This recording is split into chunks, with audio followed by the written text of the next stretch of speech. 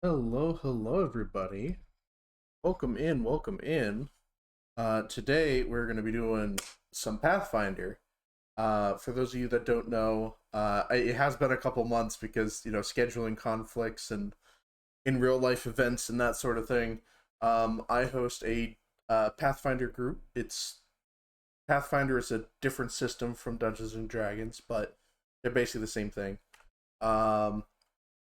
Yeah, and I run a group with with Belle, Trick, Wonderbread, Bam, and Nat. They're all their own little characters in this world. Avalir, just could do a quick shout out. So that is all of them and the characters that they're playing. It has been a minute, so I'm going to do a quick recap for everybody on from start to finish because it's been, I think, 3 or 4 months since we last played. And we will then do introductions for everybody with their characters. We will go from there. I'm just going to unmute real quick and undeafen. One more cookie. Want cookie? Hi. Hi. Hi. Oh, hi. Innocently. I came back into the Stoveg want cookie. That wasn't Stoveg.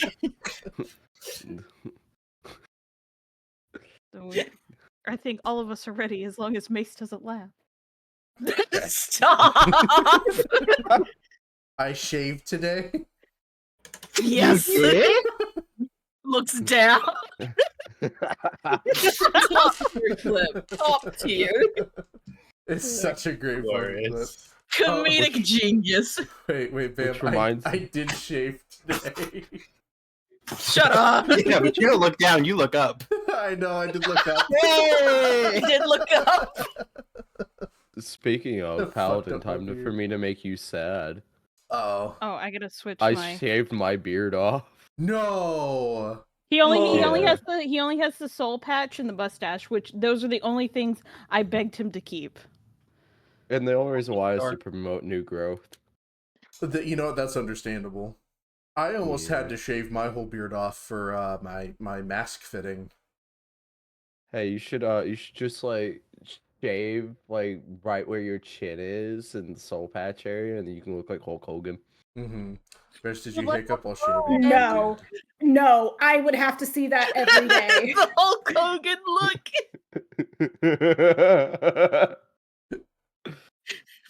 Paladin just joins one day, turns on his webcam, just Hulk Hogan.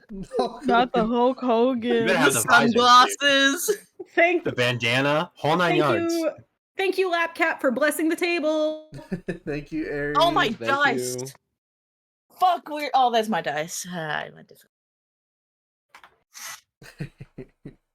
All right, so I'm going to do also just to make sure, how is stream for everybody? Is it running okay?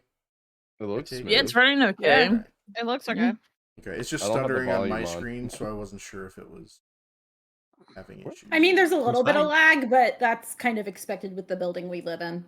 Yeah. It also could be the little animated character. Is it more delay or is it? It's more delay. Okay. It's not lag. It's no lagging, no chopping, no nothing. Okay. It's the delay's pretty good. It's only a few seconds, to be honest. Yeah. Well, I know depending on where people are at, it could be like 15 to 30 seconds depending on where they're at. I mean, I'm on the other side of the world, and the delay is only about 3-5 seconds, so... Yeah. So I think we're good. I think we're good. The reason I say is because there's someone, house, when I play Warframe, it's like a 15 to 20 second delay from them. They'll be answering a question that I had asked like 30 seconds ago, and I had already moved on to a different topic, and they'll say something, and I'll be like, the hell are you talking about? All right.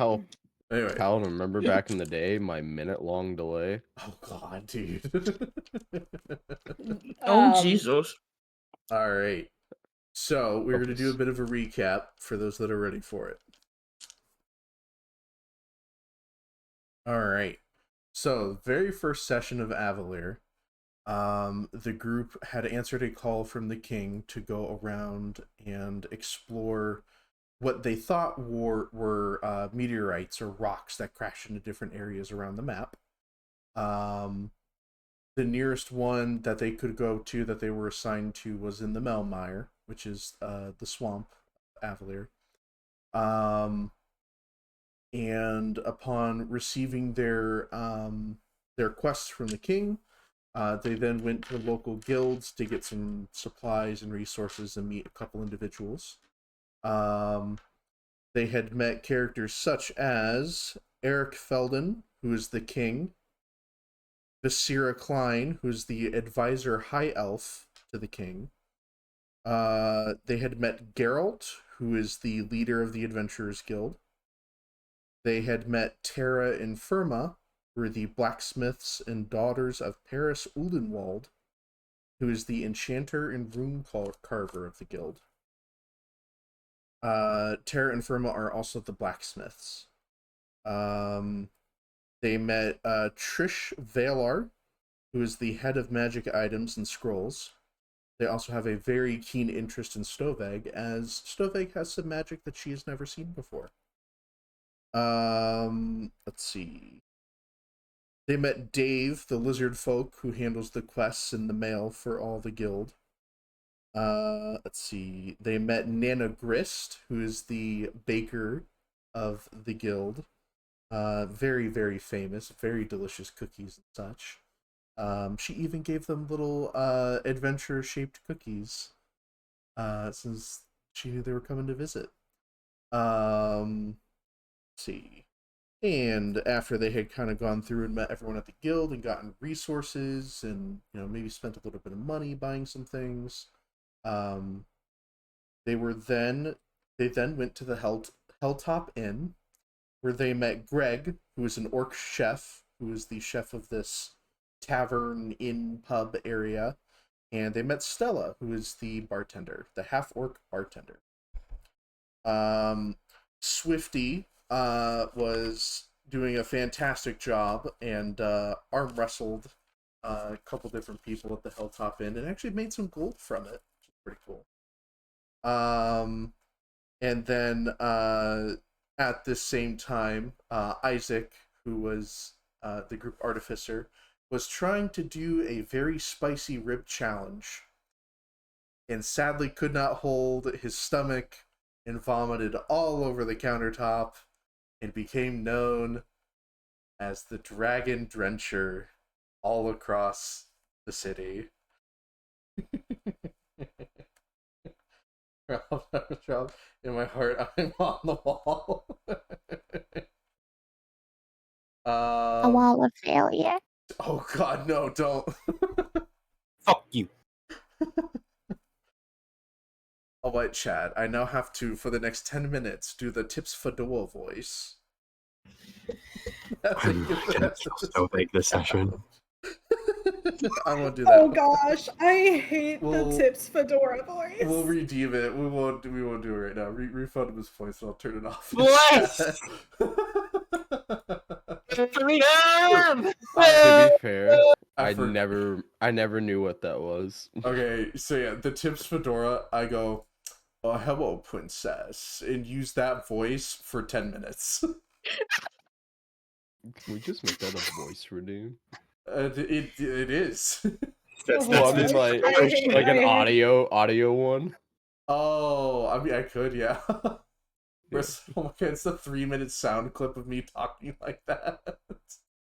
Oh god. I can do it, say the word, I can clip it, I can just say the word. Okay. No, we won't do that for now. Yeah, I disabled it, sorry. Okay.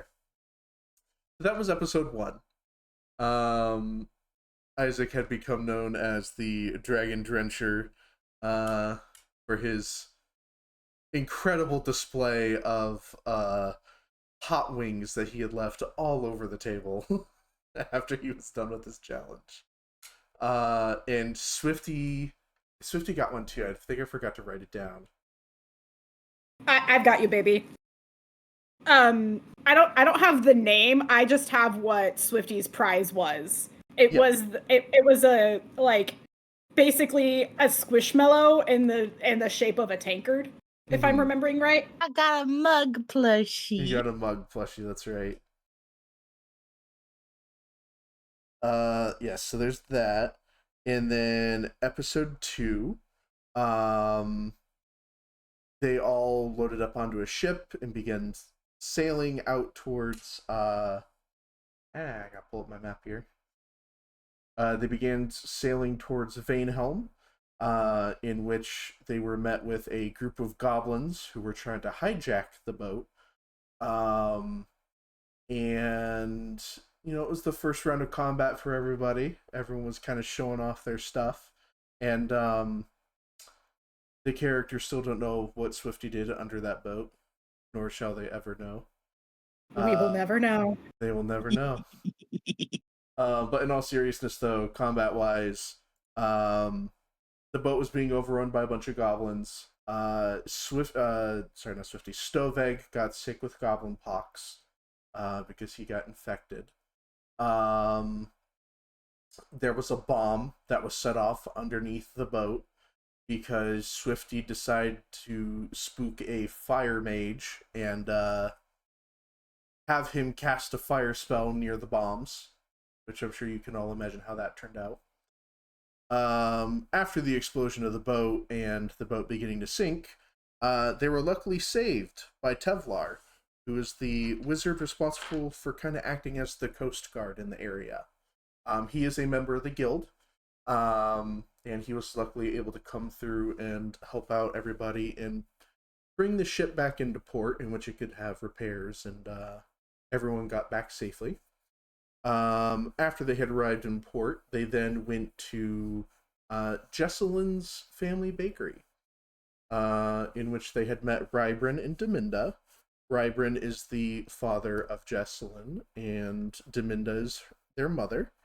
They also met their 2 siblings, Valerie, who is the older sister, and Maz, who is an older sibling. Maz is... actually, that we won't get there quite yet. And they had gone downstairs to help Rybrin with a rat problem that they were having. While they were fighting the rats, they got sick and had to spend a couple days recovering, as per Deminda's stern hand in making sure that the group was healthy before leaving. During that session, there were also some cute moments between Stoveg and Swifty, running across rooftops with acrobatics and vine swinging, so that they may deliver a letter and send it off to the king. Let them know that they had run into a bit of a hiccup before they began traveling. Let's see. That's everything that happened second session. Third session, everyone prepared to head out. They were all leaving through kind of one of the main gateways, in which they bumped into a particular individual. At first, they made no note of it, and as this individual began to make their way, Isaac went to go purchase an item from one of the vendors and realized that his coin purse was missing. And Swifty, being the acrobatic demon that they are, tracked down the individual and scared the sweet bejesus out of them. That also reminds me. Episode 1, they also chased down a goblin who stole from a little old lady, which was Nana Grist, which is how they met everybody. But anyway, also during episode 3, they had tracked down this individual, and Jess, kind of knowing the circumstances on where he was coming from, he had explained that he had a family that he was trying to take care of, and he was having a hard time making ends meet. At this time, Jess knew that her family was looking to expand and open up a new store in one of the other cities. And they found out that this individual, Chris, had a background in architecture, they didn't find out that yet. They sent him off to meet Jess's family in order to give him a job. And when Jess's family found out that he had a background in architecture, it worked out properly to where he could go help set up a new store in Ravencrest.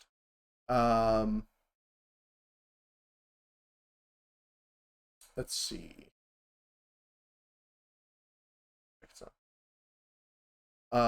Yep.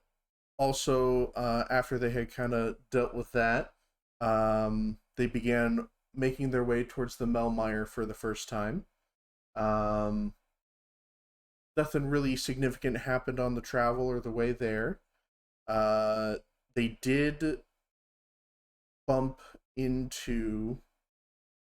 Wait, no, that was the second time. Yeah, that was the second time. Never mind. So yeah, they made their way to the Melmire for the first time, in which they found one of the meteorites, which it was more of an obelisk that had crashed into the ground.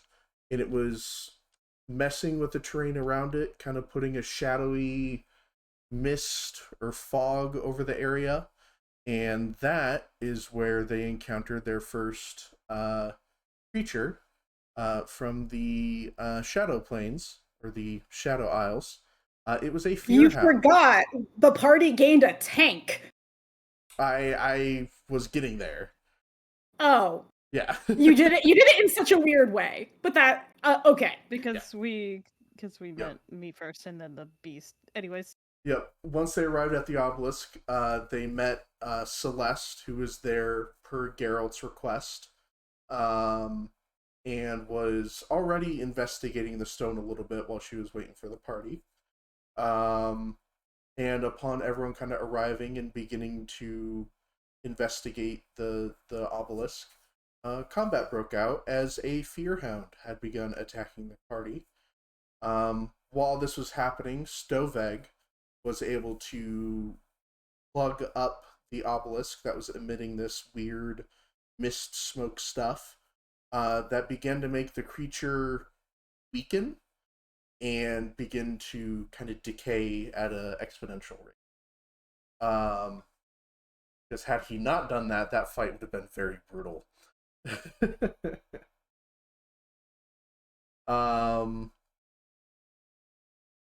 Let's see. After that, the group investigated the obelisk a little bit, and it was discovered that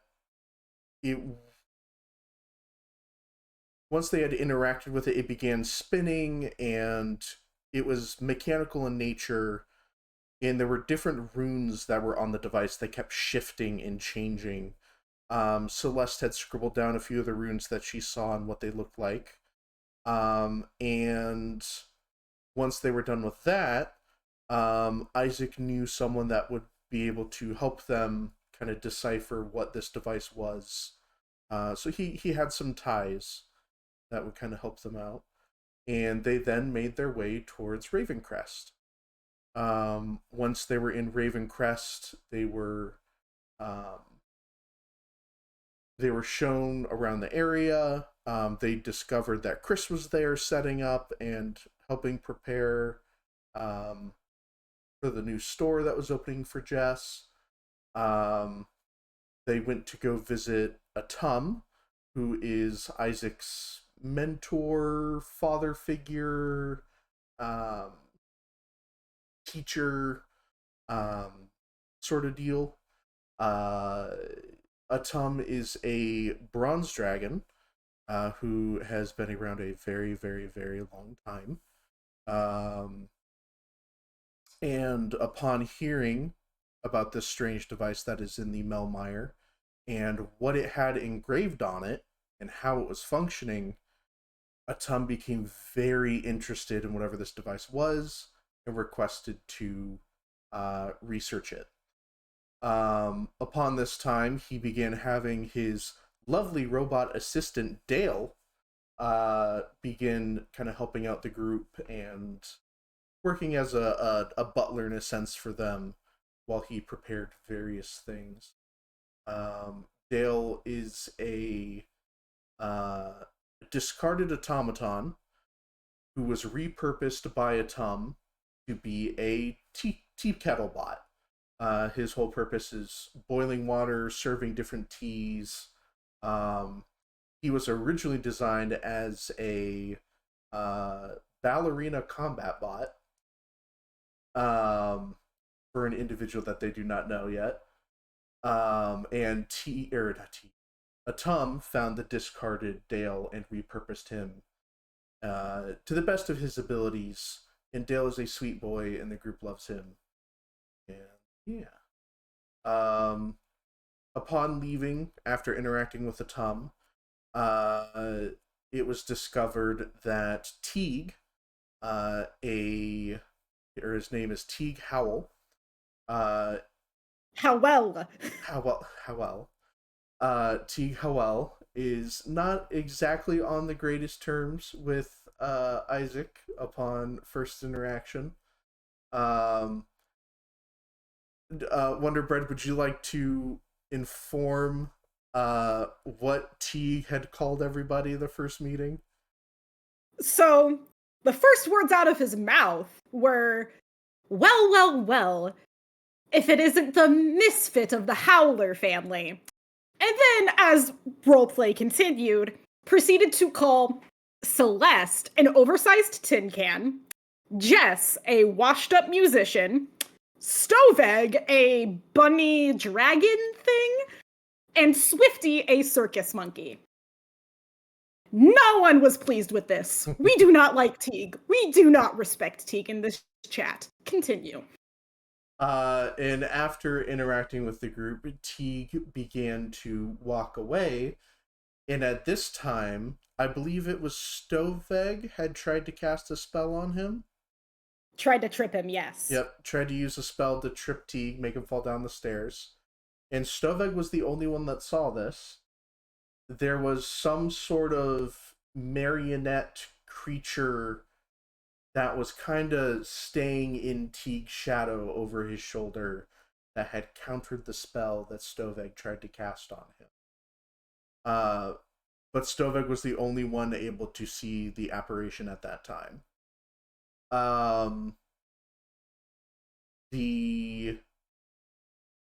After that interaction, the group was then given some downtime because Atum had to organize with Teague and the council and the academy that he had to take some time away so that he could investigate this obelisk.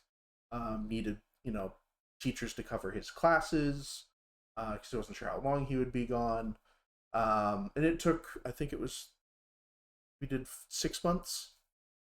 2. 2? Yeah, that's right. Yeah, it was 2 months. Or no, I think it was 6 weeks. Let me double check. I like it was anywhere between 6 and 8 weeks. Yeah, I think it was 6 weeks. It was 2 months. It was 2 months? Okay. Yeah. Thank you, Belle. It has been a while, so. The group was given time in between. Swifty and Stoveg took some time to go get some training from Master Rana, who is Stoveg's. Oh, that's right. I forgot to mention. The first time they were in the Melmire, they met Stoveg's caretaker, Master Rana, who is think Master Oogway, but they're a frog instead of a turtle. I think is the best way to describe him quickly. Master Rana does use a samurai sword. They were also informed of spirits that had been acting strange around the area of the obelisk. Yep, sometimes maybe good, sometimes maybe shit. A very famous Rana quote in the group. Let's see what else. Yes. Swifty and Stoveg had both gone to get training from Master Rana. It went really well. Swifty gained a feat, and Stoveg got a magical item that he is not quite attuned to yet. I don't believe he has. And then, let's see. Once they came back from training, Isaac had given a crash course in etiquette, or noble etiquette, to everyone to kind of make sure they knew how to function in high society, as he had a feeling that Teague would be a future problem with the group. So I think the only one that had a bad time was Swifty. I think Swifty was the only one that didn't pass, I think. Which is understandable. There were various checks. Yeah. I think Swifty did poorly on theirs, if memory serves So- right. There was the I think it was the Except- final. I except think it for was the final conversation. check. It was It the was the final conver- check where like prim and proper Swifty came out and everyone was like, "What the fuck? Oh, Where that's has right. this It wa- been?" yeah, Yeah. it was the conversation etiquette. Yeah, the conversation etiquette bit. Yeah, that Isaac was very stunned by Swifty being very, very proper etiquette when speaking all of a sudden. Which actually is funny because considering the background Swifty and I have talked about, would actually kind of make sense. Yeah. But yes, after they had all kind of gotten a crash course, Isaac did some modifications to some of his weapons, did a bit of tinkering and blueprint making. He was able to make a shield that was collapsible and retractable, so that he could hide it if he needed to take it in somewhere. After that, they had all gathered their materials and goods and weapons and all that fun stuff so that they could escort a Tum to the device in the Melmire. Teague had briefly interacted with them before they left, in which I believe all of you had tea that day, correct? So you- Which day? The day you first left. Or was it? No. Oh, right. So Stoveg was the only one that saw the marionette. Yes, because Okay. we didn't have tea until You got there. I believe something along those lines. Mhm. Yeah. Oh yeah, we didn't have tea until we got like before we reached the obelisk, like the night before we reached there. Keep Yep. going. Okay. So Teague was checking up on the group before they left. And Teague had discovered that Celeste had maybe tricked him a little bit, because during the downtime, Celeste had taken some classes with Teague, given their downtime to learn more about crystals. Because Yeah, but I gave him a different name. He doesn't know it's me. Oh, you did this right. Yeah, I gave a different name and I wasn't wearing my armor. That's right. You're right. Sorry. And he gave me a letter. He gave me a letter of recommendation. Yes. Yeah, we super sleuthed him. Wait, no, because I thought with his signature I don't know on it. if I don't know if he found out during and just let it happen, if that's what you mean. But you never told us that he had any suspicion about Celeste. Yeah, because no. Celeste was always Well, a I full think and I went think the without only her. reason that there could have been like a clue that she might have been had was Teague saying something about it seems like your shield is something about how Celeste wasn't getting in between. Oh like- no, I was standing behind Isaac and I was just staring through my armor. Remember, I have my armor on. You can't see my face. Yeah. So you just see blackness staring at him. Well, no, because I thought. Okay, never mind. We could discuss it later. I thought something was said that would hint at the fact that Celeste was at the academy during the downtime. No, there wasn't. No? Okay. I don't remember. No, It has nothing been a was. minute. No, Stoveg nothing was- got I just remember that me and Stovek during their thing were just like on the wall or something or hiding. What I did was I gave Something the letter of recommendation that I got that has Teague's signature on it. I gave it to Isaac That's right. because the fact of technically if something happened and we needed to technically forge Teague's signature, we have it to actually copy. Yep. All right. So, Teague went to go check up on the group and say farewell to his colleague Atum. And during this time, the marionette had a adverse reaction to the fact that Stoveg was staring straight at it. And Teague caught wind of that in some way, as he had kind of given Stoveg a once-over. Let's see what else. Swifty had to be held back during that whole conversation. And I could have done it. I could have done it. It would have been so easy to do. And then after that was all done, they were sent off on their way with Atum and Dale. Once they were in the Melmire for a little bit, they were then attacked by a Shambler. The Shambler had a fun time dragging around individuals and dealing damage, and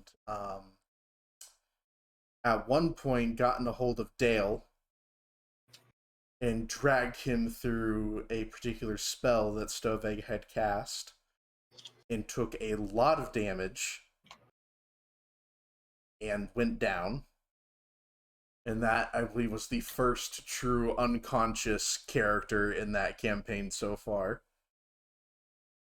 Atum had safely gotten all of the gear and the wagon away from the fight and came back once everything was handled. The body was then looted by first Swifty and then Stoveg. And some gems and jewels were found inside the Shambler, as they are a type of kleptomaniac monster. They normally attack traders and caravans and steal all the shiny, precious gems, jewels, and metals, and store it inside wooden knots inside their body.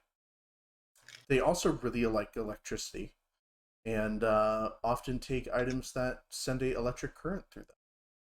As per Stoveg's survival check, which I believe he got a natural 20 on. So he found out a lot about the monster. And then once that was taken care of, they then reached the location of the giant contraption obelisk thing. And that is where the group met Hilda. No reaction to Hilda. All right. Who? To be determined. Big sister. Mm-hmm. Sure was Hilda. Upon first arriving, Stoveg was pulled into a little pocket dimension or pocket area. It's not confirmed yet, and had a bit of a conversation with Hilda before Hilda released him, and asked the group for a tier in order to allow them to continue with safe passage. And Jesselyn had offered up a sad memory, in which was... And it wasn't even really hers. It was just a dream she had. Mm-hmm. It was a dream that she had that she exchanged for Hilda to kind of safe watch over the area, as they had discovered that the Fearhound they fought the first time was supposed to be the one that was safeguarding that. But unfortunately, they had lost their mind, and Hilda was now taking their place.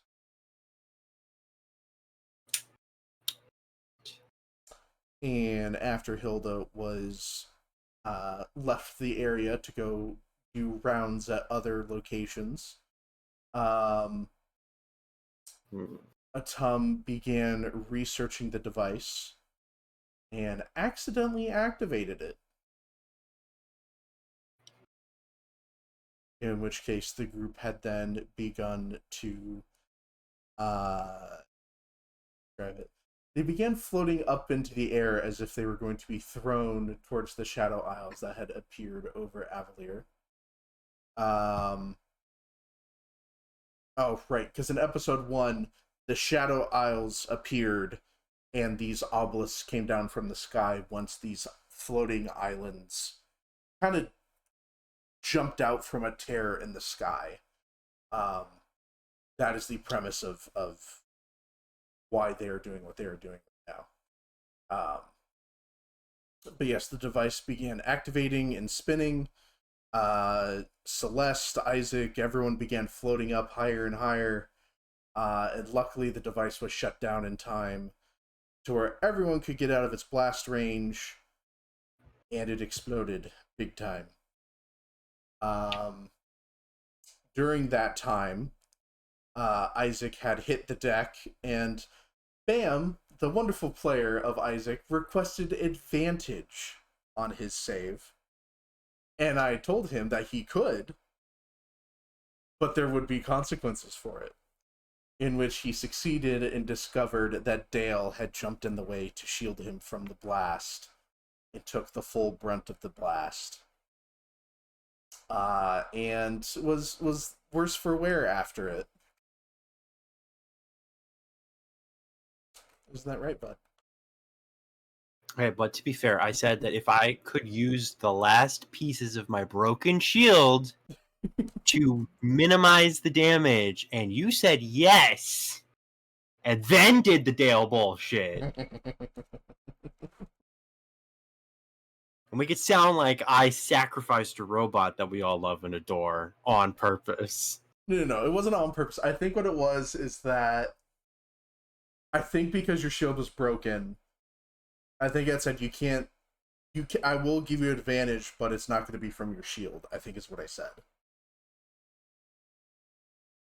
See, my memory doesn't recall that. Neither does my lawyer's, so... Dude, it's been a couple months. I can't remember. It's been so long. It's been like, what, 5 months? 4 months? I have no idea.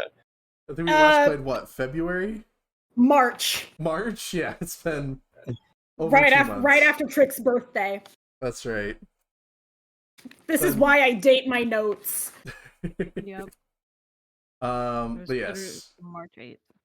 After the device exploded and shrapnel was thrown everywhere, Isaac collected a few bits of the shrapnel for his own personal experiments, and a crystal was left in the crater that had surprisingly survived the intense blast from the machine, or the device. Atum then picked up what little he could from the machine and began researching what was left and trying to gather any additional information he could. And that night, Celeste and Stoveg held hands. No. That was Right. Celeste and Stoveg holding hands was way earlier. Yeah, Was that it was way way earlier. Yeah, so after we that's left, right. Teague and everything, that night, that's when we held hands because we saw all those like firefly things. Mhm. That was I believe that was the first night. Hold on. And then hold on, let me finish. The Yeah. second, and then after we fought the tangle thing and we slept, that's when all of us had our dreams. That's right. And that is where I got my egg. Yes. And then I remember that specifically because my character was high out of her mind holding her egg in the car. Just holding it, she's like, I feel it pulsating. Yes, and then all right, because it hatched when we last. Yeah, it hatched. Off, right? It hatched at the end of the last session we had. Okay. So yes, so the egg happened between the Shambler and meeting Hilda. Yes. Yes. Okay. Hey, Bam or Nat. Ew, disgusting. What the? Will Ferrell. Oh, Get him. continue. You're good. Get him. But yes. Let's see here. After that, Atum began setting up some devices to research the crystal. Jesselyn had used her little hut spell so that they could sleep for the night.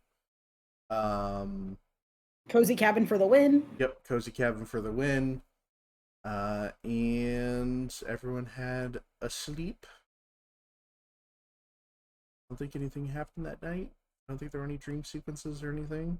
There weren't dream sequences, but there was a. Actually, that's not super important, but it's mostly for Bam's recollection. Mm-hmm. Yeah, I remember there was cuddling. I think there was knife talk with Swifty. Mm-hmm. And more stove egg drama. And I think Jess fell asleep with Isaac holding her. That was right. That's right. By the way, there was also I would like to point out, before we went to bed or anything, there was a moment with Tom and Isaac that felt like father and son. I will point that out because that was very the two of them setting up the equipment. They are father son basically.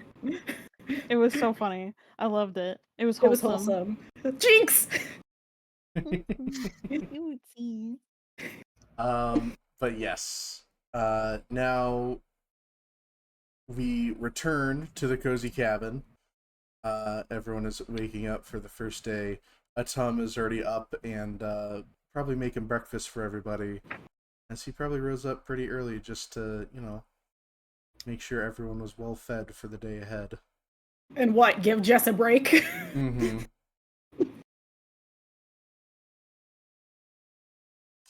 Yeah, as you all wake up from your deep sleep from the night before, Celeste, you notice as you wake up that there are cracks in your egg as you look at it. And as you turn over the egg in your hands, there's a hole. And your egg is empty. Oh goodness. I'm looking around frantically for whatever came out of the egg. Perception check. Cool. What is my perception? I'm blind. Hold on. It's under your class DC. Thank you. My brain is like, I can't. My eyes are like, Okay. I'm blind. I can't see. It's also another refresher of the rules of Pathfinder. You got 3 pips, and your initiative is your perception, because I'm pretty sure that's what was happened. Yeah. 26. 26? Yeah. You see that the bird, or the creature that was originally inside the egg, is nestled up next to your leg. Along your thigh. Just cuddled up, staying warm. Maybe shivering a little bit. I'm gonna scoop them up. Warm. It's the Scooping cold up. armor plate. Scooping them up? Yeah, I'm scooping them up in my hands. Mm-hmm. Would you like to post a picture of what he looks like? Oh, yeah. Hold on. 2 seconds. And then I can grab it for stream.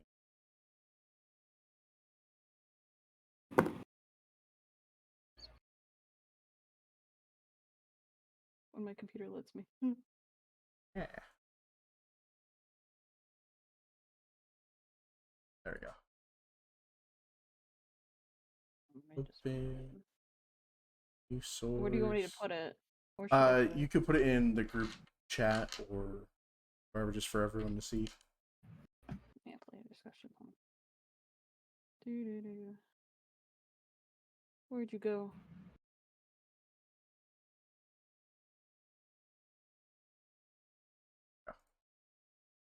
Dull. Oh my goodness. I have a child. My God. This is wholesome. I love them. I don't even know who they are yet, and I love them. And as you are waking up, looking at this adorable little creature, it kind of looks at you and goes, little chirps. Hello, my little starlight. It's got those little twinkling eyes. Give it little pets. Little 2-finger pets. Because it's so tiny. Mm-hmm. It fits in the palm of your hand. It's a baby. She, I'm assuming Stoveg technically would be next to me, because that's where he's been sleeping. Mm-hmm. She excitedly, like, fucking shoves Stoveg. Like, with one hand. Not paying attention. She doesn't really do this, but she's really fucking excited. She fucking just, like, whoa. What's going on? Storvig's awake. What's going on? She like looks over. She's very, very excited. You have never seen her like this before. She is very happy right now. Look. Is that a baby bird? It came from the egg. The egg hatched while we were sleeping. That's the bird that we held hands for? Yes, and I know what we're gonna name them. What are we naming him? It's Ilmer, which, by the way, Ilmer. it's Starlight. Oh, Ilmer. Ilmer. It's Ilmare.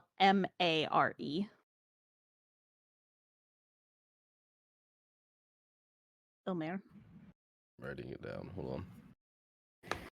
And upon you bestowing this name upon this creature, hey Celeste, roll me a d8. Hold on, I'm so excited, y'all. You don't understand.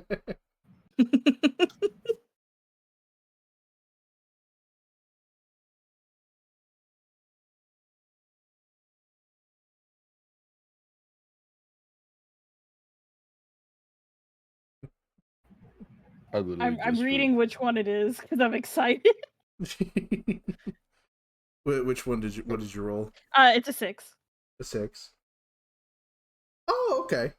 So you kind of watch as this little bird sits for a moment, and upon you saying its name, its feathers like ruffle and fluff for a moment, as it goes from like this cute, adorable yellow to suddenly having like a hint of purples and violets, and it almost sparkles a little bit as you look at it.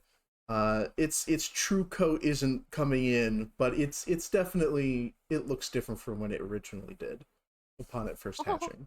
I love it. It's got like 2 or 3, purple, black, and violet feathers that are poking out. It still got its baby floof. She gives it like over there little... rubbing his eyes, just like, is it just me, or did the baby bird just change color? A little bit, but I think because it's a baby, it's not gonna fully change. And upon you saying this, it goes and poof out of your hand. Oh! Oh god. Oh no. It's a Jack. At least we know it can fly. Go ahead. Is it okay? Yeah, go ahead and give me a perception check. Oh my god. I wouldn't call it flying. 17. 17. That's something. Yeah, you see it has poofed over towards Swifty. Swifty, are you awake at this point? Or are you still like out? I'll say I'm still out. Okay. It is like, it has teleported into like the armpit of Swifty. It is just kind of nestled there. And isn't Swifty in the rafters of the cabin? Yes. Oh my god. Oh god. Yes, I am. So Swifty's just... I'm snoring away. Who's going to wake Swifty up to tell? I don't want to. Swifty. I'm trying to be very gentle about it. Swifty. Swifty. I have 3 things I could do here. I'm scared. Be I'm like a mother right now. nice. I'm very scared. Be nice, Swifty. No, because the first option that popped into my head was just like Swifty just twitches and like turns over. No. But I won't do that.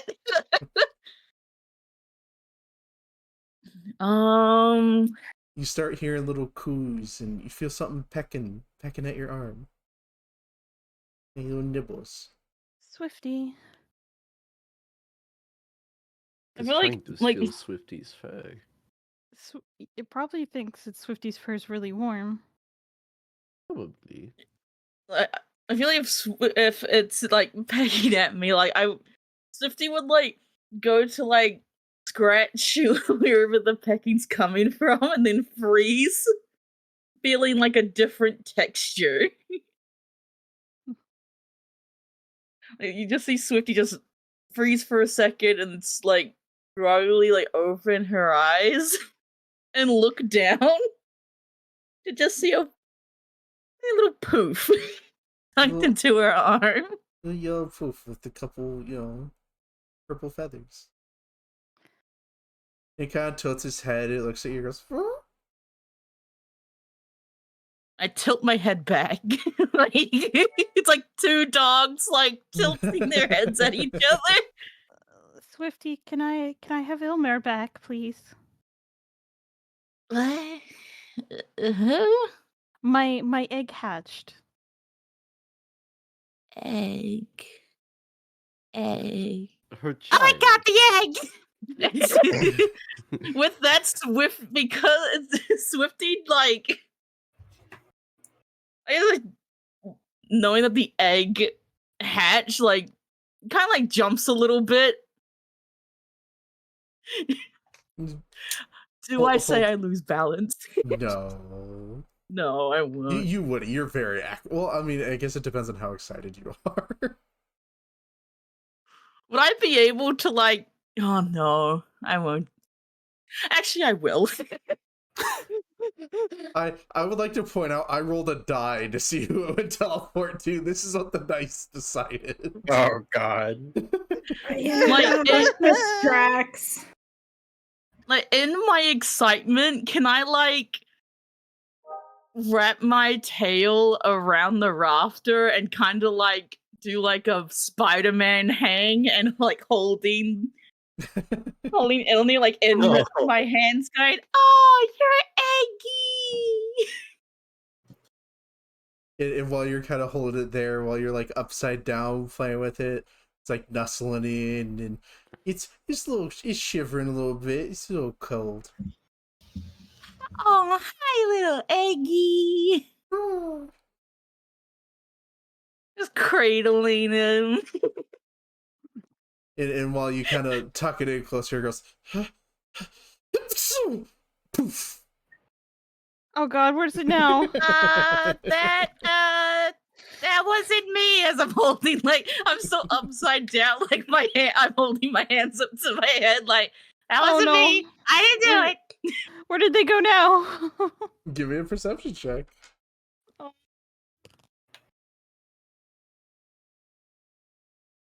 I'm gonna say 20. that spooked me enough to like fall off of the rafters. My tail just uncurled. I'm now on the floor going, I didn't do it. Wait, what did you roll? 20. It has teleported onto like the brim of Stovegg's hat and is like nestled between the 2 ears on the brim of his hat. Okay, that's adorable. Oh, hello. Hi. Eggy can teleport. Yes. I named them. You did? Their name is Ilmer. Which means Ilmer, which means starlight. Mare. I think I got it. Mm-hmm. I swear to God, if she goes Eddie again, Damn it! like, Damn it all! And upon you telling Swifty its new name, it goes, To my ear. it doesn't teleport this time, though. oh, thank God. Oh, you guys I see, are you just- very cold? And she pulls out some cloths and stuff like that. Basically, that are basically basically blankets for the bird. Mm-hmm. And she's like, come here, let's get you all snuggled. It just lets out little coos and purrs as it just kind of nestles up into you, starts falling asleep.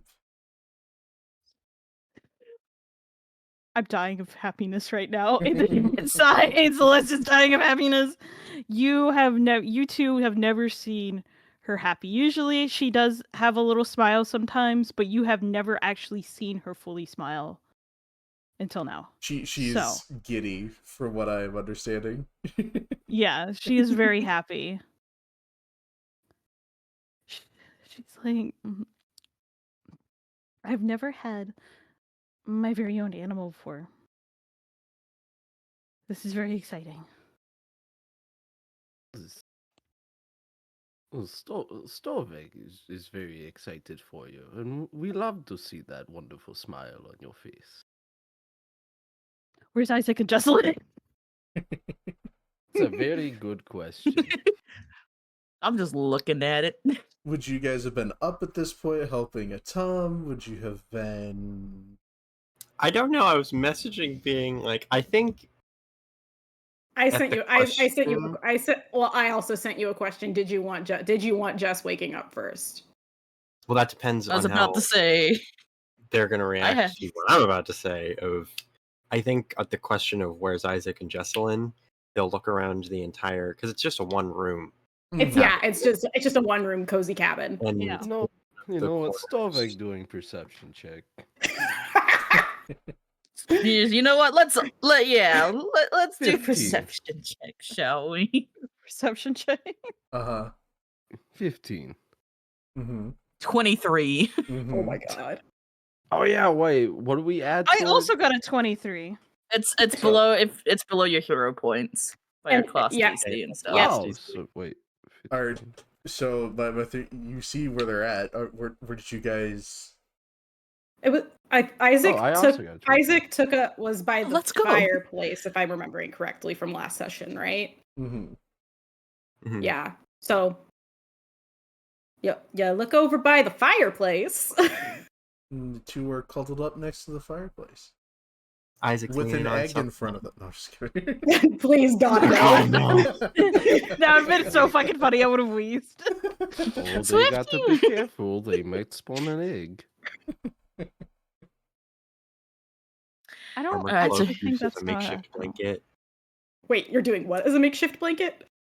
My armored cloak. Oh, yeah, okay. Aw.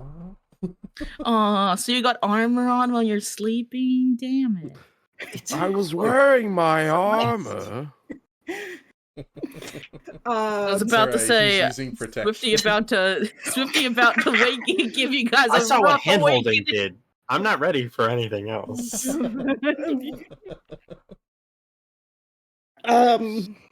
Oh, Yeah, and Storvik it- wants to take a picture. and it is absolutely canon that Jets can sleep through just about anything because their older sibling Maz is already like canon confirmed absolute menace. Can you So- sleep through a Swifty though? Is there? I'm assuming there's a distance between them still, between the fireplace and them, right? Oh yeah. Yeah. Like Yeah. it's mainly they're warm from it, but they're not like right up against it. I'm Look. crouching right in front of them. Okay, good. You're doing it. 'Cause I was about to say, if no one does anything, Swifty is jumping on them. I'm so excited. Is Celeste still wearing armor? To sleep? Not she's Is not in her armor to Anything sleep. like clink? Okay. She's in what's under her armor. Well, the second Celeste, can you give me a stealth check? Or are you trying to hide it very much? No, I'm not trying to hide it. I'm Okay. excitedly walking over. The second you crouch down, because I rolled a 26 on my perception while I was sleeping. Out of I'm ju- curiosity, I kind of want to just roll. Out of curiosity, I just want to roll.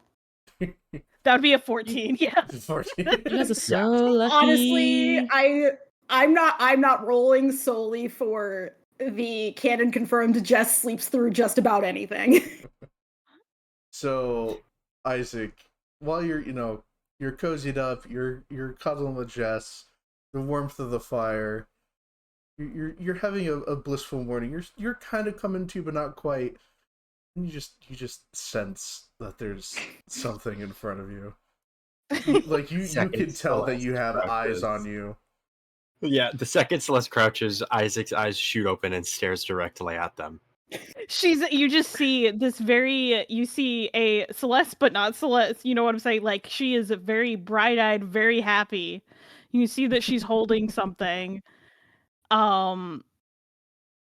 She's not the normal self. She's very ecstatic. Is everything... The egg hatched.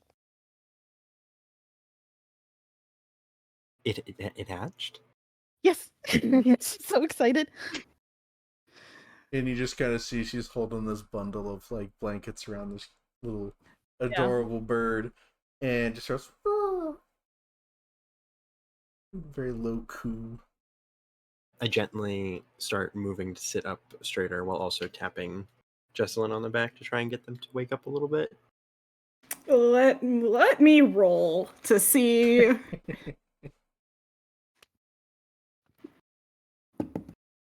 Yeah, with the 27 for sure. Just going. Wait, darling, what's going on? Is that?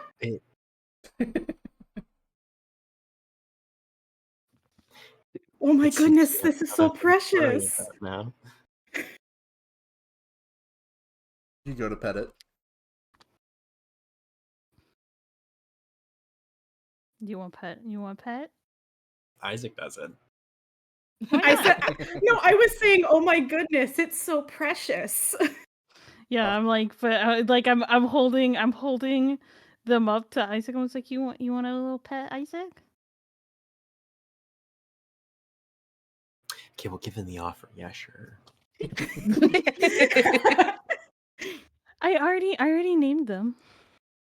What did you give the name to? Ilmer.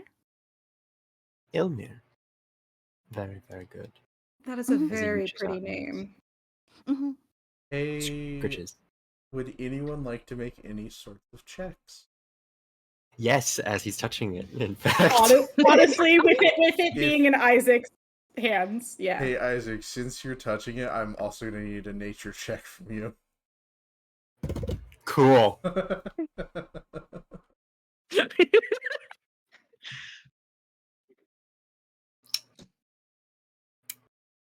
What's a 16 for nature? Oh, okay. It's fussy. It knows that you're not its mama. It's squirming a little bit, the occasional like gentle bite at your fingertips while you're trying to pet it and stuff. But after like a second or two of you scratching its head, it calms right down. It's like, oh, this person is friend. He's petting. I'm happy. It's just friend, not food. It melts a bit for a moment. You just feathers comfy. ruffle.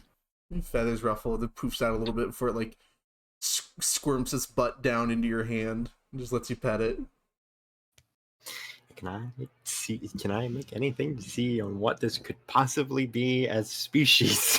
Sure. I was about to ask the same thing. Give me also be a nature trip. Give me that would be survival. I'm gonna need a survival check, and also give me a.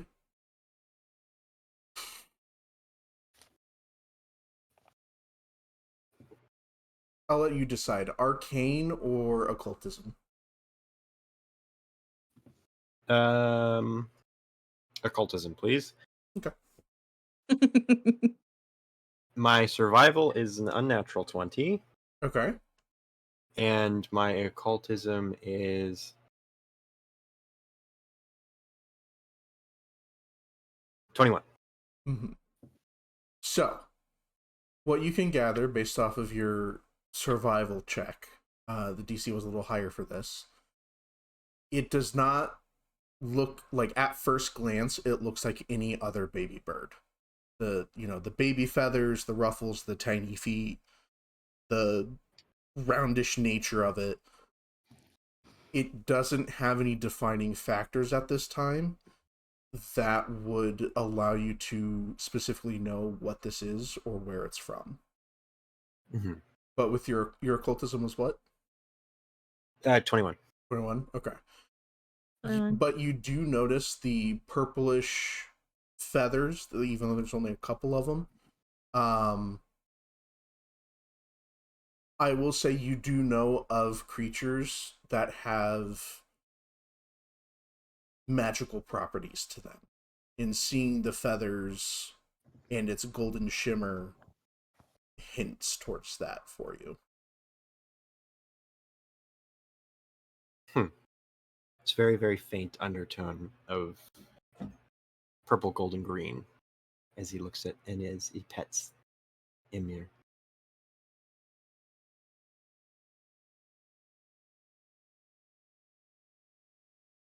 You just see Celeste just all happy and giddy, and she's just so excited.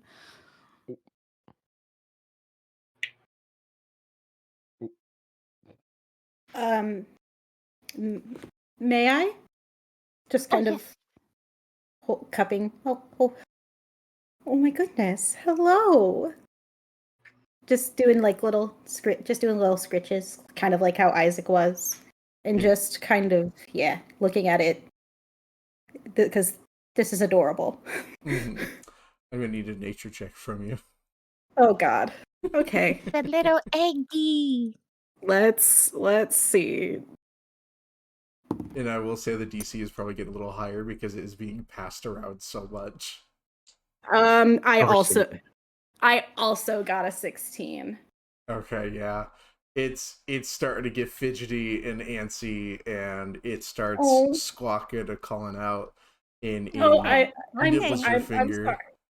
Oh, I'm sorry. Probably not comfortable standing on the gloves either. And I'll just gently hold it out towards Celeste so she can I'm gonna take grab her baby. I think they're a little fussy now. Calms her right down. And just gives like gentle little finger pets. There we go. This is wonderful for you, Celeste. However,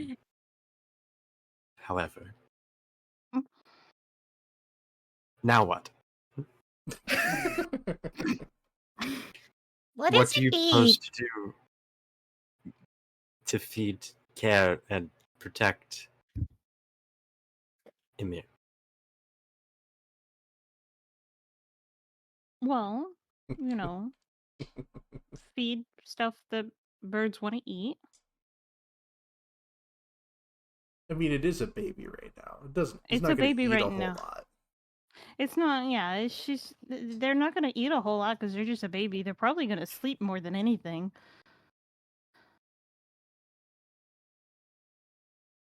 Right.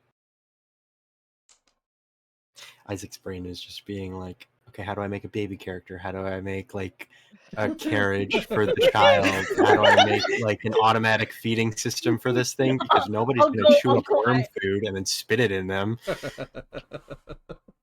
You don't How think do I she make won't? an You armored don't fucking baby think she saddle? How do I high evolutionary this child? Oh my God. No, not doing this. We're not bringing this bit back. He's gonna glorious evolution a child at some point in this series. No. At some point in this series, something is getting glorious evolution. How's a Tum doing on breakfast? Because if I'm awake, I'm gonna. I will say at this point you are smelling lovely smells of what can only be described as the smell of crispy bacon. Crispy bacon. As well as some eggs.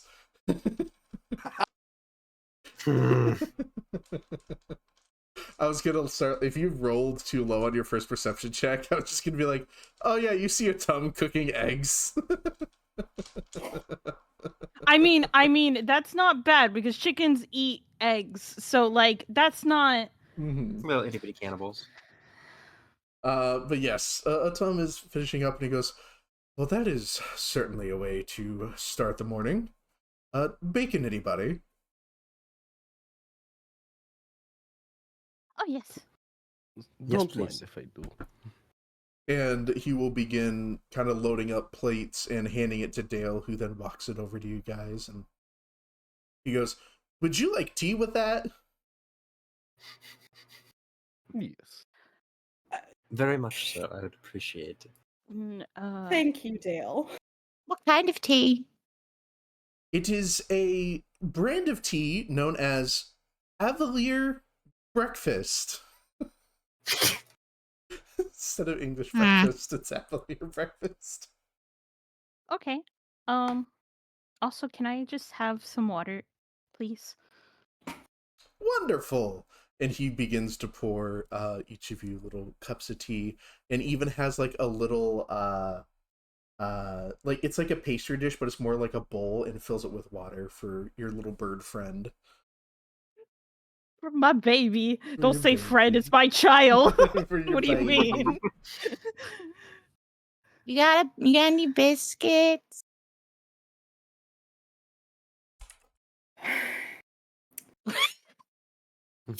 Why do I feel like that's?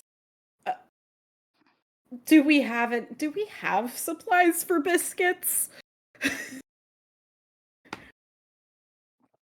Because I mean, if we don't have them, I could maybe make them. I want If a you- cookie with my tea.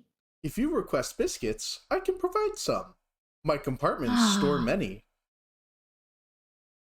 And he like Can I have one? he like pops his shoulder, and like a Pez dispenser, a little cookie pops out of it. Oh my god, so yes. He cute. like comes out Yes. to the side, a little cookie just comes out of his shoulder. Ah, thank you. Mm-hmm. Do you eat it? You know what? Yes, I do. It's so fucking stale. Yeah, I It's figured. unbelievably Doggy stale. from being dragged. And guess through the what? I'm mud. still eating it. It's like I'ma still eat it. it's clearly gotten soggy from the swamp water, dried out, and then dispensed. Before anyone can stop me, I'm eating the cookie. Oh. Swifty, are you sure? Swifty, I I think I I see heard a worm popping out of it.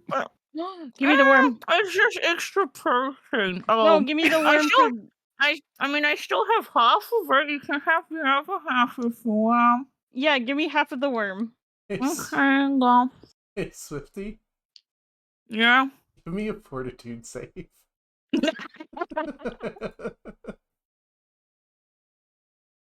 Fortitude. All right.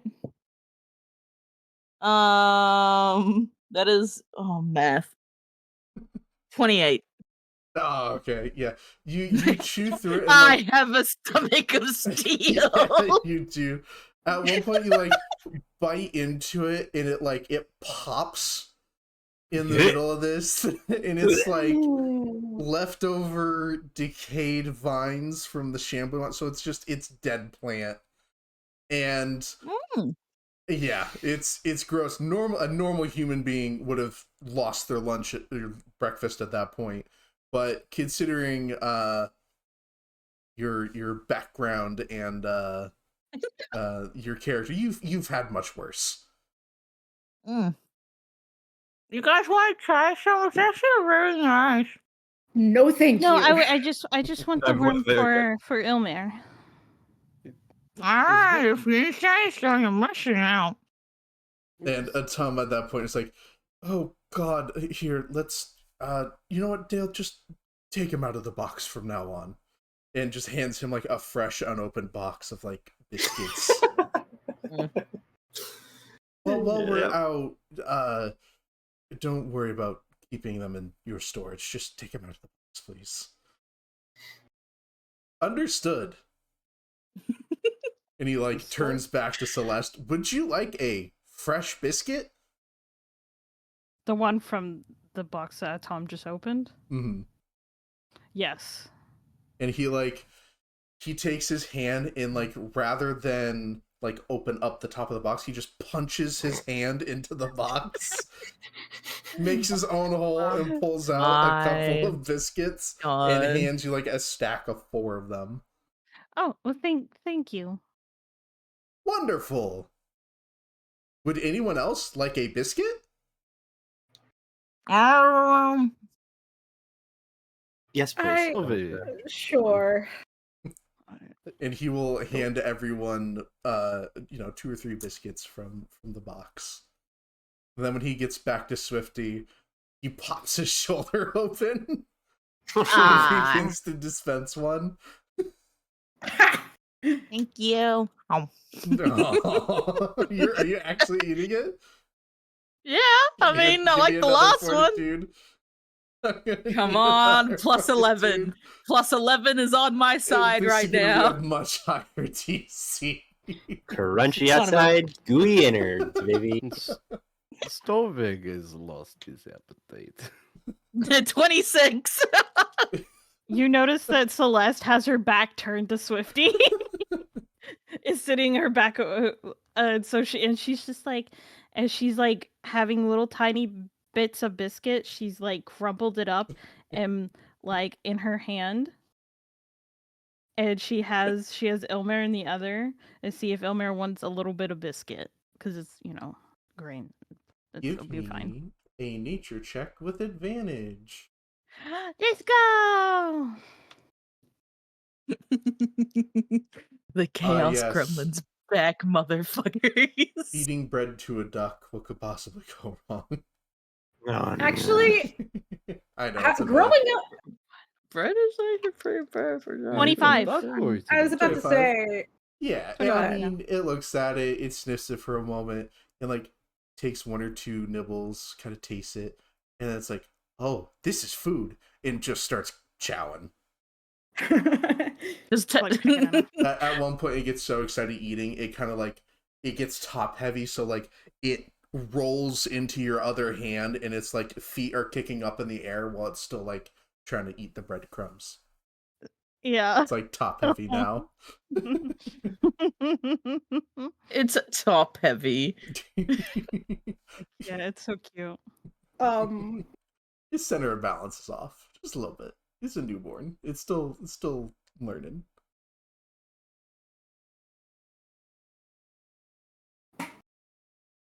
Okay. Right, well, now that everyone has eaten, and you will grab another plate and put 2 more strips of bacon on it and hand it to Dale and like gesture towards Isaac.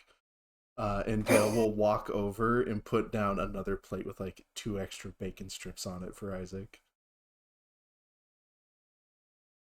And now that everyone is eating and taking care of themselves, I may need some of your helps regarding my research, if possible.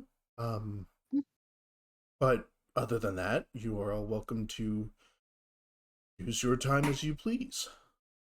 I just request that if another shambler shows up, that you all will be nearby.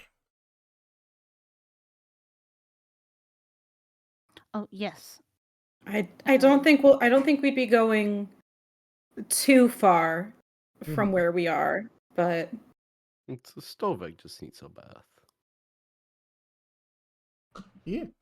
And on that note, Atum will begin kind of cleaning up the dishes, and he'll make a dirty stack, and he goes, Dale, would you Isaac, could you go with Dale to clean the dishes? Absolutely. As he stands, he eats one of the pieces of bacon, but he palms the other one until he passes by Swifty, where he just shoves it into her hand. And then walks out the door with Dale and the stack of dishes. Give me a sleight of hand check. Wow, what the What? fuck? What one's that? Thievery. That would be thievery. Thievery? Okay. Wait, what's going on? He's trying to palm the extra strip of bacon. And hand it off to And Swifty. the Tom is watching. watching. it's a what? It's 14. Oh, it's a 14. Alright, so he has to beat your 14 with his perception. I have to pull up his character sheet. Oh, you're screwed. I was about to say I was about to say Jess is probably watching, and I got a 22 total. Oh yeah, you definitely see it then. He's Yeah. not disgraceful on it, but he didn't want this much treatment. I'm just So- saying, if you threw it at Swifty, Swifty probably would have caught it. But no, you I have just. to look at his perception. Okay, yeah, he gets plus 16 perception. Yeah. Oh yeah, no, you're. Yeah, you're. I was about to he say, sees- Tom doesn't even have to roll. Even if you somehow rolled a 0, he saw it. his passive perception. He's looking at you. He knows what you just did. He just squints a little bit.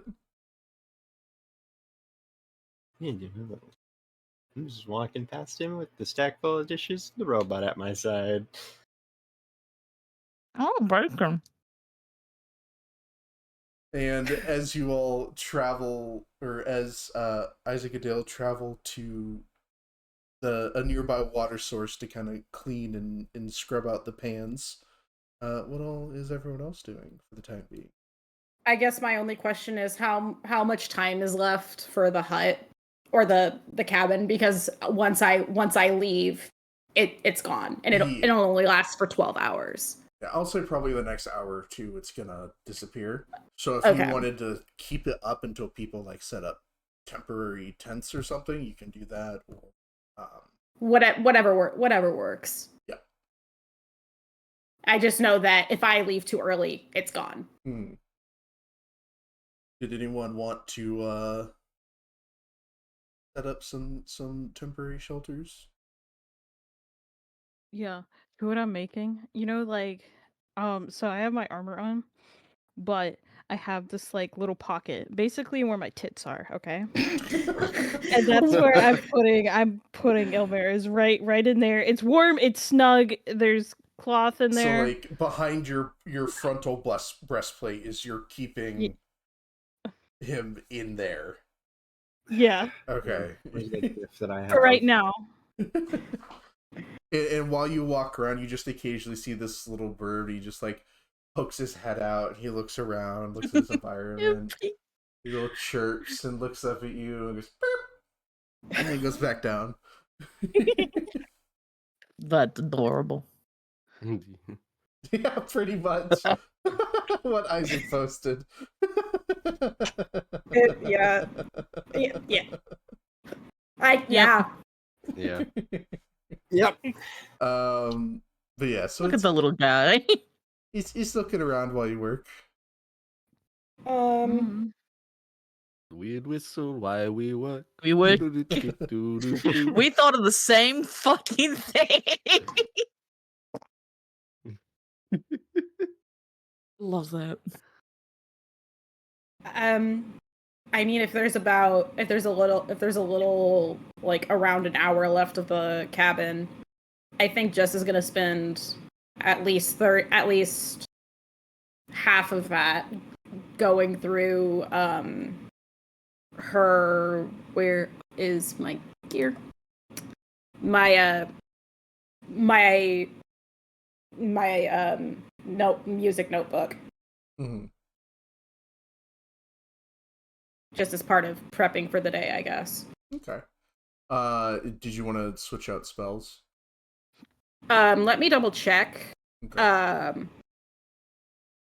I believe for Bard at the beginning of the day you can swap out spells. Yes. I will.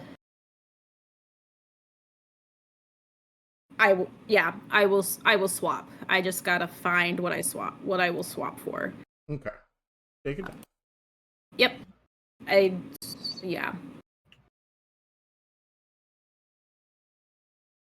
And let's see. 15 stove egg. What are you two doing? What shenanigans are you two pulling? I mean, I'm just shining Todd, my pet rock. Mm-hmm. I'm just in the corner, just spit shining up Todd, make you look like the finest pet rock out there. Also, stove egg.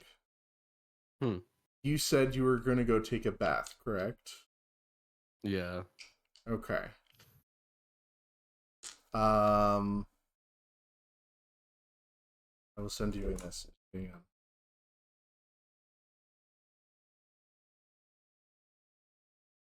And the secrecy returns.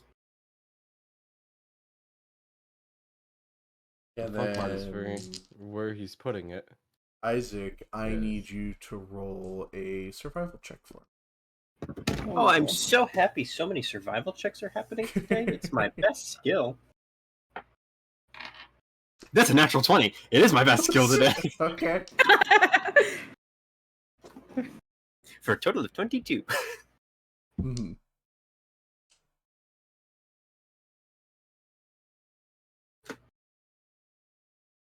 But do I get secret special spicy whispers too? Hang on.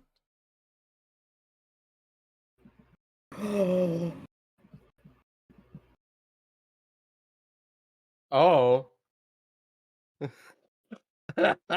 I'm just. I just have. I mean, I just have my own suspicion as a player.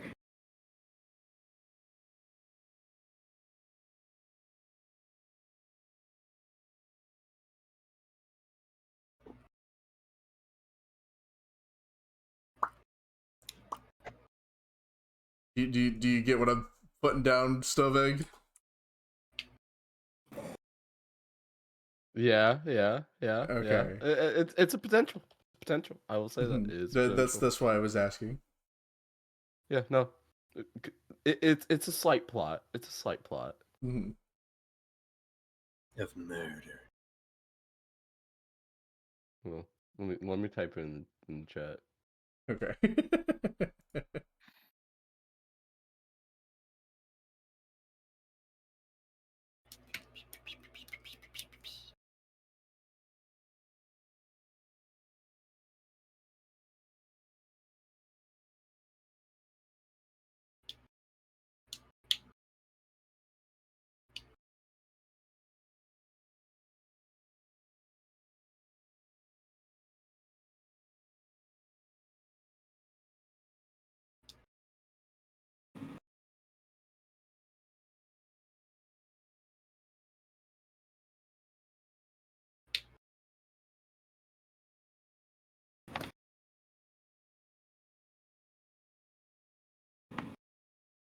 Okay.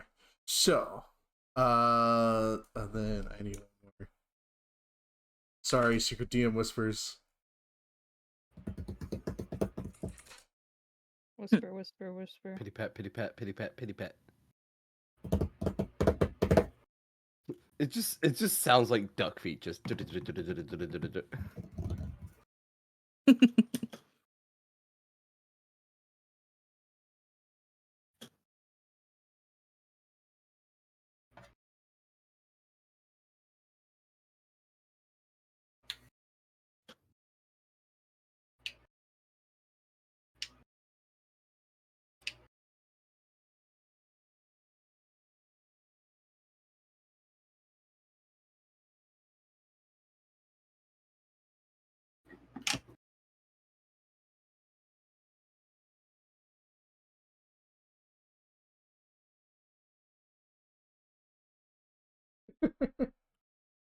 I'm also apologizing because I can't fucking spell.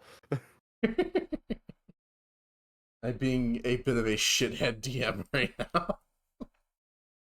My natural 20 allows me to see a meteorite heading directly for our position, and it crashes and everyone dies. Rocks fall, everybody dies. An My entire spider floating senses are island, tingling, like an Age of Ultron, smashes into the ground right on top of us, and we all die. Great campaign, guys. Great campaign. You guys look This up was and even precipitated before we took that 2-month break, and Paladin just didn't want to DM for us anymore. Good night, everybody. the ultimate fuck off thing anyone has ever done. He dragged us along for 2 months of nothing just to cancel it on our first one back. You look He was up, done with that bullshit from day one. This is his revenge. Taking advice from the fucking Disney execs that cancel all animated TV shows. Here Okay, comes okay, DM Paladin. Stop. Okay. Alright, so Isaac, given your natural 20, and you are traveling with Dale to find a source of water to clean, Oh no. you come across an open body of water that seems to be relatively clean considering your current environment.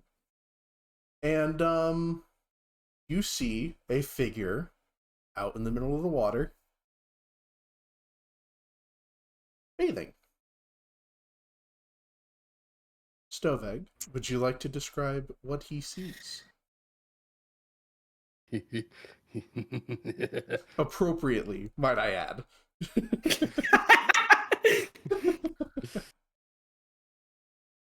So, do you see a very vine-like creature in the water with a pumpkin head that is, in your eyes, almost practically fully unclothed, just scrubbing soap on his body and whistling. Okay. There's two of them. I was like, when the fuck did Stovik become a bundle of vines with a pumpkin head? So there's a vine creature with a pumpkin head scrubbing Stovek's back. Who's naked? Mm-mm. Is that what Nope. you just said? Nope. What did you just... There's a...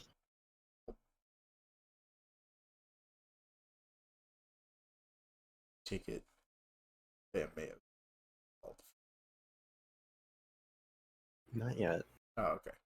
I just missed what he said, or I'm not understanding it correctly. You see a mass of vines that is in a humanoid shape, a pumpkin at the top of it, scrubbing itself with soap.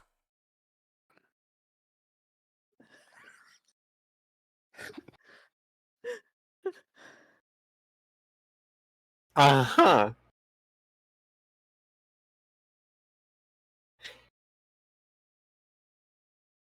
He's whistling and bathing. Just minding his own business. Doesn't... Well, Stovik, do you want to roll a perception check? Perception check. I got a nat 1. Oh, okay.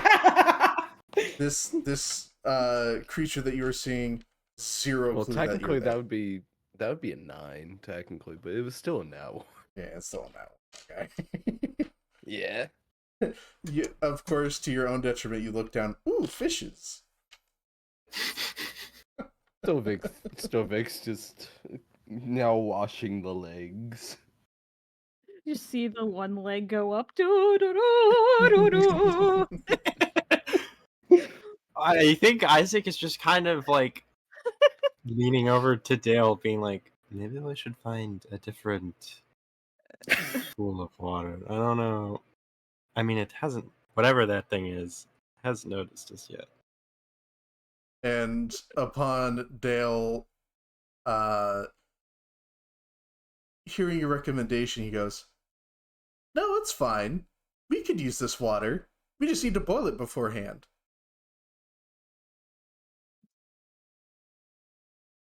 And he will look up and go, excuse me, Stovegg." Oh god. He will call out Stovegg's name. I'm looking at this bot like he's batshit insane.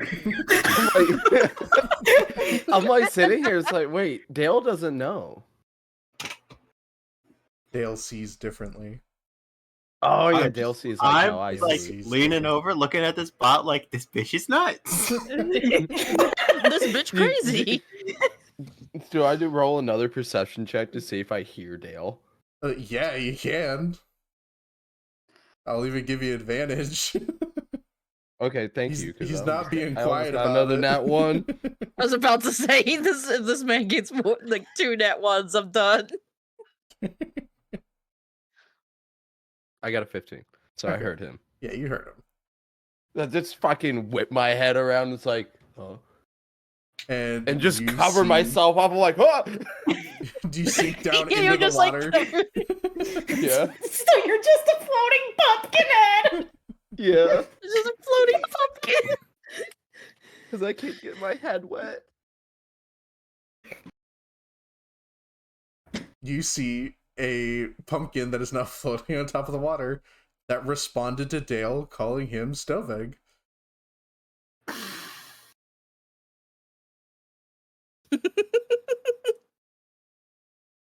Master Isaac, is something wrong?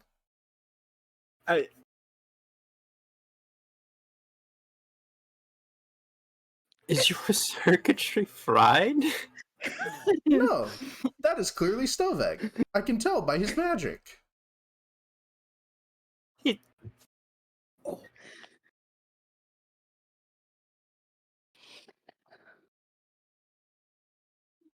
Oh. Much like humans recognize faces, I use my sensors to recognize magic. Isaac is, I think, too tired for this early morning bullshit. So, without any regard to his own personal safety over this a supposed monster of the lake, he cups his hands over his mouth and yells over, "Oh, great pumpkin of the lake!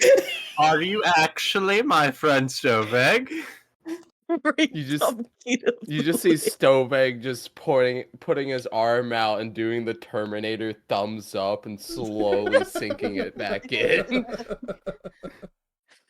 Oh my god. The next time you decide to change shape, I would appreciate a little heads up.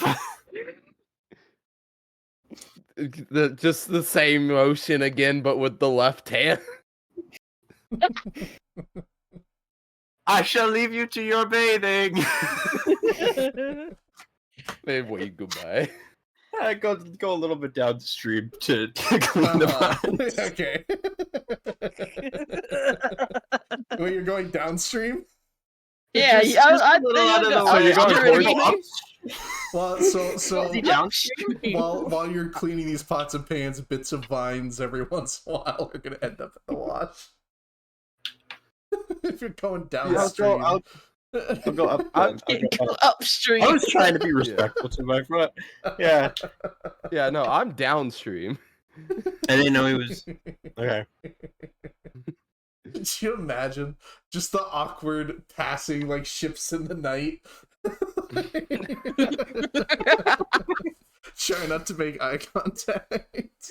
You know that fucking video where it's like, Lois, I want grab crack. Yeah. Doing a little dress. Little dress up? Yeah. Yeah. Fucking Isaac is stupid. Fucking.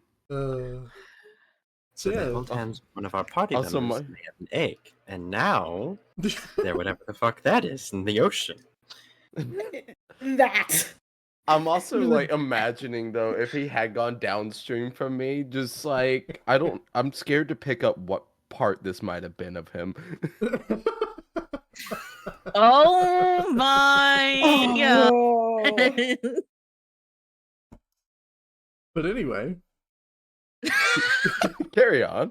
after Stoveg, after you have finished your bath, do you go help out clean pots and pans, or do you act like nothing happened?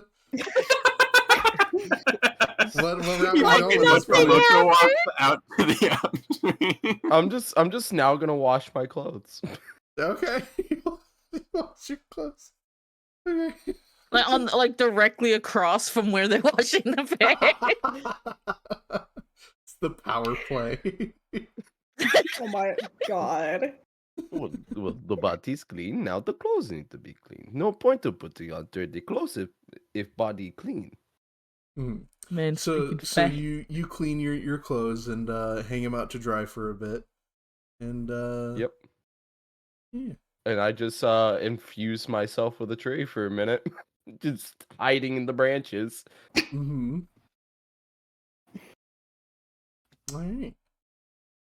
And once Isaac, once you're done cleaning up, you go back to camp and or actually no, sorry. Dazed. While you are cleaning with Dale, Traumatized.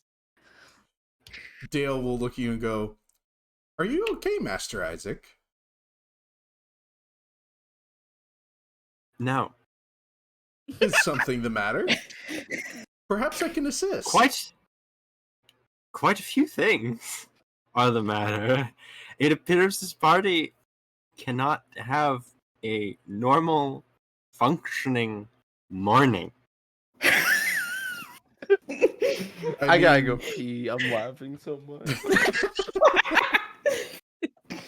I mean, is that not what you get when you pick such a colorful bunch? That's the thing. Dale, my friend, my companion. Picked is such a strong word. But would you not fight for them? Well, yes, I would fight for them. And they are quite good at their jobs, but the matter of fact is that they are exceedingly eccentric people. But Which is when not you a bad are thing. with them, you show signs of happiness. He's just tilting his head looking at you. Are you not happy?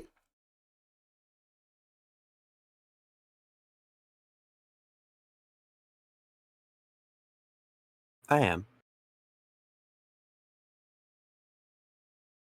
That is good. That makes Dale happy. And he just continues, And that is wonderful. cleaning.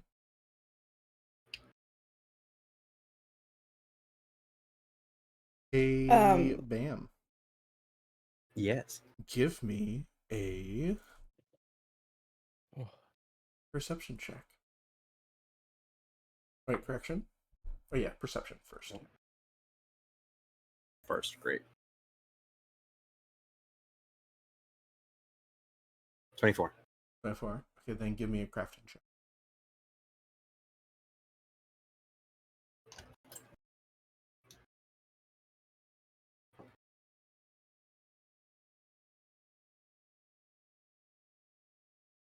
$25. Okay. So during the time that you are cleaning with Dale, and you are, right next to him while you're both cleaning these pots and plates and the likes, you notice at one point he is scrubbing the same plate over and over and over and over again, to a point where it's as if he isn't there for a moment, and he presses really hard into the plate, in which it cracks and splits, and his hand goes through it for a moment. He goes, "Oh, I am sorry. That is not like me." It's And, okay. and you can tell that he's having some motor function issues right now. You're gonna get this robot dimension. I'm gonna be sad about it. Oh my god, no. It's okay, Dale. You're fine. Just a plate. I do not, and his head begins to twitch and snap left and right. Isaac is going to try and get him to sit down and move away from the water. Mm-hmm. And you see, as you kind of lay him down for a moment, his eyes, as his head is twitching and snapping, very familiarly, like when he first went unconscious, his eyes go from blue to a deep violet to off. He's now unconscious. It's pardon? He's unconscious. And this has only happened since the Shambler incident. This only happened since Shamblers. Immediately, can Isaac try and pop open the hood and see if there's anything that he can do to fix it? Yeah. Pop the hood. So yeah, you pop the hood. You know, his chest cavity opens up, and you pull out the water tank that's normally there, and you start looking at the insides of his gears and machinations. You notice that there's a very strange black substance on his gears that are kind of remnants of the Shambler that had attacked him. Right. And has begun to kind of lock up and cause damage to some of the cogs and gizmos inside of them. Can I take some like tools, like screwdrivers and stuff from my repair kit, and just try and get it out, like scrape it off of his gears and try and rip it out? Yeah. Give me another crafting check. 25 again. Okay.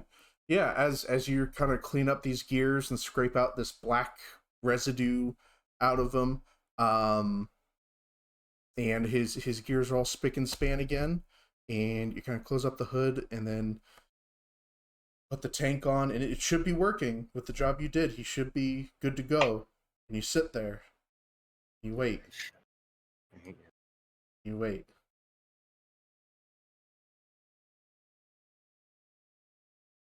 And then he wakes up. His eyes turn from a deep violet to blue. He goes, "Oh, whoa, I am sorry, Master Isaac. I seem to have not been here for a moment." He's a bit dazed. Isaac is full body sweating. Immediately, this entire day is already in shit creek, and he hates it. Full body sweating. His heart is pounding. He like leans back, hand on his chest, takes a very deep, shaky breath. Oh, thank God. Your gears had some leftover residue from the Shambler that we faced. Did you not run any diagnostics after that encounter? I believe I did. I did not sense anything out of the ordinary. Right. Does the ink or the Shambler bits, does it still move? No. No, it's just finds gunk. Yeah, it's like decayed plant matter. It's kind of oily a little bit. You know, it looks like it's from the Shambler. Okay.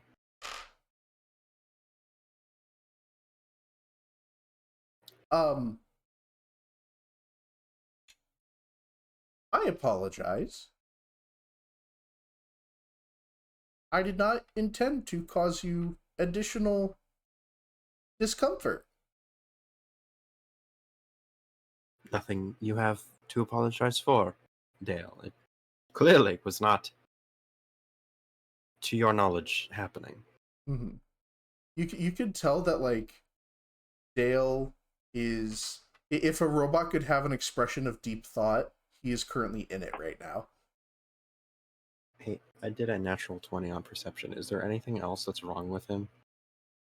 With a perception check, no. It was just the initial seizing of servos, you know, bit of absent-mindedness, the repetitive motion. No, it's Open panels. Yeah, it doesn't look like there was no tinkering from the outside. If that's what you were also looking No, for. just like loose entry points that weren't there before. Mhm. Just anything that could have gotten in. I mean, maybe some of the seals on his shoulder joints are a bit, not doing too great. He did have all those biscuits that were also, soggy and rotting on his insides, so that could have been part of it too.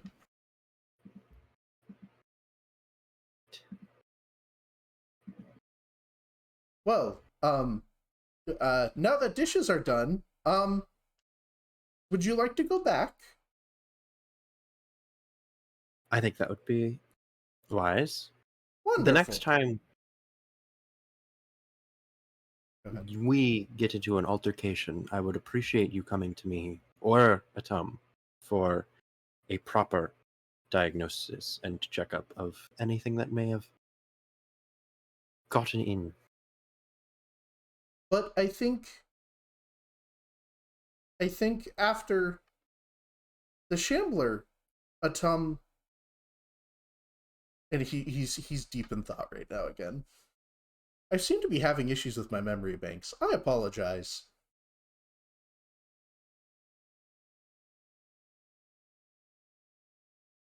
It's perfectly fine. We'll do a double checkup. No matter who you come to first, go to the next one after. Of course. Wonderful. Now let's go bring these plates back to the camp. Mm-hmm. Yeah, as you bring the plates back to the camp, I don't know if you want to do another perception check, but I mean he seems to be functioning fine now that you helped and cleaned him out. Okay, perfect. Great. How awesome. Yeah, as you guys arrive back at camp, Atum has finished setting up bits and pieces of his equipment. Stoveg, are you back yet, or are you still doing your thing? Stoveg is still in the middle of processing as he is getting dressed and preparing to change back to his regular form. Mm-hmm. And it's like, I'm gonna pick some berries while I'm out. Berries? Berries. Do you want to look for any other herbs or spices that you would like to use for tea? I'll do that. I would say whenever Jess is done looking through her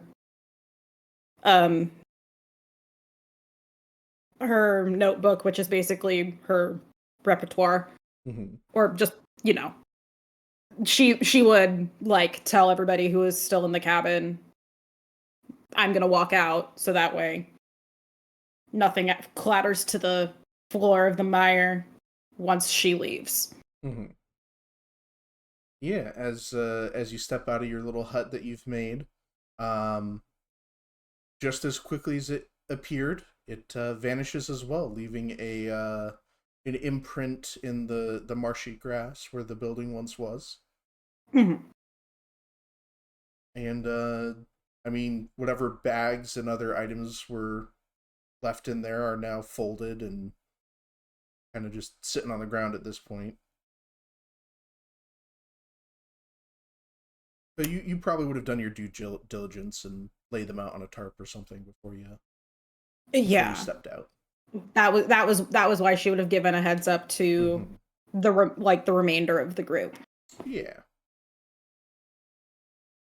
And then I think probably in a similar vein to Stoveg, looking for berries, herbs, and if she winds up crossing paths with him, just help him find it if she crosses his path, because he grew up around here. Yeah. That'd be a Stoveg. perception and a nature check, right? Yep. And you can So, have advantage on the nature check. And Jess, if you're I'm just kinda gonna looking go for with the him as rolls well. I just roll. Okay. Wait, Uh, wait, what is going on? I said if you're looking for him as well while you do nature stuff, you can roll a perception check as well. I think primarily it's gonna be looking for him first. Okay. So Yeah, go ahead and give me a perception check then. 23. Yeah.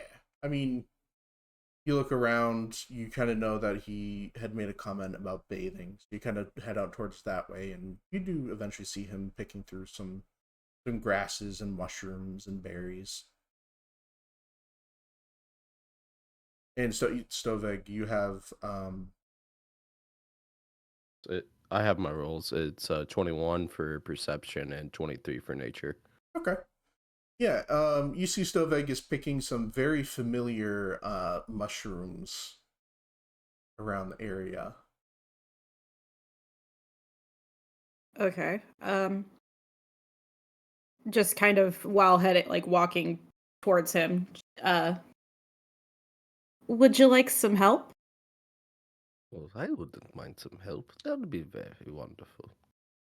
All right. Now, what is I've seen what the mushroom looks like before, right? Yeah. You will recognize it because it has the same coloration and pattern as the dried out heads that he used for the tea. Mm-hmm.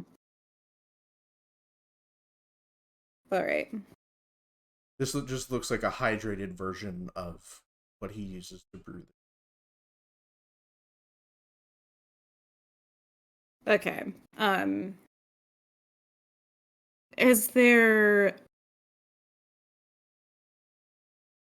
anything about the mushrooms that wouldn't is there a certain way to handle them if they're not safe? I don't think they're unsafe. Just don't eat it before you wash it. That makes a lot of sense. But also, if you wanted to do the properties like how the tea does, be sure to dry it first and let it dry out. Noted. I don't think I'm gonna be taking them recreationally right now, but I appreciate the lookout.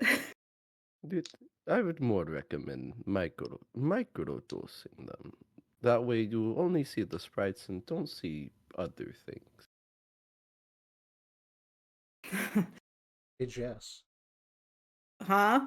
you pick up the mushrooms.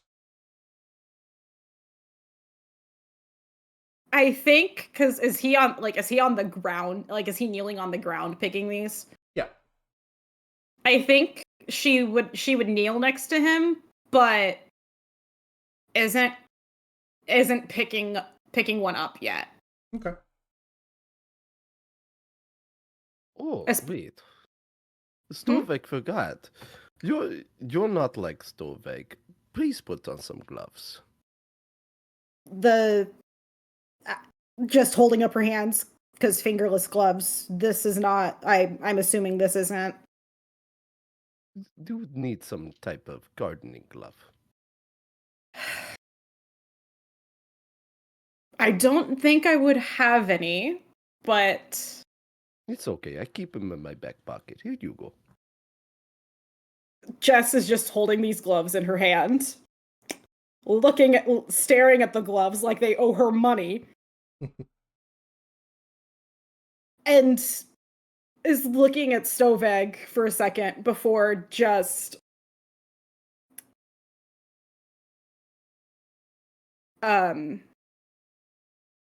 oh god, I can't shit, she has to use the tit pocket for a moment. She's put it she's like putting the gloves. She's putting the gardening gloves, like tucking them in the corset so she can take off the fingerless gloves, even though she's really about to hate doing this.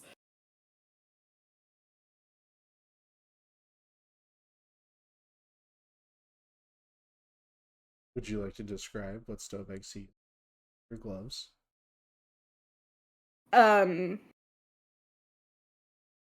So I imagine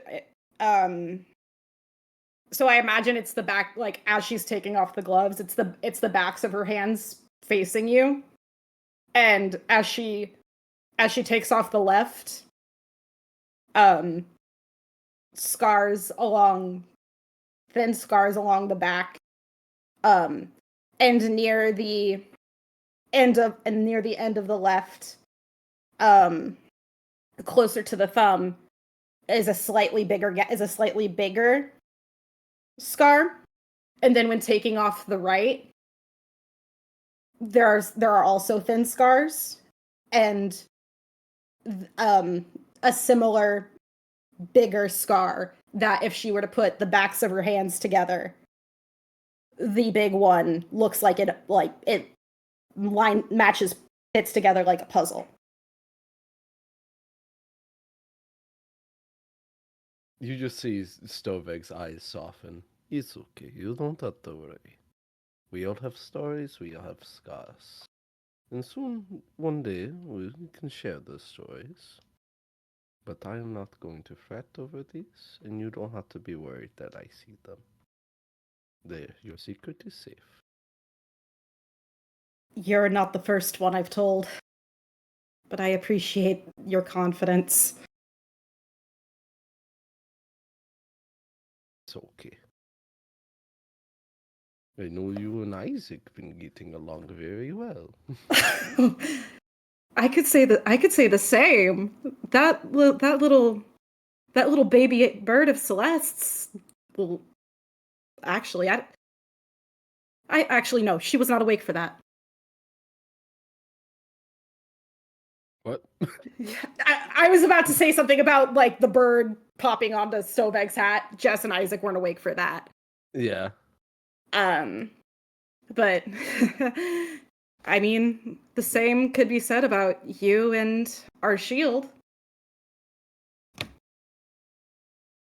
Storveg is very, very excited about them being around, and I really am proud of the baby bird.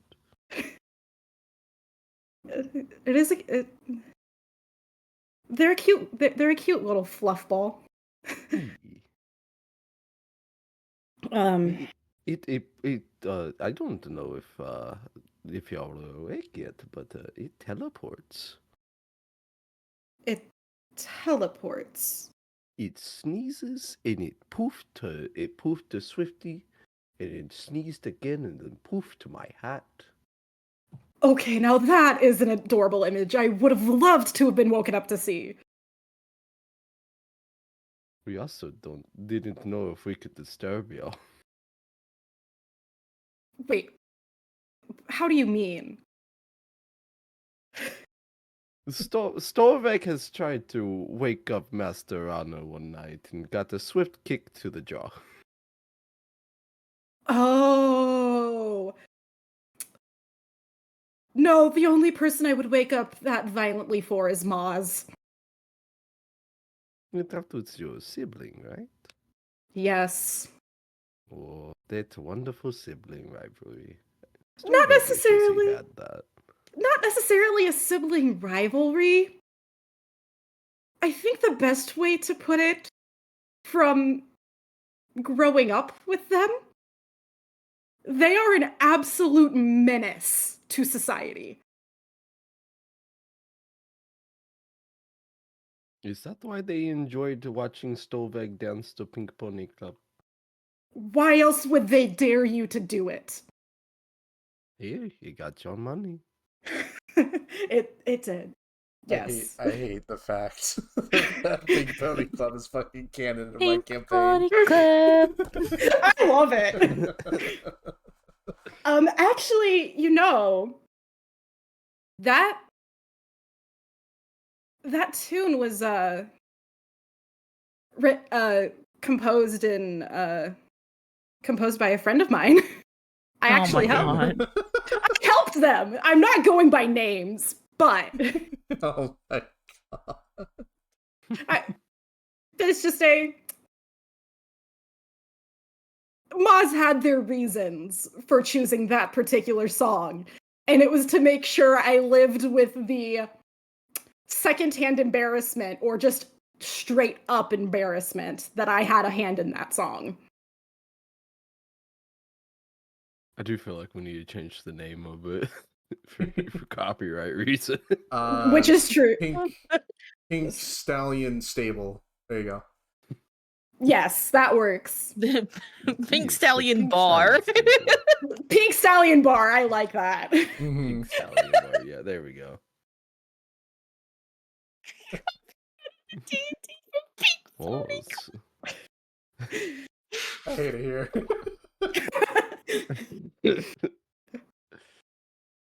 Well, yeah, so to teach you about the plant, if you want like to learn, is these kind plant, of as you're starting to talk about that, putting on the gardening gloves. So these wonderful little creatures, yeah, I call them creatures because and it's not because they bite, but because they're fungi, and fungi are living creatures. They're just a bunch of fun guys. You just make a fucking pun. Is this where you tell me that you're a fun guy? Stover would like to think so. You are a delight, and I wouldn't have you any other way. Oh, thank you. So what you do is when you go to grab it, you grab it at the very base and just slightly, carefully snap it off. If you do it too fast, you're going to send fungus juice at yourself, which can also get you.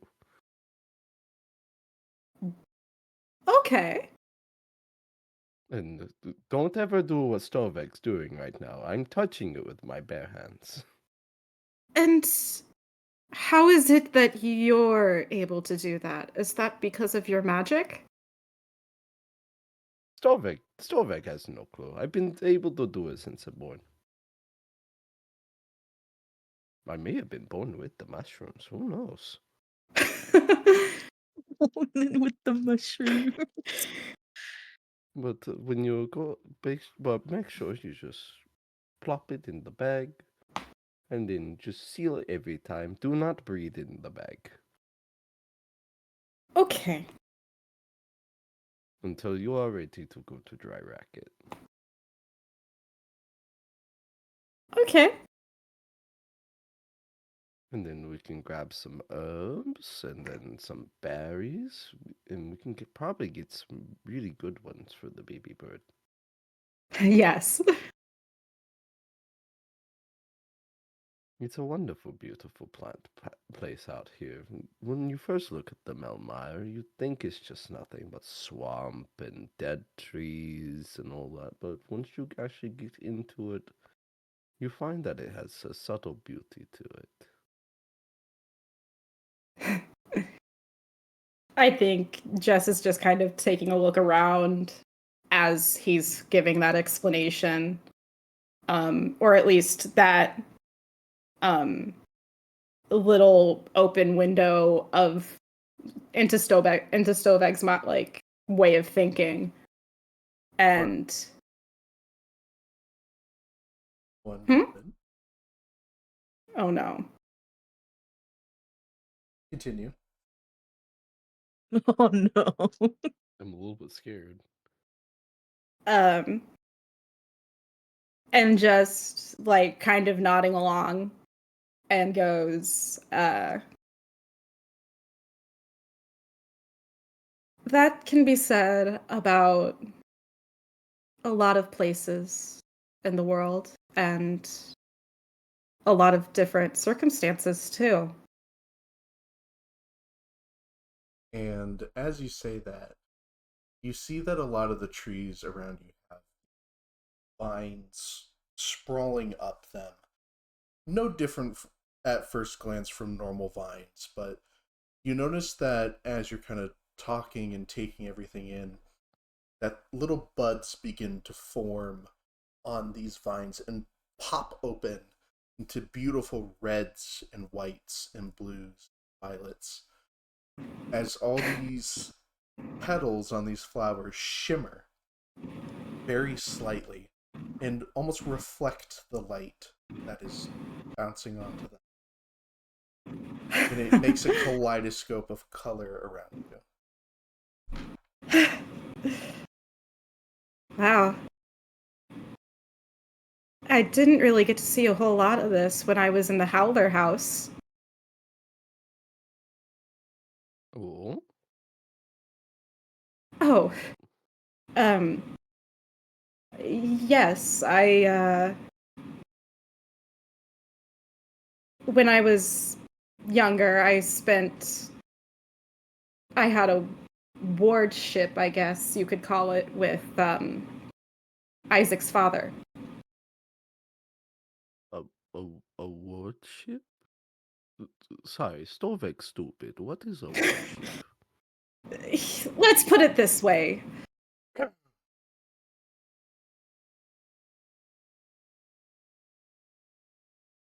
Mm, Isaac's dad was my teacher. Is he the one that taught you how to play your instrument so wonderfully? I...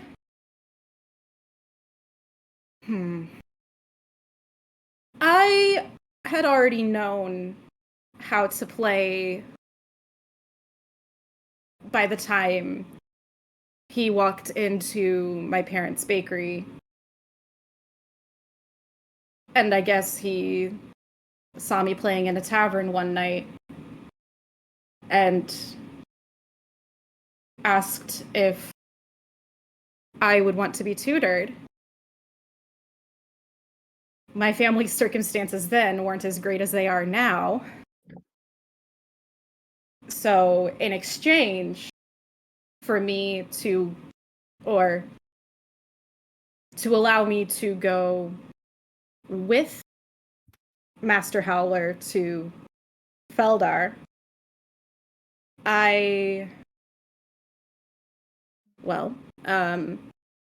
Isaac's father made a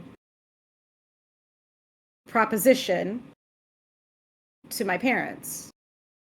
He would help get the bakery into a proper working order, and in exchange for that, over time, a little bit of whatever they made from the bakery would help recoup the cost for him having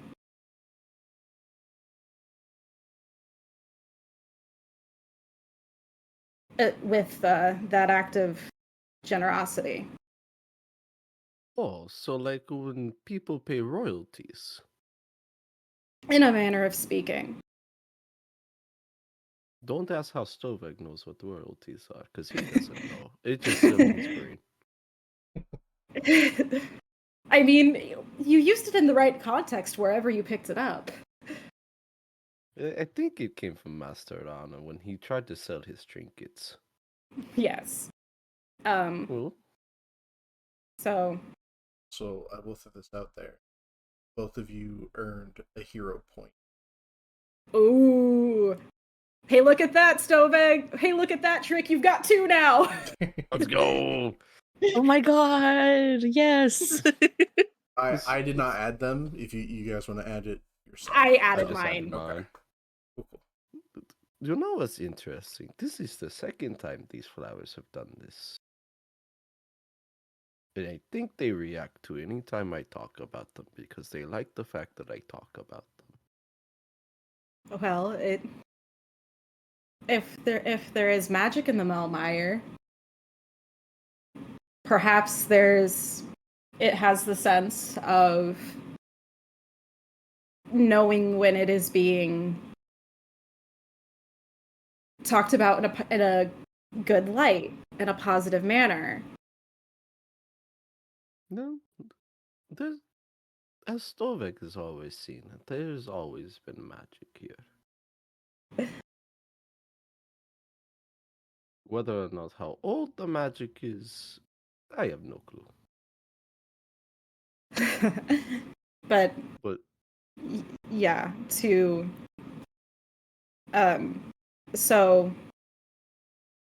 after the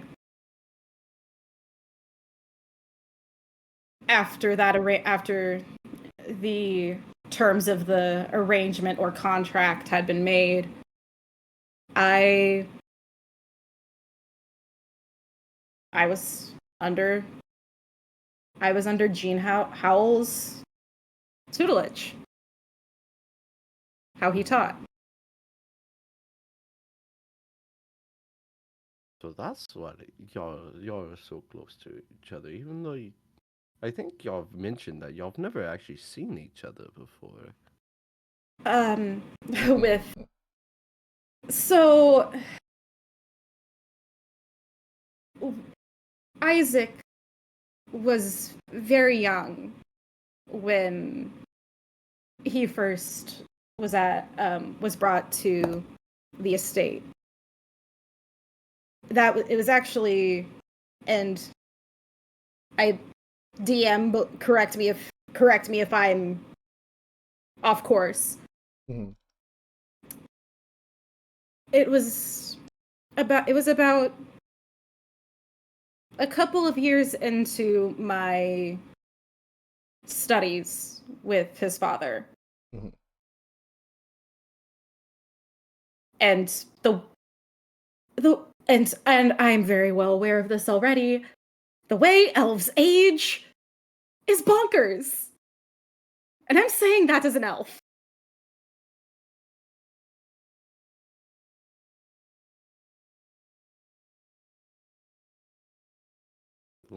Well, since you shared that with Stovek's going to share something with you, which also involves Isaac.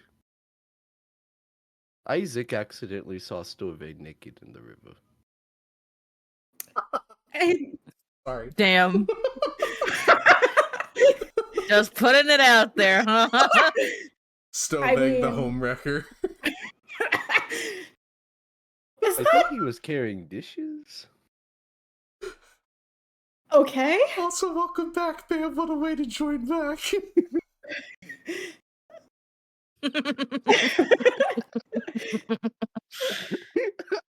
And Jess is kind of taking a second to process that.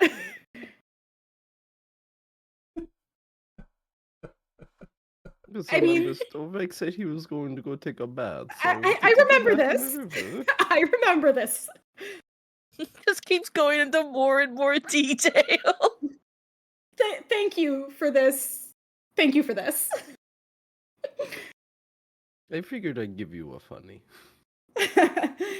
I mean, with how the last couple of days have been, we've needed a little bit of the chaos and hijinks. I do very much agree. And as you two continue picking your mushrooms and chuckling over this newfound information, we'll go over to Swifty. Hello there. What are you doing, bud? Last we heard from me, that was just shining Tom. Mm-hmm. Shining Todd, my pet rock. Can you roll me a perception check for me? You're just at the site, kind of on the outside, vibing, right? Just sitting on I'm just sitting on a bigger rock, shining a little rock. Mm-hmm. And you said perception? Mm-hmm. 22. Okay. While you are up on your rock, you hear, like, from behind you on the back right, a sudden rustle of bushes. It's very quick, as if something is running away. Oh, the hunt is on. Swifty's eyes turn into like the little slits. And off to the races. Give me a. You want to go acrobatics or athletics? How do you want to chase it down? Let's go athletics. Okay. Athletics would be like full on sprint. Like you take off in a full sprint. Yes. Okay. Athletics then. That would be 30. 30. All right. So upon hearing these rustling bushes, you like snap around. You're looking directly where it came from. You get up. You like stretch for a moment. You know, you limber up a bit, and boom, you take off. We're talking all fours, baby. Mm-hmm. And you hear a still. You're not quite in eye shot yet, but still in front of you. There's something that is now running just as fast as you are. Oh, we do love a good chase. The blood's pumping. Give me another athletics check.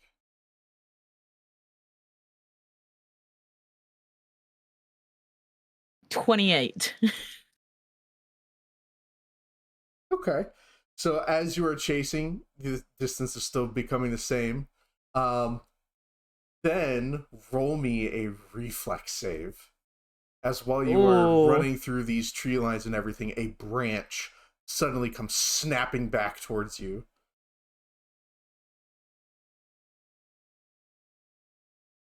$25.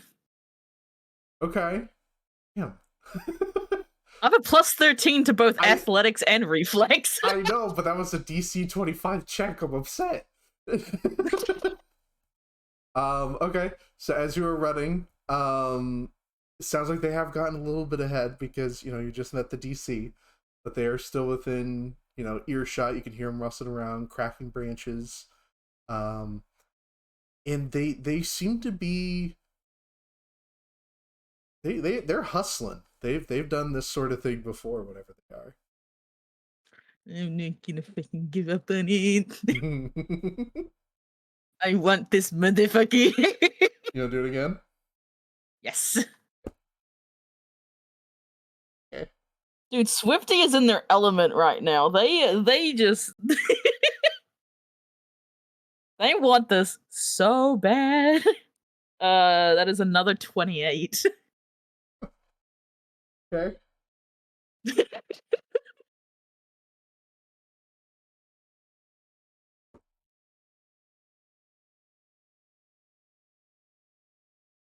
Hang on, I'm doing that. No, it's fine. Take your time. Take your time. Hey, Swifty, does a 25 hit? Fuck! Just hit, yeah. Well, not just, but yeah, close enough. Yeah, it does. Okay. Damn.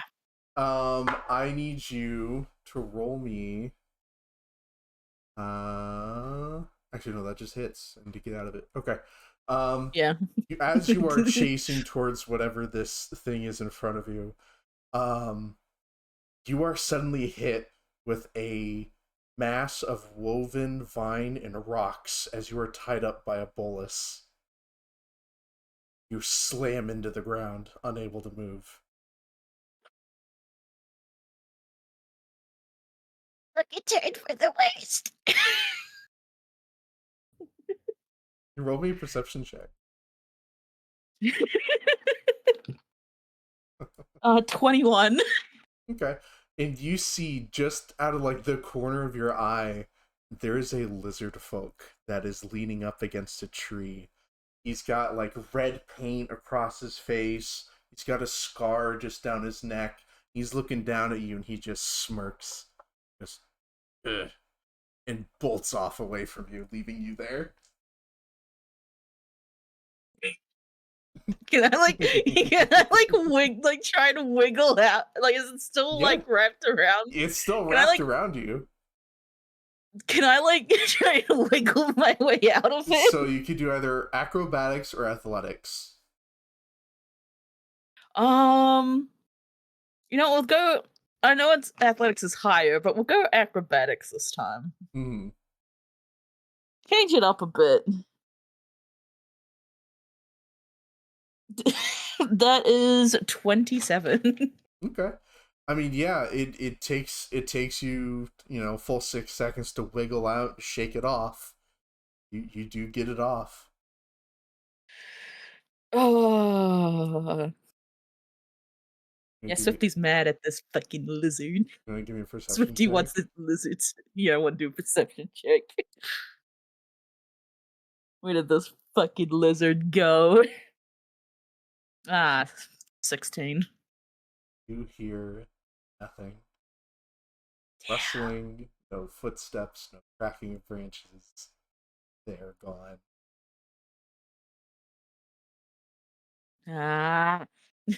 Swifty just kicks a rock or the little vines that were holding. He just kicks him to a tree or something, just having a little huff.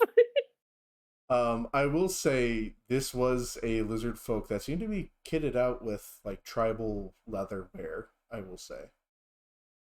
Mm-hmm. So, do with that information what you.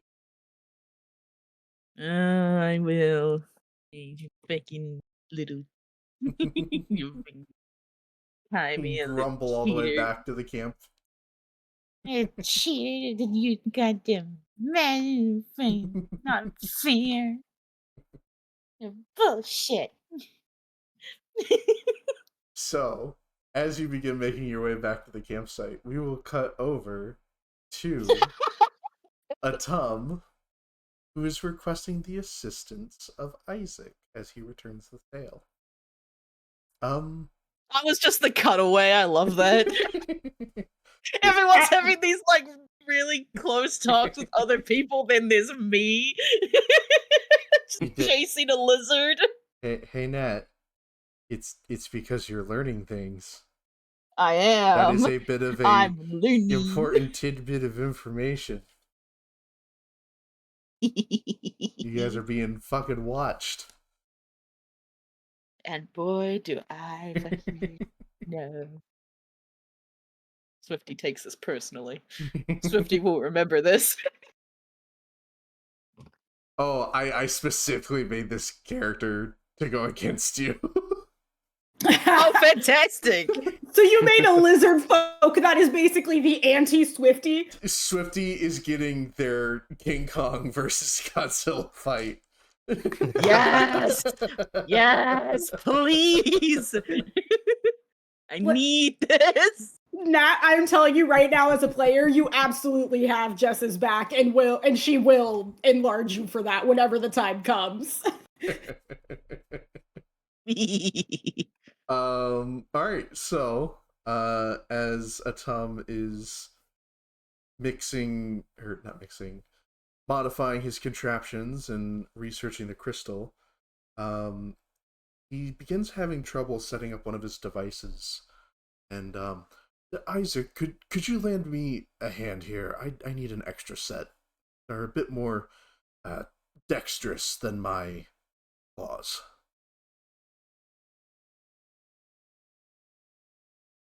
Oh, is Isaac not here? Don't think so. I know he said he was back, but that was 10 minutes ago. Okay. He could have been dragged off a bit. Okay. In that case, we will start with Celeste instead. Yes. Yes. Hi. Hi, Master Atum. Master Atum. Oh, wait. Oh, hi. Oh, never mind. He is back. Welcome back. You good, bud? My mic got fucked up, Oh, no bueno. Then no bueno. so I left and came back. All right. Are you ready to do a thing with Atum real quick? Yeah, sure. Okay. I might have missed what you said. I said, he said, Isaac, I'm having a bit of a problem with this device. I need someone with a bit more dexterous hands than my claws offer. Absolutely. What can I assist you with? You see the device that he is trying to set up is 2 little pincer claws that are holding on to the edge of the crystal, and there is almost like a drill bit on the end of on the other side of this device. It looks like he's trying to scratch the surface of this crystal, try to scrape something from it, get some sort of material from it. An example. The drill bit and the claws are not cooperating as he's trying to set them up, and his big dragon claws are kind of making such a delicate, tiny device not exactly the best for his hands. I see. I will help him. Can I get a crafting check for No. Okay. Wow. 26. Oh, okay. I thought you said no as in like you fail. So yeah, so as you kind of help him finish setting up this device, he turns on the machine and it begins trying to drill into this crystal, and he's watching it very intently as the drill bit, as it's spinning into the crystal. You would think that, given it's a crystal, it would begin to shatter or split or some way, but you actually see the drill bit begin to heat up by the friction it is creating, trying to push into this crystal. What do you do? I'm activating shield and putting it between me and the crystal and Atom. And So like I'm standing in front of Atom. Shield up. As you do that, you watch the drill bit get red, and then clink, it snaps from the heat. And Atom's just looking at you, and he's like, I understand that your previous rapport with machines normally involves them exploding, but my friend, that is called physics. Shrapnel could have hit you. I didn't want to take any sort of risk. With the luck that we have had in the last few days. You know what? That is valid. I will not dispute that fact. And he begins beginning to replace the drill bit one more time. And he looks at you and goes, so, have you heard anything from the estate lately? Have you talked with your mother, or heard anything from your father? I would be quite shocked to hear anything from my father. Yes, well, to be fair, it did leave rather abruptly. I'm sure he has his reasons. I did receive word back from my mother. Apparently, Teague has been assisting with upkeep of the original estate. Oh. Hmm. That's odd. I'm surprised he'd have a hand all the way out in, especially at your estate. It's quite an interesting effect, especially for how much praise the letter I received gives to him. I mean, I do know he does do good work and charity and whatnot. Just really all the way out in Feldar? That is abnormal for him, I guess. Normally it pertains to Ravencrest or, the cities surrounding, like Travail or Reval. He doesn't normally mess with Crespit, but he has been known to support there every once in a while. Maybe pick up a fledgling inventor or two from there, despite how shady some people be. He seems genuinely surprised that he has a hand in Feldar right now. I'm not exactly sure at his purpose being there. From the letter I received, it didn't seem like my mother reached out in any way. I'm sorry, It one more appears time. that he just From the letter, it seemed that my mother never reached out to him in any way. It appears that he suddenly there to assist. Huh. I mean, given his noble ties, perhaps he heard a word through various balls, negotiating. Uh, he may have caught wind and thought he could lend a hand.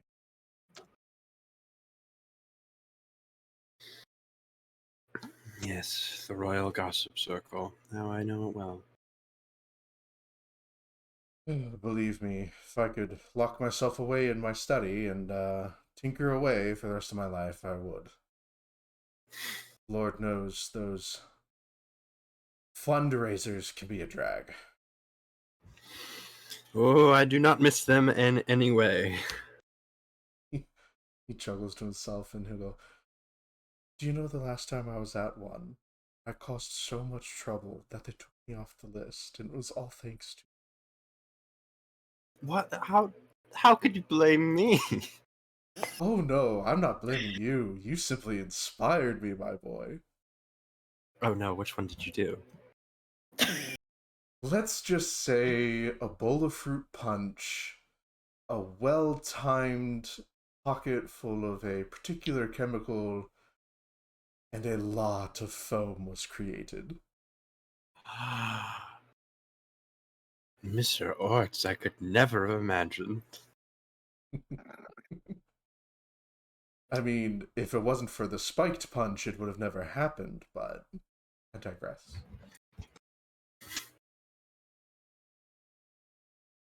Just don't tell the Academy that. They still Not don't know worried. to this day who did it. But they could assume. Not a word of this conversation shall leave my lips to anyone else. That's my boy. And he like puts his shoulder on you, like gives you a firm shoulder grab, shoulder shake. Now then, did everything go okay down by the river? Cleaning go okay? Ah,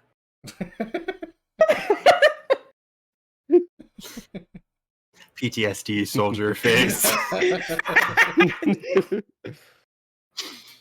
Something happened? Yeah, how well did it go? Dale malfunctioned. Apparently, some of the Shambler remained in his gears. Oh. I'm surprised. Caused repetitive action, the accidental breaking of a plate, and a quick shutdown until it was cleaned up. Oh. I'm surprised he did not come to me. Normally he's pretty good Did you- about his self-regulations. As I thought so, when I asked if he made a diagnostic test after the fight, he said that he did, and he also mentioned that he approached you about it. But considering there were still things, I take it that is not true. No, he did not come to me, but given the circumstances he was in, I'm sure something could have been miscalculated or misremembered. When we get back, I will be sure to give him a full, thorough checkup.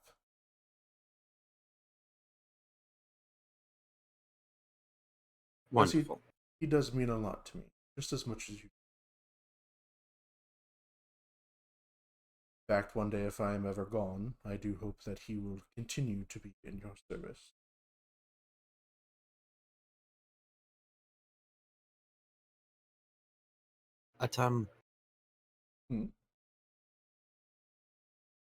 Might be selfish of me to say, but I truly hope that out of the both of us, you are not the first one to go. He laughs and he goes, "That is true. I am a dragon, but even dragons have an end to their lifespan, my friend. I just have a harder time showing it because I'm spry for my old age." Your medicine cabinet disagrees with you, but I was about to Damn. say, as he says that, you just hear like a crack in the back. Just like, oh, wait, hang on. He What goes, is Slipped. he goes to squat down to fix the machine, and his knees pop. what is this about a medicine cabinet? Hmm? Is this you and Stoveg coming back from? I mean, I don't know how long it would take for the two of us to get back with what we found. Yeah, you guys are probably coming back at this point. We just have a haul of shit. Oh, I see you're collecting those mushrooms again. Along with some other herbs and berries. Wonderful. Maybe don't put them in Dale. They were a nightmare to clean out of his brewer. I would never. I think that was a one-time thing. I mean, I do have teapots and stuff for you to use, but given recent revelations for Dale, I think it's best that we maybe go a bit easy on his other functions. Yes. Understood. I just lock eyes with Isaac. It's like Isaac. I'm watching Stoveg stare at Isaac. Isaac staring at Isaac Stoveg. is looking at goddamn anything else in your general direction. The longing in each other's no. He's writing fanfic in the background. just Isaac, you did not see what you saw in the river today. There's no war in Bossing Say. What There is no war in Bossing Say. What happened in the I'm river? not exactly sure what you're referring to, Stoveg. My God. Oh no, I think I saw a big fish. Stoveg's third leg. What happened at the river? As that question is asked, Swifty just comes through the bushes covered in like twigs and leaves, kicking a rock, Are you all right? rumbling. What dear. happened to you? Don't talk about it. Stupid. Oh, I'm sure it's not stupid, Swifty. It is. He cheated. Who cheated? Who cheated? Cheated? Yeah, the funny lizard man from the woods. Funny Which lizard man lizard from man? the woods? Perception check. Yeah. Are her eyes dilated? Yeah. That's a, He had That's a red 28. paint and I got a nat 20 for 31. I had a 19. Are you asking if they're high right now? Is that what you're trying to get? Yeah, are they like? Did they get a mushroom? Are their eyes dilated? Do they look like they're They- fucking stoned? I mean, I will say with the way her eyes are, it's normally the eyes she gets when she's chasing someone down. Like, it is that adrenaline. She was just clearly on a hunt. You Swifty- know the type of hunt Swifty gets into. Swifty, are you saying that you were chasing somebody?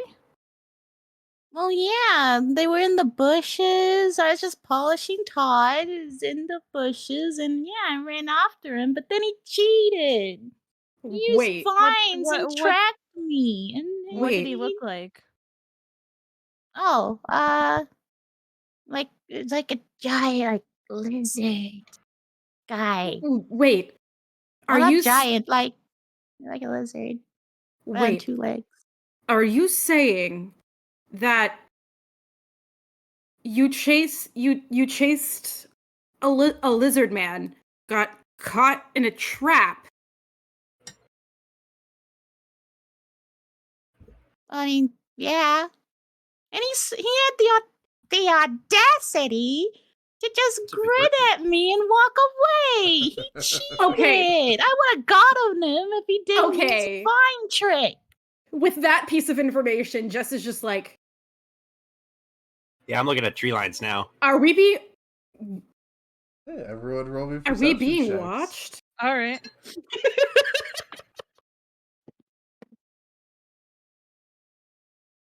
Oh, Ooh. Swifty's too busy pounding to look around because that's a nat 1, brother. Swifty's too busy pouting and having to huff over That is being a cheated out of her game. 28 for me. 21 for me. Swifty's too upset.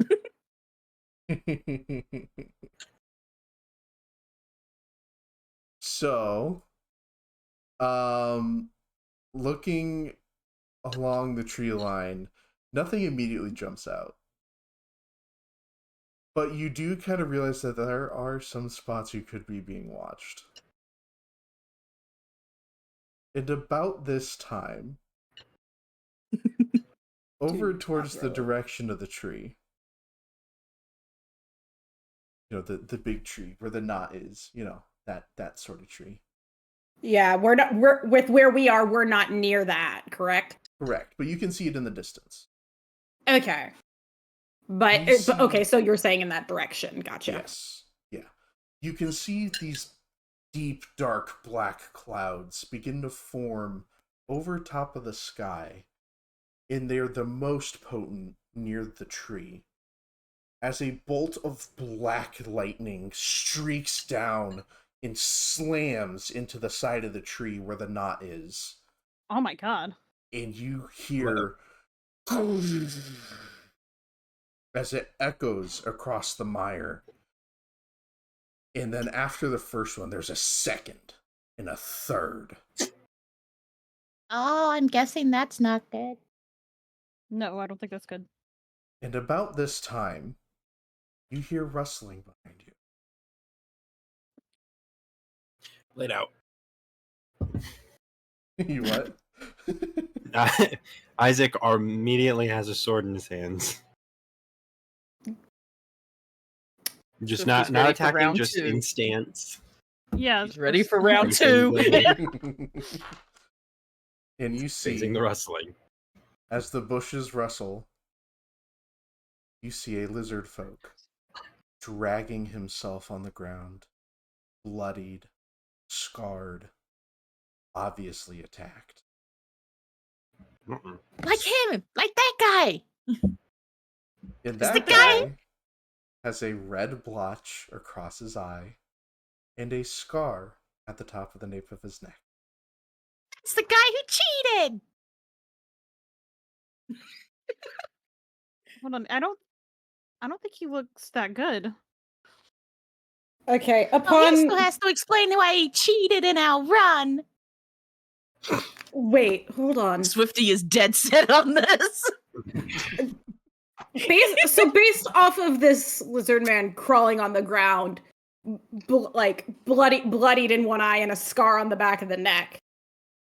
Does it look like that this is like does it look like this is legitimate hurt, or does this look like it's Oh, he's on the brink of losing consciousness as he is dragging himself. Like, the pain is that bad for him. He's not in Okay. good shape. is he actually at unconsciousness? Not quite. We should As probably... he's dragging, and he looks up and he says, "Please, they've captured them. Captured who? I saw you. Couldn't." And he passes out.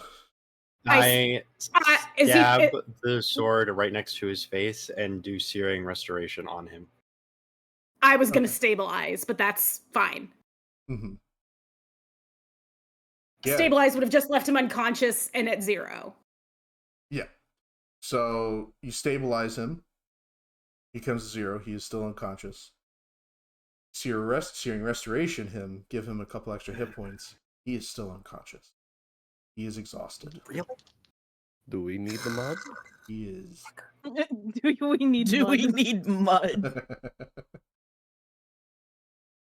And Atum, kind of seeing the state he's in, he goes, "Oh my, how Swifty, you said you chased him. Well, yeah, but For how This you- long?" not too long. And Atum begins to kind of examine the sandals that are on this lizard folk, and they are worn down. Like they have clearly been used for a long time. He's been running for God knows how long. He didn't look like this the last time I saw him. What's the This might be direction this. that is behind him? Is it like the same direction that Swifty came from, or is this a different direction? It is the same direction that Swifty came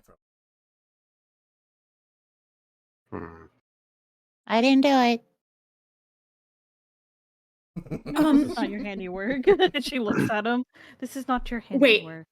You're saying even though the searing restoration's been done, he's unconscious? Mm-hmm. Yes, because he's exhausted. Mm-hmm. Okay. I don't have anything that would bring him out of that. But what?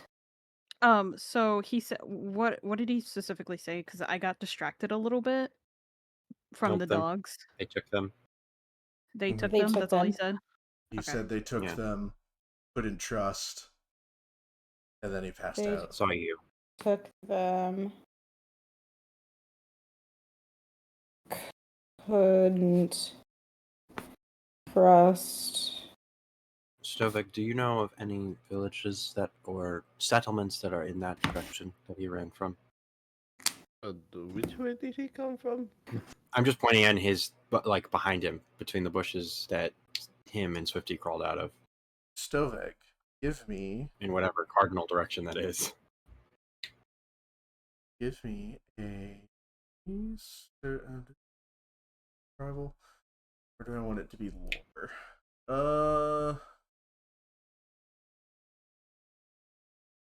Which lore? There's so many lores, man. Yeah. The Lord. You know what? Either way, Do diplomacy for me. either way, I'm gonna just kind of like make eye contact with Stoveg and give him guidance, so he'll have a +1 to whatever check he's about to make. It'll be diplomacy. Or actually, So whatever. society. He'll have a plus. Society. He'll have a +1. Mhm. You had this to roll. change it on me. I'm sorry. Society would make more sense. Society. Society. Hold on. I gotta do math. 18 plus 2, not 22. 2 plus 1. 21. 21. Okay. Yeah, society 21. is the recall knowledge action, Yeah. which is what you're trying to do. So you got 21? Yep. Yeah. So Stoveg, I could even give you advantage, but you rolled just fine for it. You would know that your time here in the mire, that you and Master Rana have done trade business with a group of lizard folk that are normally pretty peaceful, and their village is near the base of the tree.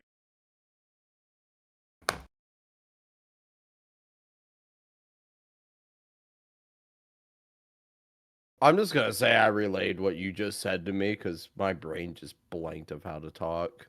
Okay. So yeah, Stovek has done trade with these people before, along with Master Rana. He knows that there's a settlement at the base of the tree, kind of where the lightning came from. And they are normally a If that peaceful just group of happened. people. Yeah, that just happened. Right. But due to this man's condition, we need to be very careful with him because we don't know what other damages he has suffered. Mm-hmm. Aside from the obvious, does it look like there's anything else? Do you want to look at his wounds? Yes. I want to look at the one that's on the back of his neck, because I'm that close already. Because I was about to say Jess and Isaac are probably the ones closest to. Yeah. Give me medicine checks. What's your plus to that? Bam. Like 2. I have a I +9. I have also a +9. Okay, Do yeah, you, Celeste, you would wanna... you rather have me do it instead, Isaac with Jessalyn? Yeah. Yeah, I was Okay. about to say both me and Celeste having +9. Isaac's curious of just like what caused Ooh, the I got a line. natural 20. Oh, shit. Yes. Oh wait, hold on. Hell yeah. That was cocked. 21. So, you notice that a lot of the wounds that this individual has sustained seem to be from very primitive weaponry, as if from another tribe. The gash across the back of his neck is most likely as he was running away. He was running away and they got a hit on him as he ran. And it is a pretty bad wound. It is gnarled, it is rugged, it is not a clean cut, but it is still from a tool of some sort. Are there trees around us? Yeah. I'm gonna look at Swifty. And question: can I use the dragon scope as just a telescope without activating its ability, No. or does it? Okay, Use its ability if you then want. I was just gonna give it to Swifty and tell her to go look at the tree to see if she sees anything. But I'm just gonna tell Swifty to climb a tree and look at the. I was about to say I can still give it a area go. Yeah, Are you asking Swifty to scout? yeah. Okay. Right, If Swifty, there's you like ready? a fight, or if it's just magic. Swifty want a treat and scout points at a tree. Swifty, want a Swifty. Scooby snack? Give me... How do you want to go about this? You want to be stealthy or are you just running?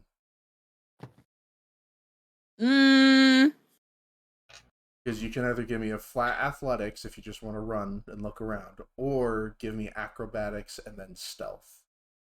if you Wait, wanna how go far in is the on- big tree? That Oh, it's very far away, but if you're just asking them to scout the area, I was just telling him to go see if the. Yeah. Okay. yeah, just the Never mind. area around the base camp. Yeah. Oh, Area yeah, around I'll- the base camp. I'll do acrobatics and stealth. Why not? Okay. There's a reason I'm asking how they want to do this. Yep. So acrobatics is 29. Okay. Stealth is 25. So that's 25. So, Swifty, as you are leaping through the treetops and jumping over trees, you have to roll. As you're leaping through the trees and jumping through, you come across a group of creatures that you don't recognize. They are about the size of lizard folk, but instead of a lizard folk's normal scaly appearance, their skin is more smooth and slick. Their bellies go from like a white to almost a translucent at the middle of their stomach, and then back down into white. And you can kind of see a swirling liquid where their stomach would normally be. And there's a group of 5 or 6 of them all talking with each other. How did you lose him? How? He was right there. He was damaged. What is wrong with you people? And the other individuals that look very similar to the one that's kind of scolding them. What do you mean? You were the one that was supposed to watch him. You're the group leader. You're always going around bragging about it.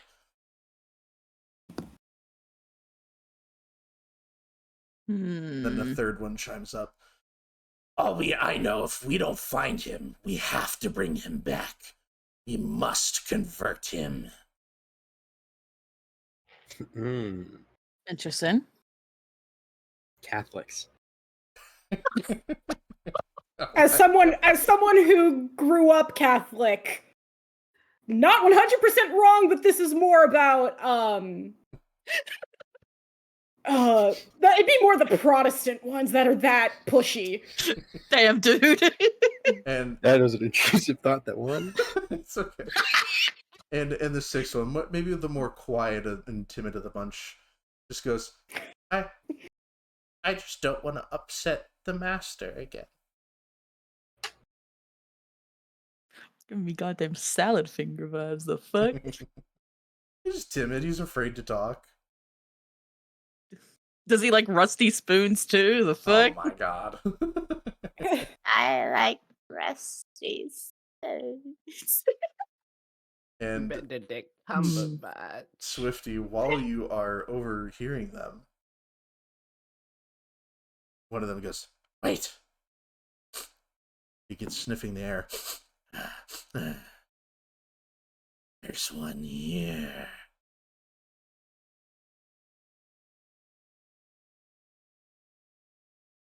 What do you do?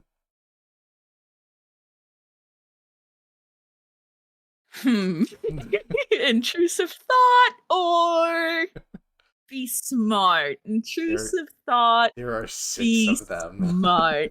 Please, for the love of the gods, be smart. If only I gave you grenades. I have to give 50 grenades at a certain point. Okay. I can either intrusive thought, be smart, or a mix of both. Dragon saying intrusive thoughts. I know, I'm reading the chat. Don't read the chat. I'm Don't let Dragon I'm influence you. liking Dragon's Dragon? argument. I'm Dragon? liking Dragon's argument right now. Dragon, I love I say you. mix of both. Hey, Swifty. Yes. Upon you sitting in that tree and thinking about what route you want to take, Intrusive thought, I guess. If I know what's gonna happen next, I think I know what's options gonna happen. Swifty. Yes. Let's see, your AC is 22. So does a 23 hit? Son of a bitch.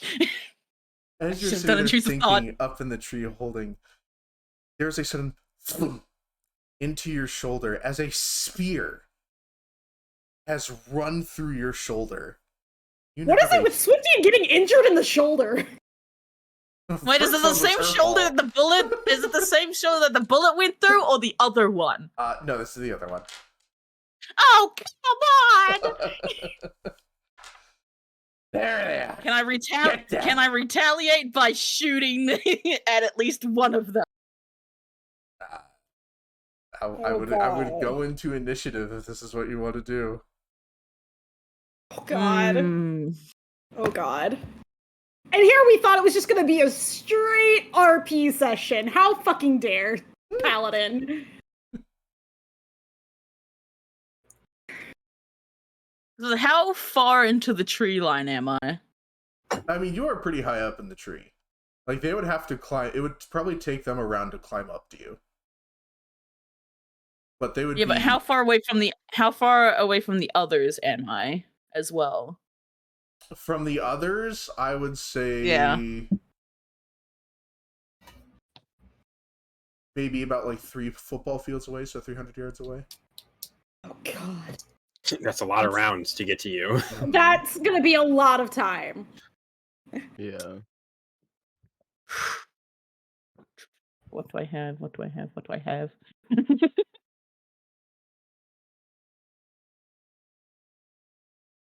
Give me a second.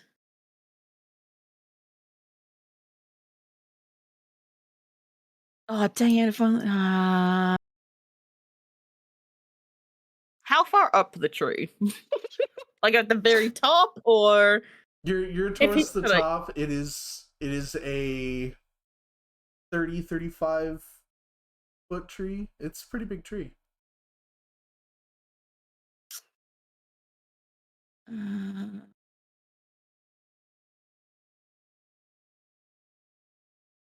Okay.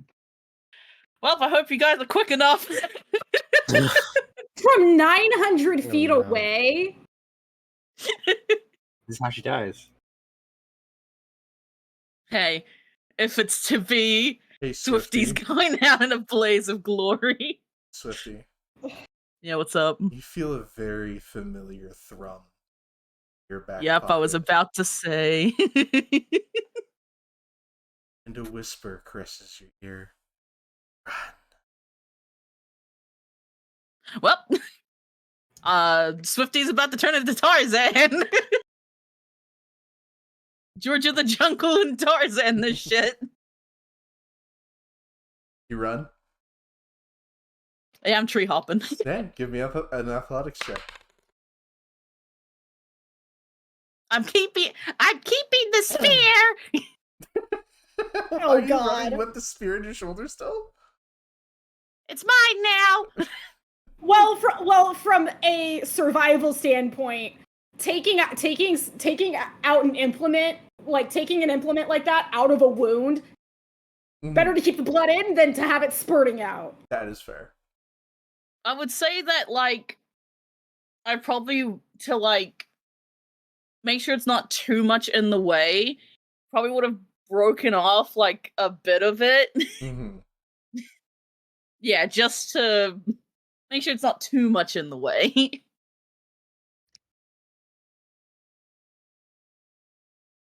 I was about to say, how much hit points was that? Oh, right. How much damage did you deal to our Exactly, murder yeah, monkey? like... So I'm thinking just like, yeah, how much? 11 points of damage. Aha, I have 10 temporary hit points, motherfucker. Oh no, you're temp HP. Spear gets turned into a stick. It's not... Let me... It's not taking away my HP! Hang on, I'll just use the slider. I don't know, Swifty, you're starting to take too long. I mean, you did have another round of shots at you. I don't know how the HP minus thing Here, I got it. works. You got it? Yeah, just take take 11 off of that. I don't know how it works. Even though I know for a fact that this is not my first time taking damage. There you go. 65 out of Thank 76. you. Yeah, You're running? You're booking it? I'm booking it. All right. Give me an athletics check. Athletics, 29. All right. So you take off in an opposite direction from them.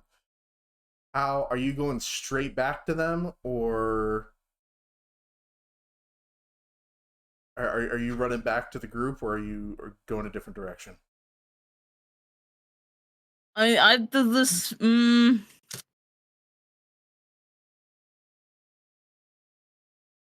Yeah, I'm heading at least a bit more closer to the group. Yeah. Okay. So as you take off towards the direction of the group, you hear one of them as you begin to run. Why do they always run? I'm so sick of this. Come on! And they all begin chasing after you very slowly. They're clearly not really meant for this mucky, marshy terrain. Get your cardio up.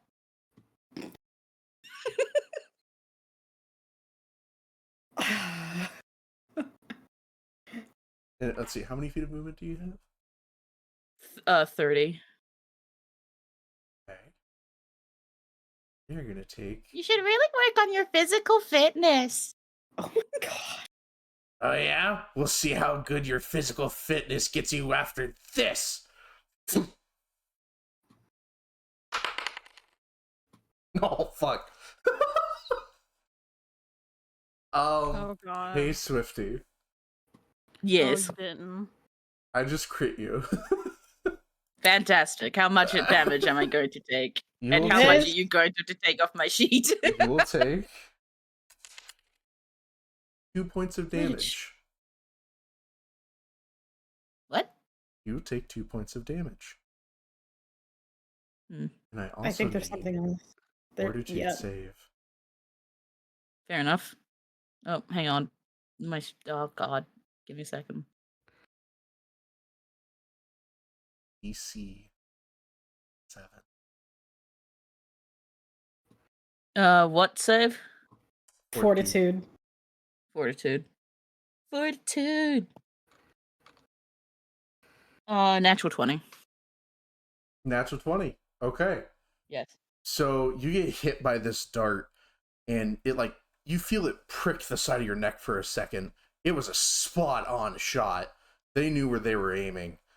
And you feel for a moment as you're kind of climbing through the trees and everything, you feel your heart rate begin to slow, and your body almost becomes extremely fatigued for a second. But you know how to fight off fatigue. You don't let it get the better of you. You've had your fair share of fights. And you shrug it off and you shake, and you keep moving as if nothing has happened. But you also might understand why your competitive friend is so exhausted. Yeah. How loud would you say a how loud bullet is all this? would be? Well, if we look at your character sheet, the pistol...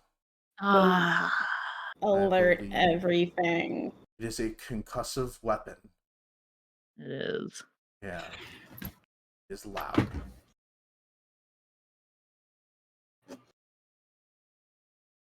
Because things I don't have any other way unless I just start screaming to alert the group that something's going on.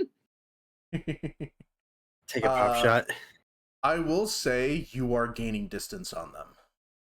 You just happen to still be in their range. Their range. As you were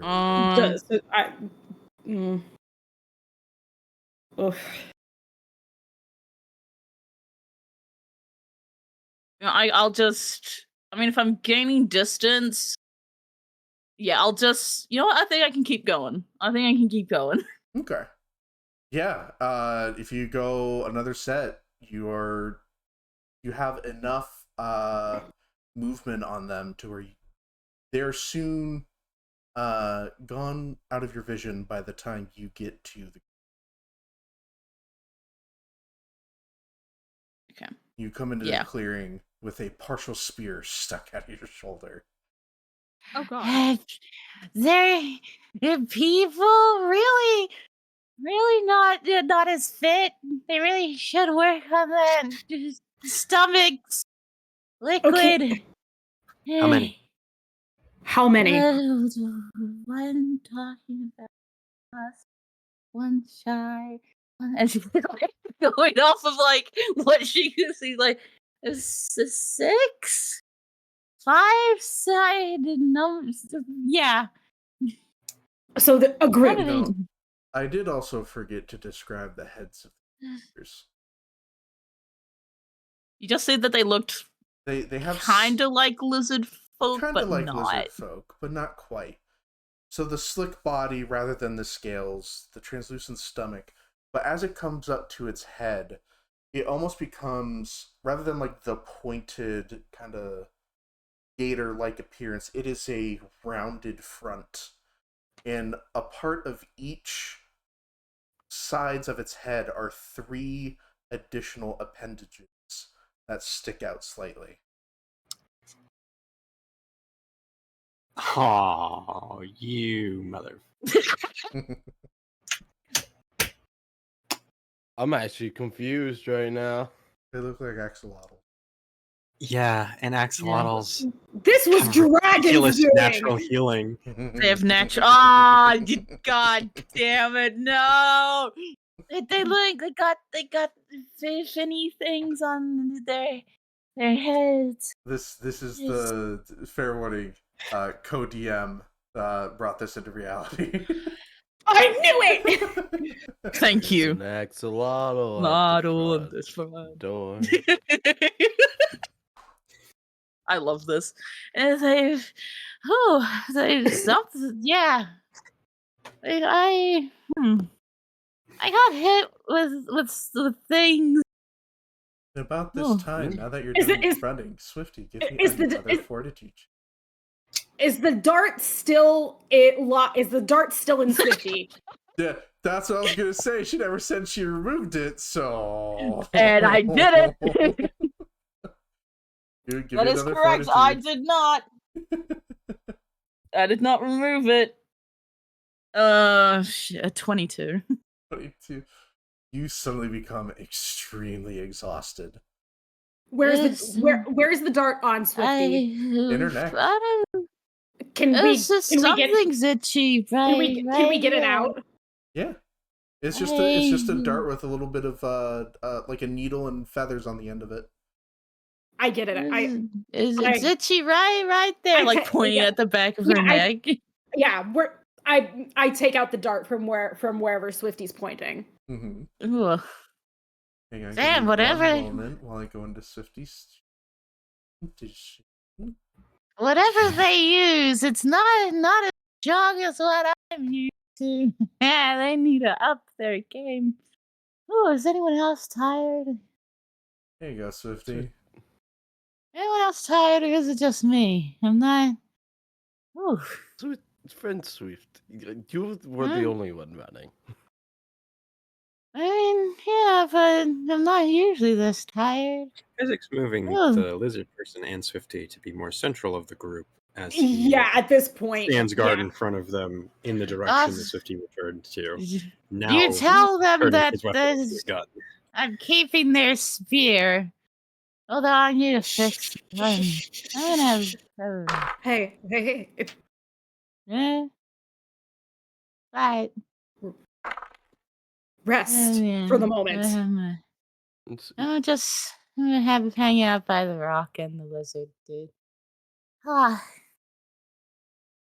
Swifty just like face down. Wait, you can't like face down. Can I get a perception? There's a spear. Pushing in your more of the spear out of what's my shoulder. Y'all, what did Paladin say? Can I get a perception check for that? 19. Hold on. Why am I rolling? You're not. Yeah, I was rolling my dice and I'm like, what? What am I doing? Natural 18 plus 29. Okay. I got a 26. Okay. I got a 21. Okay. No one else sees it but Jess. You see a bunch of eyes begin to gleam along the tree line. How far away are they? They're at the tree line. Which is how far away from the group? 50, 60 feet away. Okay. And this is also when you hear whoop, whoop, whoop, woo, woo.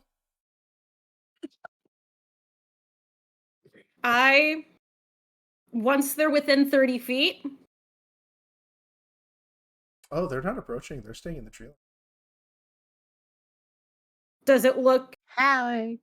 So wait, they're going woo woo woo woo. Mm-hmm. You're making Does noise.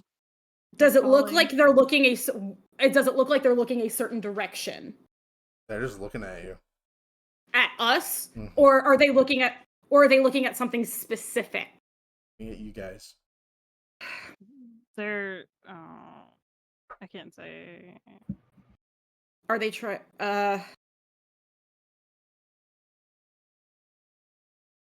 fuck. Okay.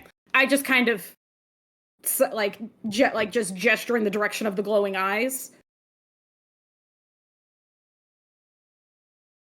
And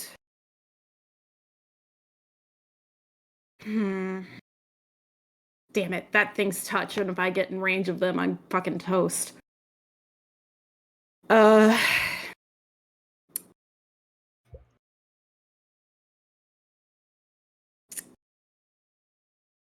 So Yeah. is it the sense that they can't get any closer to us? Mm-mm. They're just along the tree line. Like they're waiting? I don't know. In only one direction, or the entire circle. Did you point it out already? Or no? I would have held up a hand and just kind of gestured in the direction for the rest of the group to see what I spotted. Okay. So I'm assuming that they're looking for him. Want him for some transform something. Okay. Trying to mumble. We need to do something fast because clearly they're gonna probably possibly bring more if they're calling out. Give me I a think perception check. I think we have. Okay. My guess is we might have to. I don't know. 25. 25. You hear a call back from their original call. We need to Echoing go what now. they just did. We need to go now. Hilda? Why are you calling? Why would you do that? Are you I calling talked out? us out of that situation. You calling out to Hilda? No. No. I mean, Imagine. you could No. probably kill him. Kill them. You probably kill everybody. Start luring everybody into the cart. Hold on. Give me 1 minute. I'm gonna cast Wall of Thorns in between us and them. Oh shit, okay. Which covers a Yeah, 60-foot span. I guess my question is, how is this going to affect how is this going to affect the analysis? If we're running. Well, I mean, making another perception check. Mm-hmm. That is a 28. By the callback, was it only one sound, or was it multiple? It was one callback that was the same sound and repetition as the original one that called. It didn't sound that far away. And there are how many pairs of eyes in the woods? 6. Like 50 6. said. Yeah. I can count. Judging the fact that they could have parties of 6s, it's around 12 people. Not fantastic odds. You're gonna straight up Funny. say we're fucked.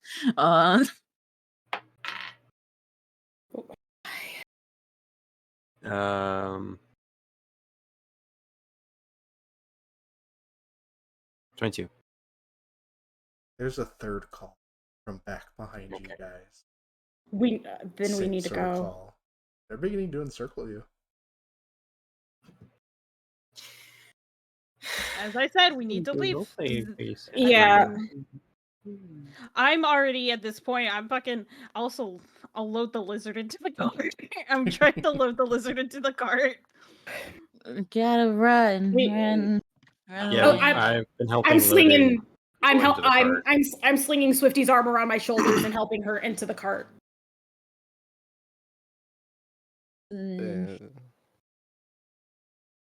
He put the wall of thorns up, correct? He did. Yeah, it's up now. Mm-hmm. Are you loading everybody up? Are you just leaving the equipment and everything? If I could take the most important things I mean, and just it's shove gonna them cost you time. into the bag of holding that I got.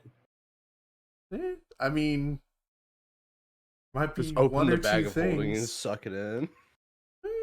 Some of it's got to be collapsed down and big and bulky. It may not truly fit in the bag of holding.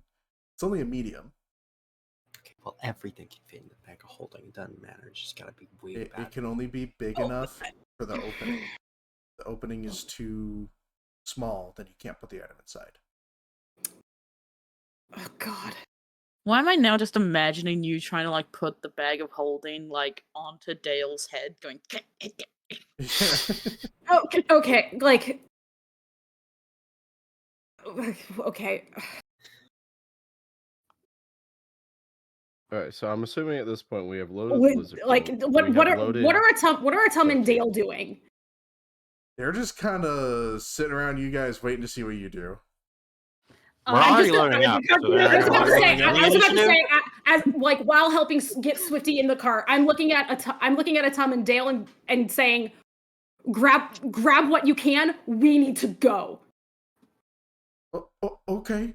And he begins packing up with Dale and grabbing everything he can and throwing it in.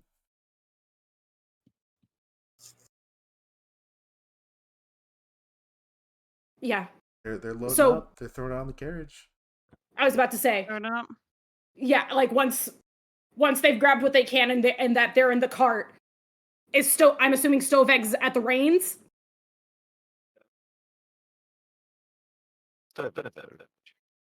Uh-oh.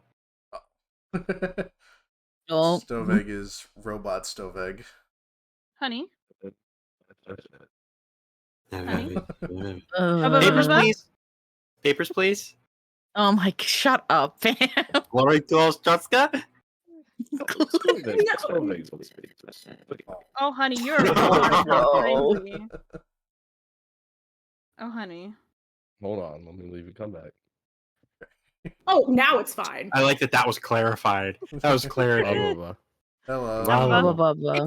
Is Stoveg sitting at the front of the cart with the reins? Yes. Like, what? Like once I see that Tom and Dale are on the cart and like having grabbed whatever they could, like I'm looking at Stoveg and saying, "Go." But goodbye, weird people. All right. What are you taking off direction opposite of your thorn wall? Yeah. Okay. The way you're laughing, I was expecting you to be like, "No, we're going straight into it." Like, no, we're I can not. drop it down and run through them. Isaac is in the back with his weapon in hand. So as you begin running towards the wall or the tree line opposite of what creatures you saw, you realize that they are beginning to emerge an entire circle around your camp. Spears pointed out forward, slowly closing in on all of you. You are running your horse straight towards a wall of spears. How many is clarifies as a wall of spears, Paladin? Yeah. There's about, Yeah. I want to say there's probably 6 of them for what you're running at right now. Okay. And we take a turn. But if there's two of them, but if they're circling us, 2 seconds. How well do you guys trust Swifty's aim in this situation? Exhausted. how close are we to this wall? I mean, you have probably a reaction before it's too late. And the horses Yeah. slam into him. Are we within 30 feet? Yeah, probably. At this point, yeah. Okay. Jess is taking out her violin, doing like probably the one thing Jean told her to never fucking do, and just brings the bow across the strings to like for a noise blast. Mm-hmm. Blast. Damage, right? It's a 10-foot burst within 30 feet. I'm trying to go for whatever point will get us through. Basically, she's blasting through them Okay. so they fall. So Yeah. my thing with Noise Blast is it's not an actual blast, it is sound. Sonic damage. Hold Creatures on. must attempt a fortitude save. If they fail, they are Sonic deafened. can still make a blast. Okay, hold on. Nine- I've seen Sonic Booms, Paladin. Okay. Is she making a sonic boom when she draws her string? That sounds like what Sonic Blast seems to be. I don't know. Yeah, She I- fucking like- I- kill like- someone by calling him an insult. So she's hopping to the front of the cart with Stoveg, so that way it doesn't get anybody else get anybody in the group, and just is just basically staring them down and doing this. Okay. I mean, yeah, we could roll for damage. Okay. While they're doing that, I'm sticking my gun between the both of them, saying "Cover your ears," and I'm going to take a pot shot at one of them in front of us. Each creature must attempt a fortitude save. What's the DC? Hold on one second. Hold on. Class DC 21. Okay. And I will do this. I will do because it is a signature spell for me. I will use a rank 3 slot to do this. Okay.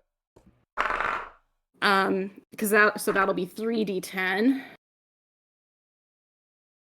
Where is it? Raid. 1, 2. Where? Okay. It's a raid. Okay. Okay.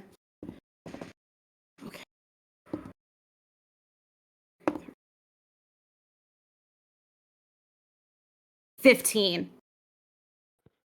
15. Okay. So they all take 15 points. Did they make the save? 3 of the 6 did.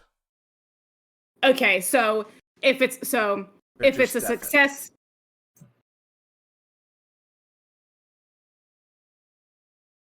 So if they succeeded, half of them will take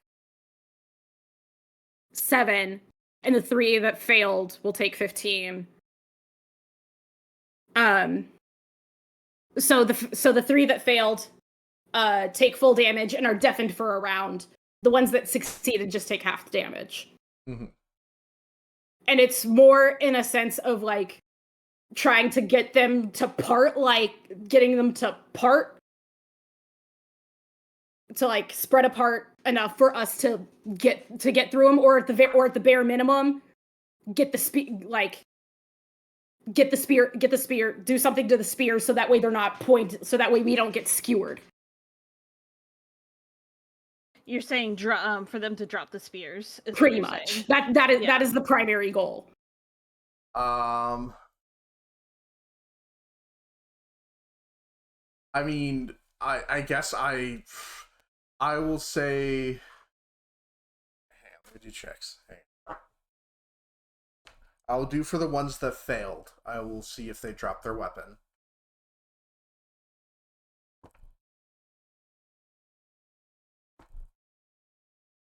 So one of the 3 drops their spear, covering their ears. The other 2 still hold on, and they're still holding up the weapon. Darlin, go for it.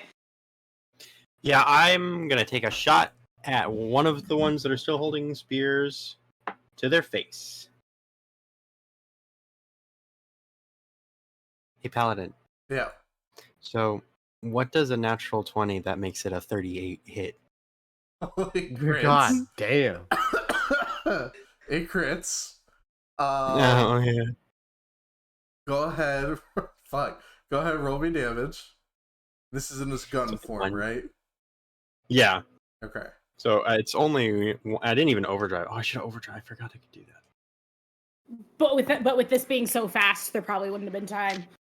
Yeah. Where's my D10s?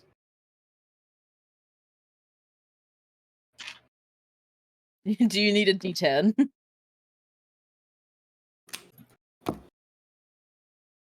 Yeah. 11 damage. Okay. To the face, because that's exactly what I wanted to aim for. And I'm going to take... Now, is this one of the ones... Are you targeting... I'm assuming the ones with the logo. Whatever one is in front of us, because I popped it between, like, the coach.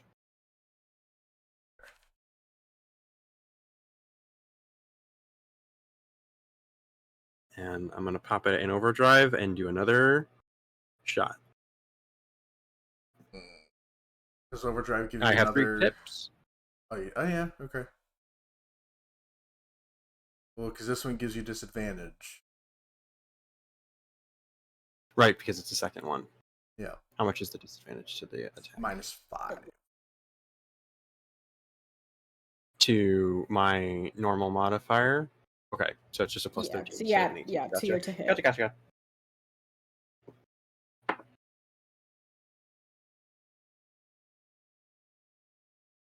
26. Okay. Yeah, that hits.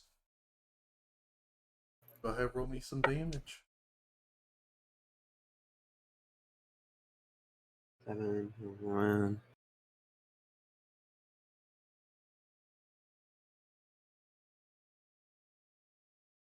$10. 10? Yeah, including modifier for overdrive. Mm-hmm. So, after the sonic blast, one of the 6 drops their spears covering their ears. Another one, after the sonic blast, getting shot in the shoulder and then a clean shot into the head, will also go down. There is still 4 spearmen that you're about to plow through. I'm gonna cast Briny Bolt. You're driving, one of the though. ones that I don't need one, hey. Oh my god. This is gonna kill us. As if the 14 axolotl soldiers won't. Yeah, it went from 6 to like triple. This entire encounter will kill us. About this time, a Tum jumps up.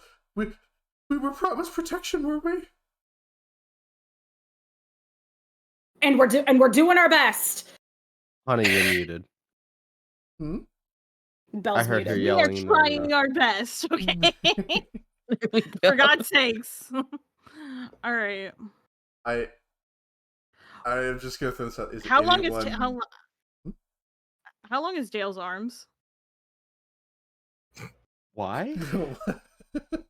So curious on where you're going to go with this. Why? I just want to know, how long can he make them?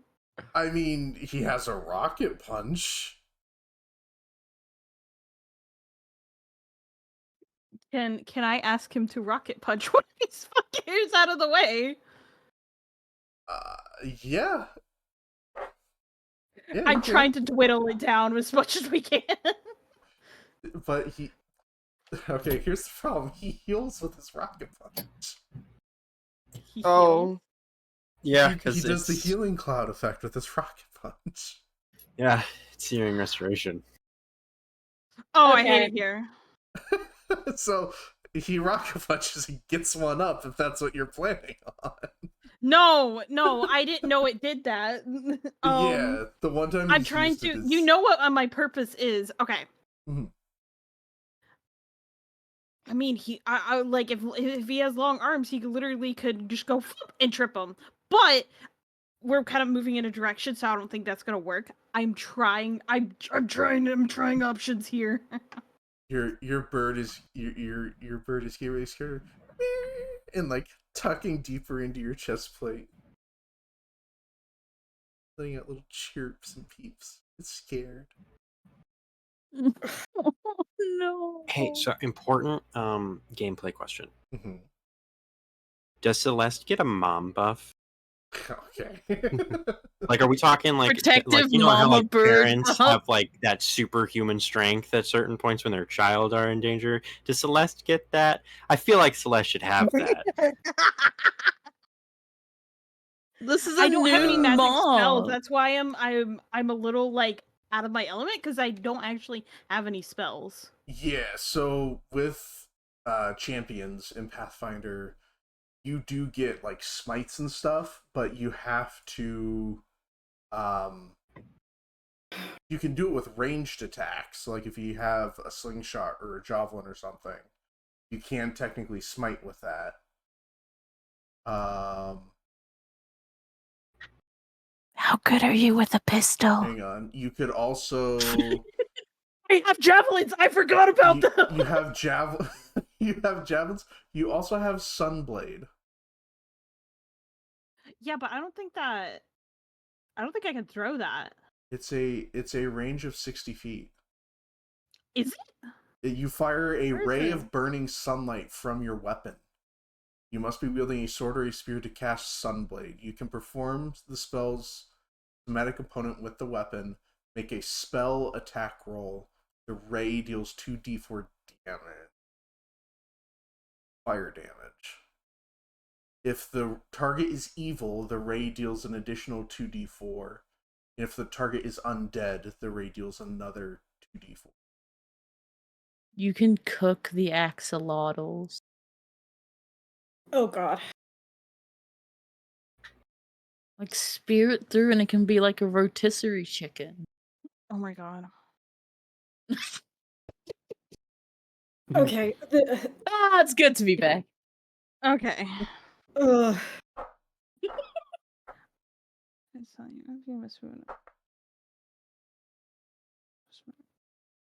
I mean, I could try. We can try. Trying's what we got right now.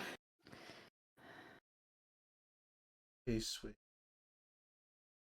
Yeah. Your dag.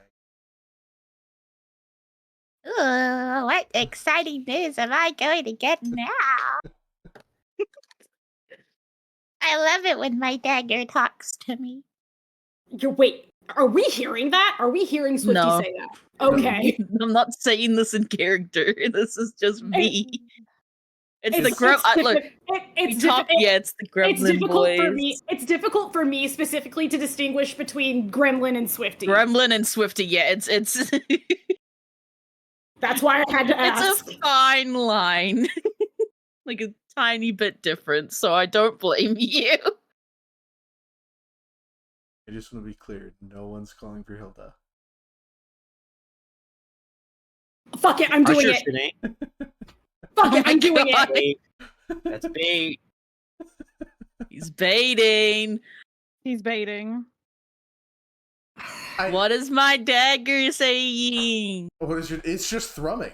You know that when it's thrumming, that means danger. That is true. I'm just kind of looking. I'm kind of like glancing to Stovag. What? Oh god. Stovek knows what he must do. What is Stovek gonna do? I'm whipping this bitch around. Hilda!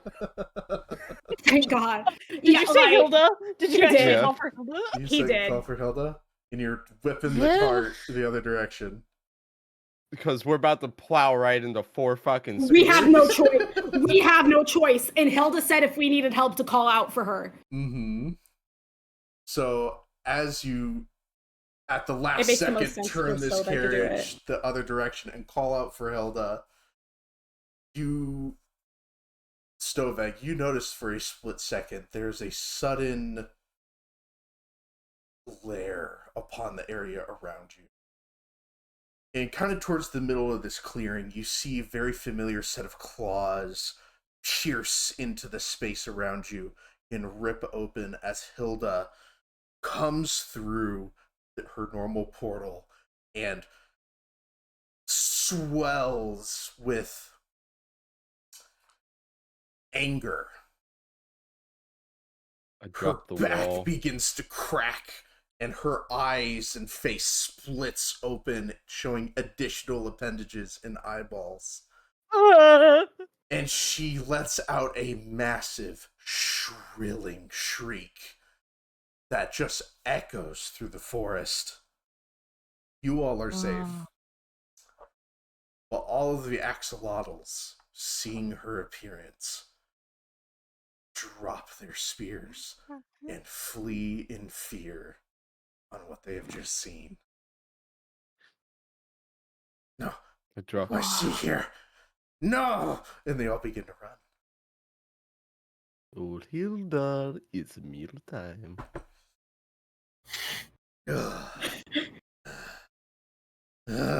She looks over towards you all and goes, "Oh, I'm sorry I did not get here sooner. I was a bit preoccupied with my other errands. Are you all okay?" The friend Swift took a spear to the shoulder, and we seem to have collected a new lizard folk. We were attacked by axolotls. And upon hearing this, her eye, singular, right now, kind of squints. She thinks, and then there's a sudden realization. She goes, see, here. Who's they? Oh. A particular set of unsavory individuals that are rather rebellious against our mother. Ooh. So you're saying it's mealtime? Oh, yes. Happy hunting. With pleasure. And she turns and begins to dash out towards the forest at very quick speed. And you just hear in the distance screams and carnage.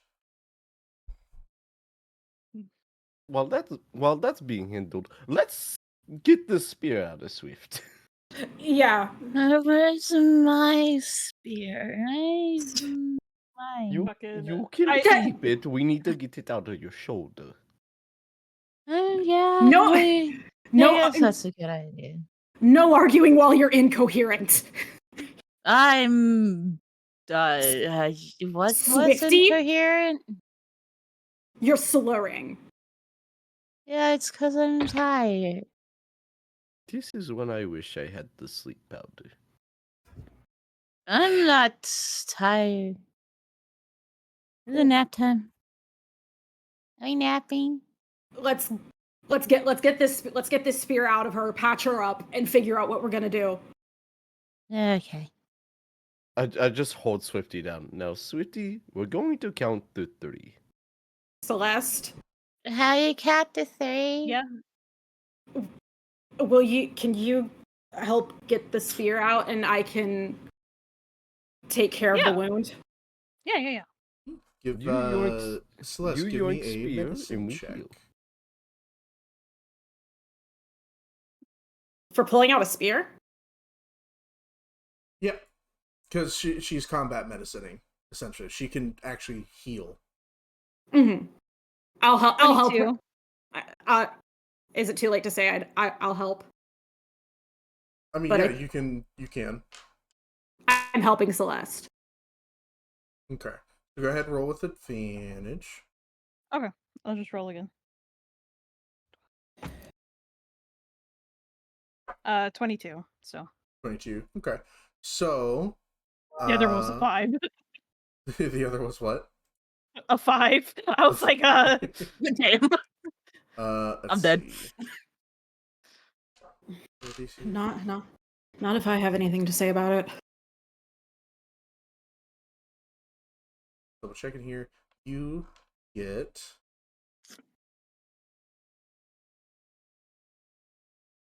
4d8 hit points recovered. I only lost 1 HP. So even with the roll, Swifty's back up to full. Mhm. cool beans. Sweet. So let's turn that back into 66. Hell yeah. Now that we've done that, I'm gonna check on our lizard man. I'll help. He is still out cold. Okay. I'm gonna You might be able to. Hang on. If you're trying to get him up. yeah. Shut up. I heard there's a special pill for that. No. Or in Twitch's case, there's a type of gel that we could use. Oh Because my I got God. I got that ad the other day on somebody's stream. You have a healer's tool. No. Then you cannot treat this at this time. because you would be able to treat poison if you had a healer's toolkit. Just they just need to take long naps. Mm.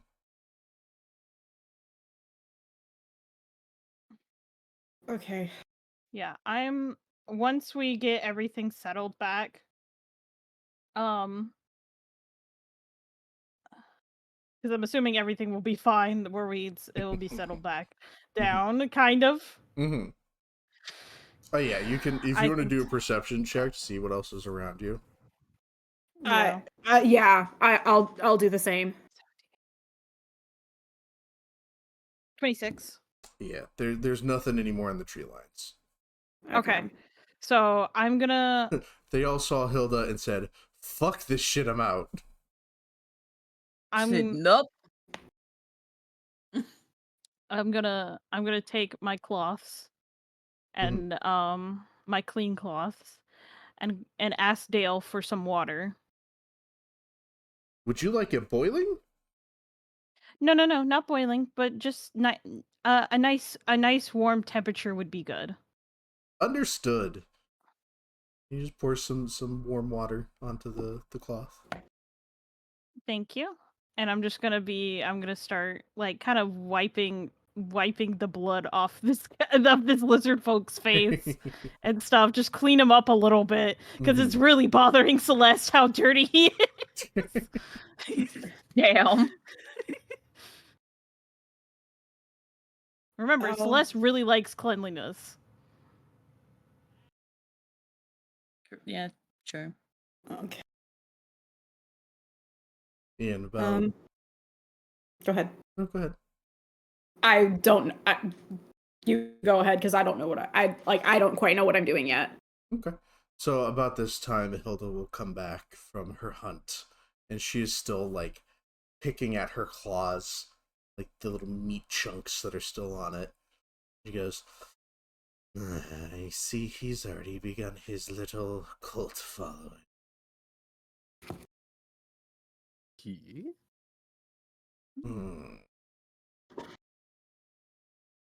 The weakest of the unsavory bunch. Oh, I feel like this is the first time I've ever seen them around here. You would be correct.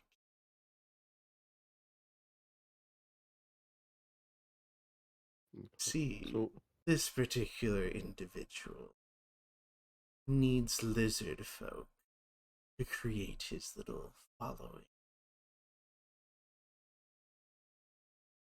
Let me ask you, do you know what the purest form of fear is?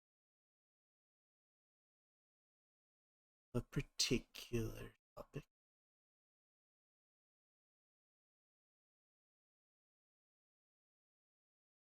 depends. Is there one thing that scares you to your core? The mere sight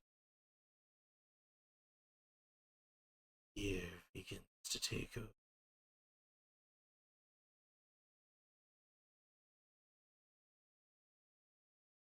Brains blanking. Fear begins to take over. I believe you all call it phobia? I believe is the word. Oh, a fear of something. Yes. Yes, exactly. The particular individual that you are dealing with is the phobia dragon of drowning. He creates his little friend by instilling the fear of drowning into those poor lizard folk. And it seems your friend here managed to slip through their fingers.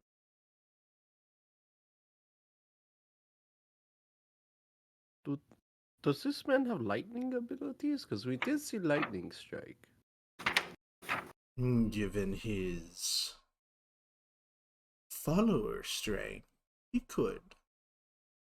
And if he is trying to break into the tree,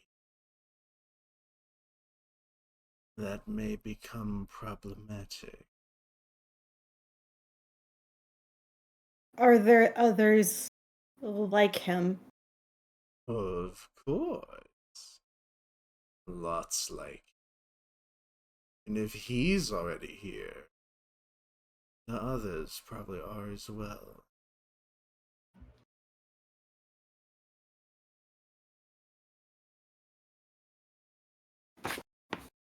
That you see, Wonderful. they normally live in the Shadow Isle. But given that there's new territory to expand, I'm sure they're just dying to sink their teeth. They fight over it all the time up the Isle. So this land's about to become a battleground. More or less. Or perhaps Sure. or perhaps they're hoping for a feast. I like the way you think. Baker's daughter through and through.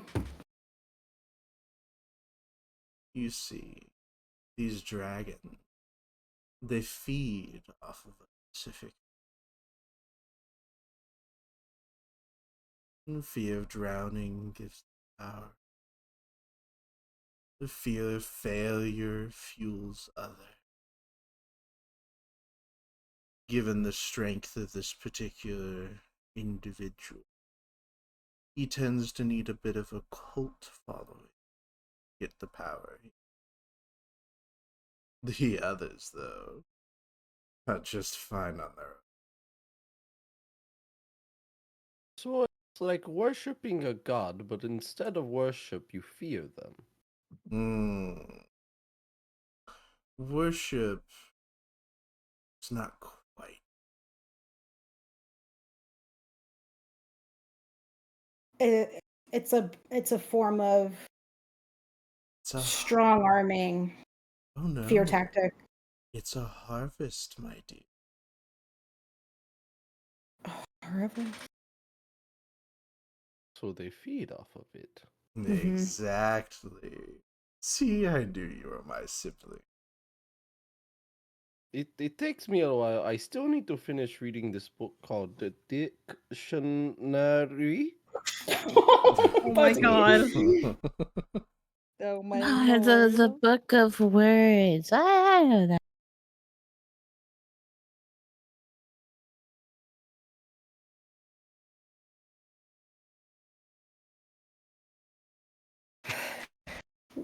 What can we do?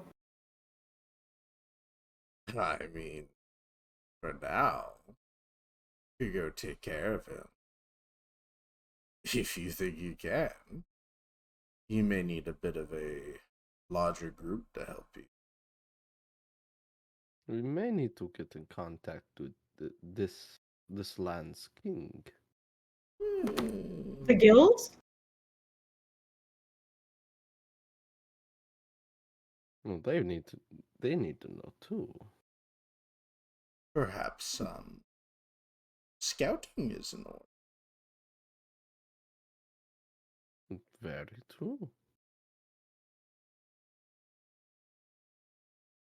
So Sadly, guess though, as much as I would love to help, I am confined to the space around the crystal.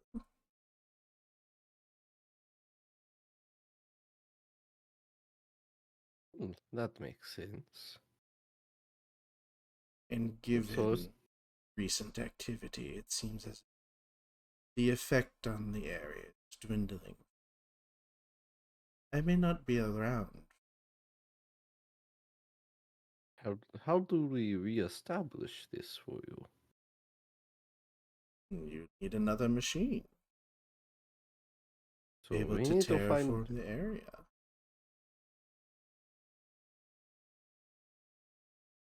So do we just need to find another obelisk, or? I mean, yes. If you The can. only other ones that we're aware of are a great distances away. Yeah.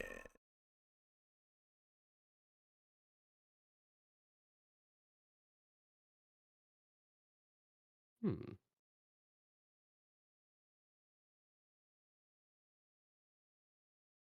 I'm sure you're all smart enough to use what's available to you. Well, we got some brilliant minds here. Indeed.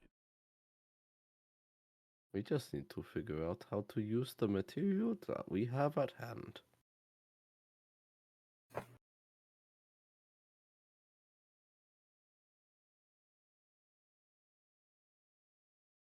I'm going to go make sure that any stragglers around are taken care of. I will be sure to let you know when I must depart, and if I will be able to return. Okay, we'll take care of the wounded, and these two need to rest. Agreed. And then see about potentially setting up some type of scouting mission. Wonderful. Well, happy Hild- hunting. Hilda, Yeah. I owe you an apology. And thank you. Of course, Steve. I know I could be a bit intimidating. Trust. And I should thank you. You see, those emotions keep us grounded. Would another emotion keep your tether here stronger for a little longer? I do not believe so. I am sorry. It was more of a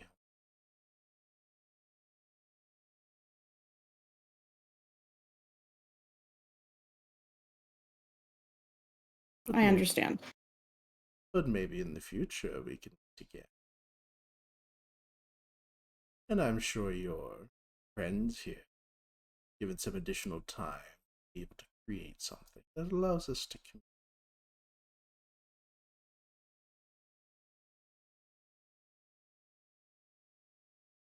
Who is she pointing at? Isaac and Tom.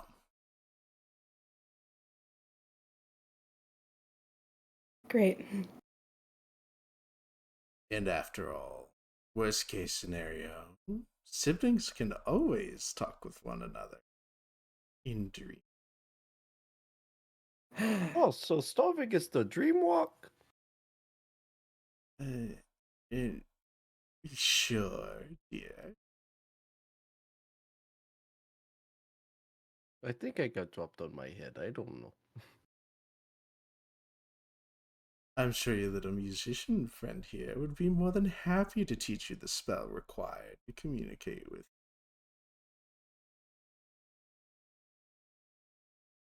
I get to learn more things. Fuck you.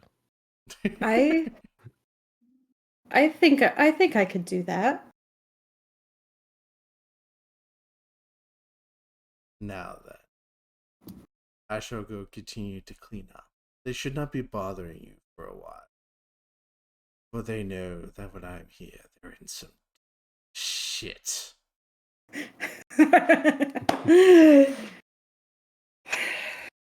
Thank you, big sis. Anytime, little stove egg. And she gives you a pat on the head with her big claws. Stovek hee hee kicky feets. Oh, my Icky lord. feet. Oh, Icky buddy. feet. And she will begin to go off and clean up.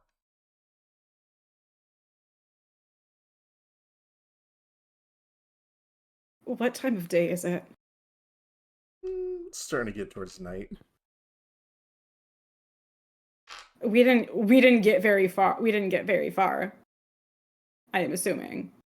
No, got, like, I what, think we're in still in the 30 same feet? area. No, from trying to flee. Oh, yeah, you guys didn't get very far. Okay. I was getting really worried. I'm like, oh shit, I'm gonna have to put pause on session, and I'm gonna have to get this battle mat, and there's gonna be like 30 of them. Oh yeah. God. I'm so worried. Gosh, my instinct as a player was right to call Hilda the first time. God damn it. I don't even know how we have Hilda in a back pocket call, to be fair. I don't remember us being on good terms the last time we spoke. I think that was Remember, we paid her. I paid her a tier.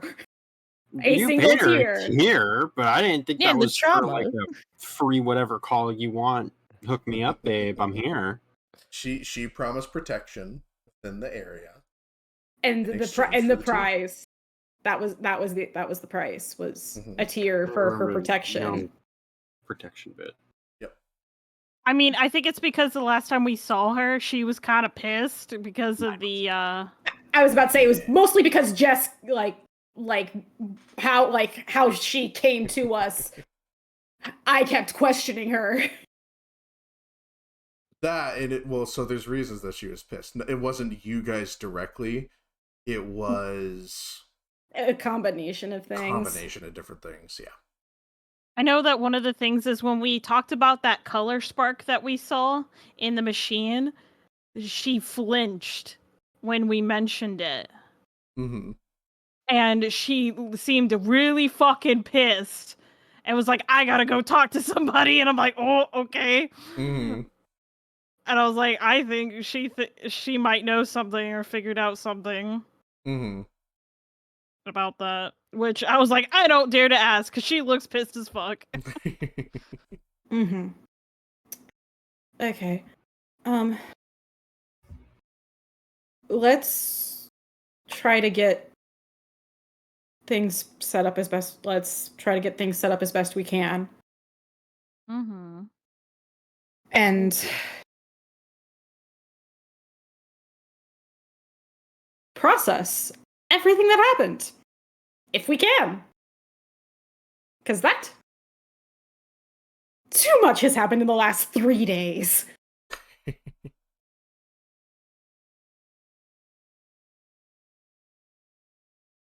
Well, Stolveg will start unloading the wagon again. I'll stay right here. I'm probably not. Swifty just falls asleep. I'm probably not going to make the cabin until we know for a fact that we're getting ready to go to bed for the night. Mm-hmm. Makes no sense. Do you guys set up any like traps or anything? None? Do any of us know If how you to use set up traps? thievery, you should be able to set up a Wait, trap. I might. The only person who can do it is Swifty. The And only I'm person- asleep in the back of the wagon. So I think tonight. Oh, I really am the only one that can do it well, Connor. Yeah, Yeah, you I didn't are. take that. I have Oh, I okay. have untrained improvisation, so it's not terrible. But But Yeah, basically what it would be is you would create traps that would like alert you if like it would make a noise of some kind if someone was close. Quickly, someone wake me up and I'll half-ass it. Will it work? Probably not, but I hey, we think- have him. Oh, Kind of Hang on. crafting. I'll just set them up. okay. I'm also It's a getting string ring with right like some now. cans. The string cans. Sugar in tin cans. also, Empty bullet casings at that point. I'll fucking do it. for right now, we have the protection of Hilda because she's hunting stuff down. We don't know when she's gonna come back. So at least the best so probably while we have Hilda's protection, probably won't start setting traps until we've rested. Just because while we have Hilda here, or like basically doing at least a perimeter for tonight, we won't have Hilda forever. Mhm.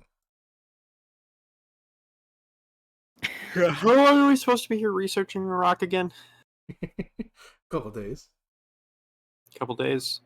So Yeah, I'm still setting up noisemakers and snares and shit. Mm-hmm. I'm asleep next to our lizard friend. Okay. I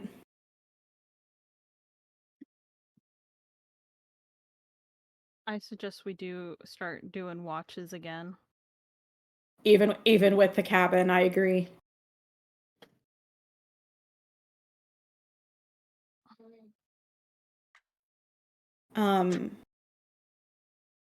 I guess I'll help Isaac and Atum with whatever they need, whatever they tell me to do. Yeah. So, as you all kind of prepare little notification traps and kind of recollecting yourselves after that very intense encounter with a new enemy lurking within the forest, Atum very shakily kind of puts together some equipment, and he's like, I just need a few more tests, then it could be done, I can go home, I can make a cup of tea. Do you need Stovek's help with anything? I would like Stoveg, Celeste, and Jess, please. Oh, okay. Okay. We're going to the principal's office. Let's see. Okay. So, the first test he is setting up is a test that has...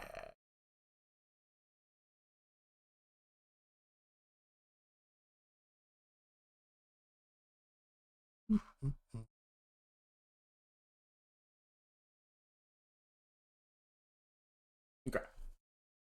So, first machine he sets up is similar to the first one with the drill bit, where it's two little clamps holding the... Okay. He sets up a tuning fork on either side of the crystal. He goes, Jess, do me a favor and play a high C for me. Violin or flute? Violin, if you would. Okay. I play a high C. And he begins writing down he begins watching the tuning forks and a little bit of reading on a screen in front of him and begins writing it down. He goes, perfect. Now a F sharp. F sharp.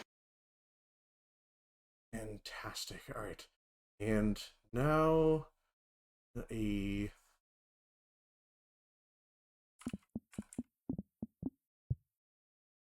G7, please. Are you going off based off of a piano? Or no? Is it piano? I mean, the note is the same. I've just only really heard a G7 in reference to keys on a piano. But I may have looked up the wrong stuff then. I mean, notes would still be the I same. guess it's off a piano. He just needs you to play a low note. I will play a low note. Okay. And upon doing so, he gets one more reading. He goes, interesting. Normally with crystals, they resonate no matter what frequencies are around them. And what is this? It's set to a specific frequency. Cannot figure out what it is. I will slowly go up a scale. Mm-hmm. So that way, note by note, he can analyze and figure out what it where frequencies are coming from, or what the crystal resonates with. Perfect. Roll me a performance with advantage. And because I believe that with a virtuosic performer, because this is my preferred this is my preferred instrument, a string, I get a +1 to this, so I will have a +14 to the roll. Beautiful. Okay. Let's see here. Let's go with these guys. Okay. Natural 20. For a total of 34. Okay. I rolled a 4 and a nat 20. All right. So as you begin going up the scale for notes and you hit a particular note, Atum holds his hands up and he's like, that one right there. And you hold the note for him. And which one would it be? Well, but if you can use it in reference to a piano, because a lot of other instruments are accompanied by piano. Oftentimes. Would be a middle C. Middle C? Okay. And as you were playing this middle C and the frequency hangs in the air, and you even hear the crystal for a moment kind of resonate with it. And the tuning forks even begin to make the same note. He goes, fabulous, that must be what the frequency it is for it. And he begins jotting it down on this piece of paper. Okay. Now, regardless of what that means, I don't know. But, I mean, Teague is the one that wants this information. I'm sure he'll know better than me. Can I... Well... Because middle C is like mid-range when looking at sheet music and that kind of thing.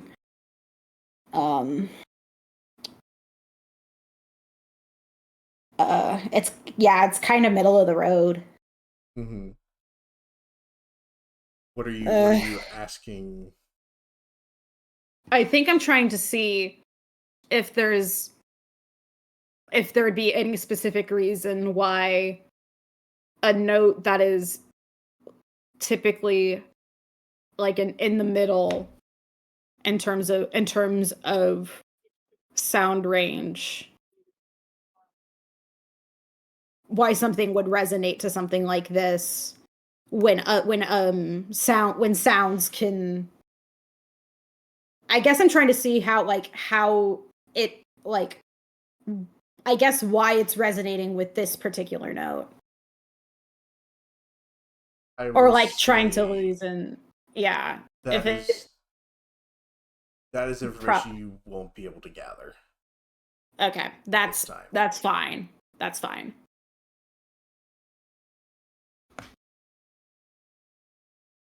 Right, so now that Jess criticaled, which is actually very good.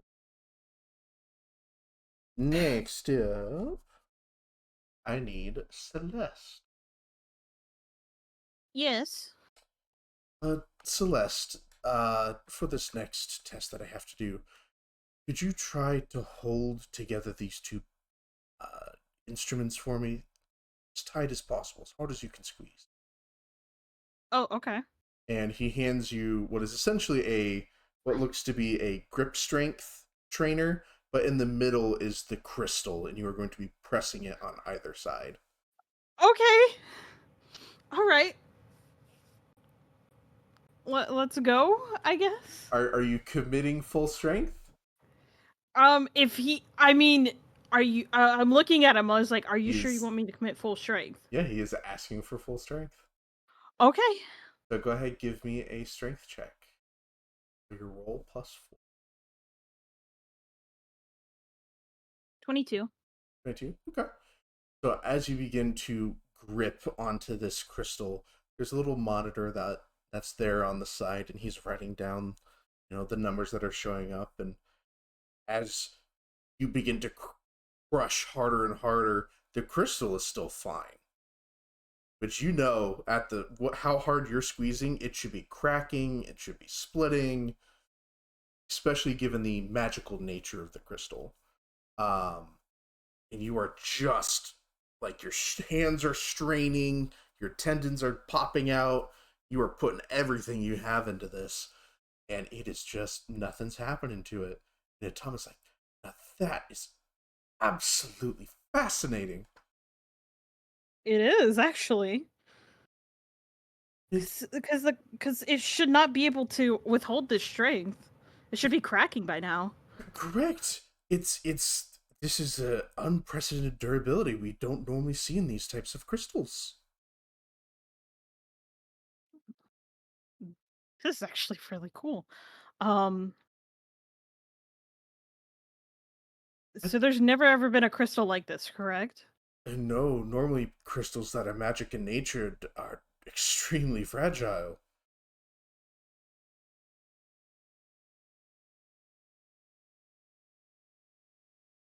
A lot of the times when you have runes engraved on them, uh, they function, but the second you put a single crack or a divot in it, it just either shatters or no longer works. It's like breaking the doorknob on a door. Oh lord. Broken, you can't really. Actually, I guess that's a bad example. Because you could still technically use the door after you break the handle. He's now like starting to talk to himself. Oh. Do you need me to do anything else with it? No, your readings were absolutely perfect. I appreciate your help. No problem. Oh, and does your friend need another biscuit? Oh, and she looks down at Ilmer. He's still spooked. Oh, yeah, I think a little bit of biscuit could cheer them up since they're pretty scared from earlier. Of course. And he'll like hand you a biscuit to give to the little burb.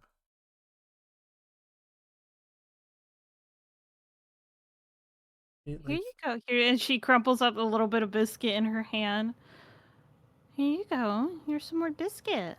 He'll like slowly come out and like look around. Like start picking at the biscuits and it'll go back in. It'll slowly come out, pick his biscuit and go back in. There we go. And last but not least, Stoveg.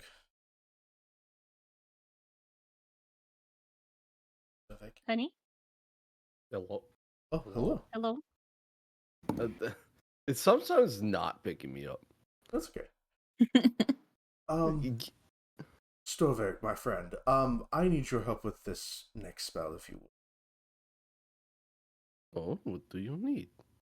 I need you, and he basically puts takes out this really long rod and puts the crystal on the end of it, and walks about 30 feet away and plants it into the ground. Walks all the way back to you, points the crystal, and goes, "Shoot that with the hardest spell you have."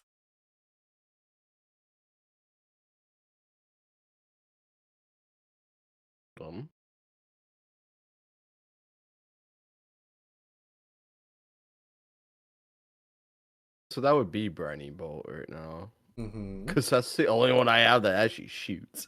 Yeah. Okay. Go ahead, roll me a spell attack. 22. That hits. Actually, it almost crits, which is funny. Go ahead and roll me 2d6.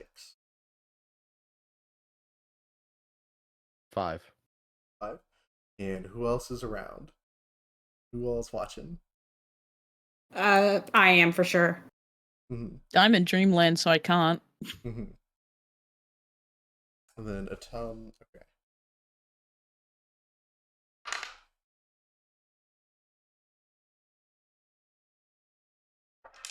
Four. 54. There it is. Okay. So, as you launch this briny bolt at this crystal, and it makes a clear impact, it is hit this thing spot on.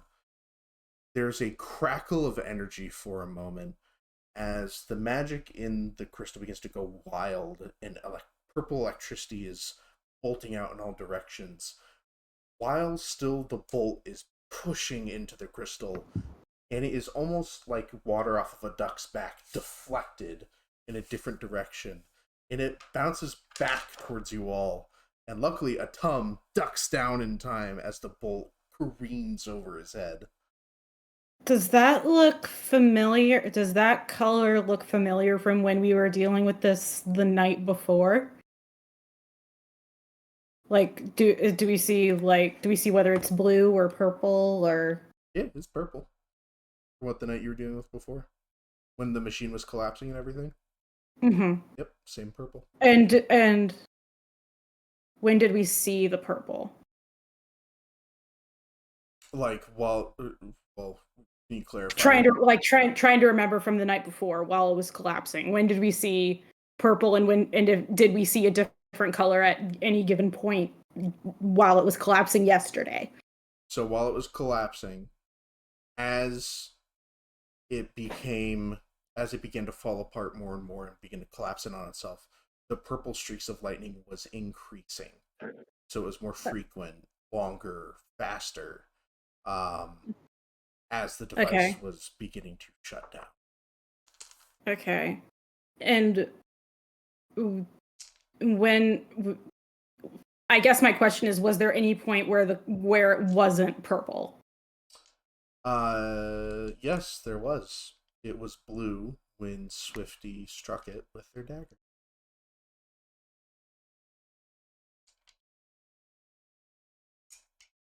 So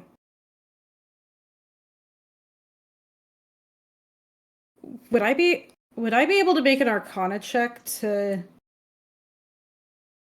know what the difference is in magics are?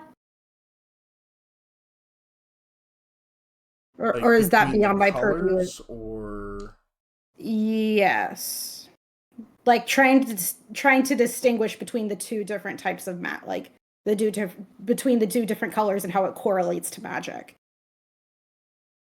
I mean, you can roll me an Arcana check to see.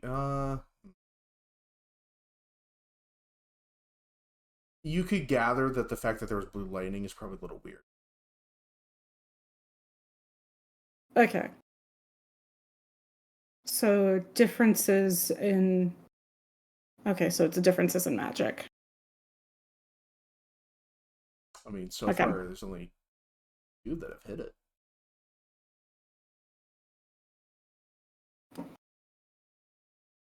Would anyone else like to throw a magical spell at the magical shiny crystal? Do I get the feeling that cantrips wouldn't be strong enough for that? Correct. We'll have to use... Can I do it in my dreams? I can't use another rank 3 slot, or else we don't have a cabin for the night. There is one. Technically. I mean, I technically could. Mm-hmm. Do you want me to? Well, it's up to you. Would you like me to? I'm asking the party. Oh. Just If you want to. hopefully it doesn't bounce back like mine did. If Tom, it do you gives want me off- to? If it gives off different readings, it would give us and Atum and whoever else we ask for help with on this more information to work off of. Yeah. I mean, I can roll right now. Yeah. I'm asking Atum. Tom, you ready? Ready as I can be. All right, we're doing the Sunblade.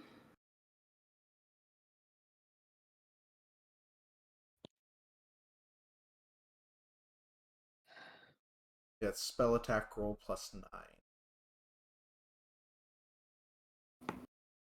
9.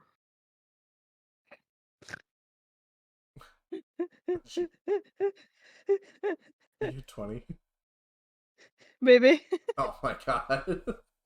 This is I took a good. picture. I literally took a picture. No, it's okay. Yes. This is just about to get really interesting. So as you focus and you draw, do you use your blade for this, or what weapon? I'll use a javelin Mm-hmm. because I have a couple. So. Mm-hmm. Wait, so are you throwing the javelin at it? I mean, you must be okay.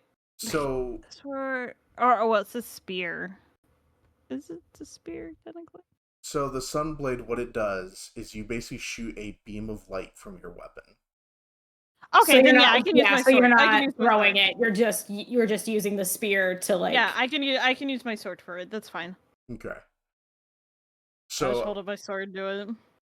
as you pull out your sword and you point it towards this crystal and you begin channeling your divine magic into it. Let's see, who would know?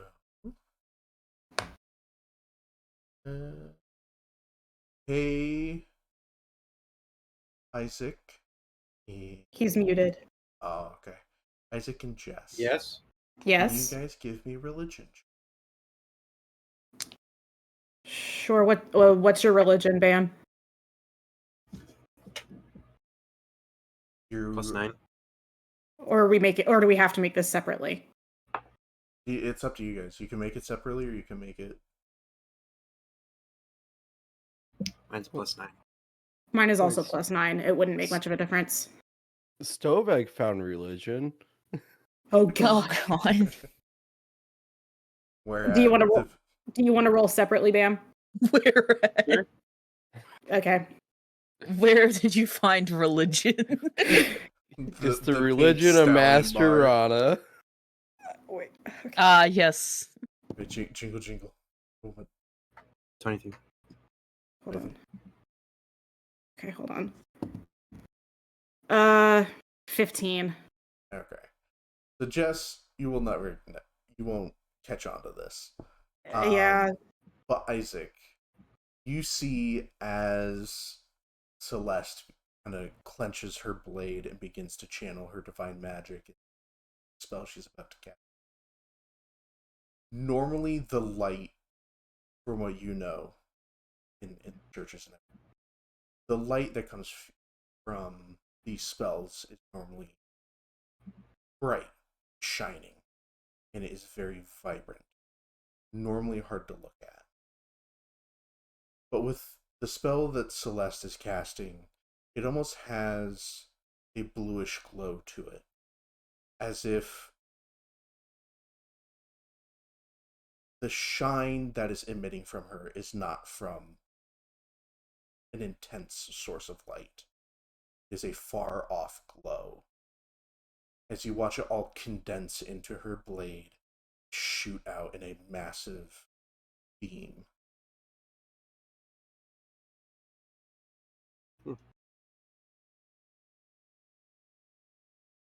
And Celeste, Yeah, how's it going? hey, as this beam slams into the crystal, and you actually, would this be the first time you have channeled your magic in this way? Would you have done it? Yeah. Okay. I mean, I think in front of others. Mm-hmm. Yeah. There's something about opening yourself up and allowing yourself to use your gifts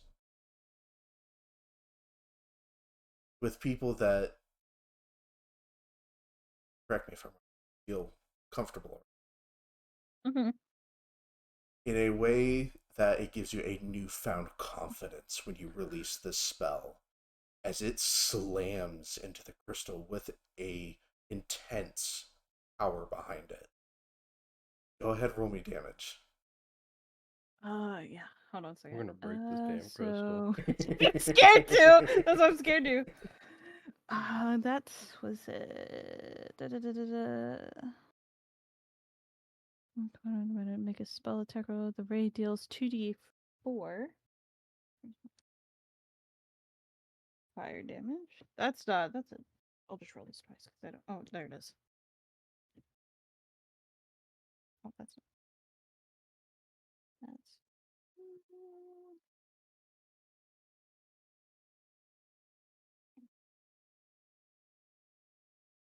Dill just says Bam needs to focus. I'm here. I'm present. 3, 4, Bam just needs to lock in. 5. I don't know what I'm supposed to be doing at this moment. I'm just setting up cans and strings. So that's 5. And go ahead and roll me good damage as well.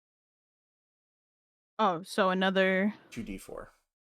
2d4. Okay. Actually, no, just roll all damage. Oh, okay. Yeah, so That's- 2d4 or 64. Oh, 60. Okay, so that's. Let's do. 5.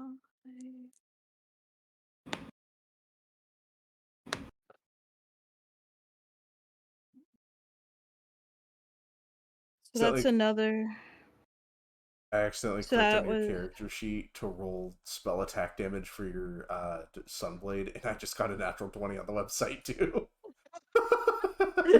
Dang, you be blessed. So 4 more d4s. That is 10. 10 total? Yeah. Okay. So, So that's- as the spell releases from your blade and you are just hammering into this crystal, you notice that the light that your sword is emitting has almost refracted through the crystal and split into 7 other beams out the other side. Oh God! I'm so sorry. As it is still like semi-scorching, it's a very intense light. It is leaving little char holes, whatever it manages, which isn't anything in particular. But what's also interesting is that on the other side of the crystal, where your light meets the crystal, the fire burning aspect of your spell seems to stop at the crystal and slump off on the ground. So it's like dripping fire as your light is filtered through the crystal. Oh my God! Oh shit! That's fucking dope as hell. I don't think that's naturally supposed to happen. And Tom is standing there in disbelief for a moment, where he was like, he turns to Isaac, we both saw the same thing, right? I believe we did. It is filtering multiple types of magic.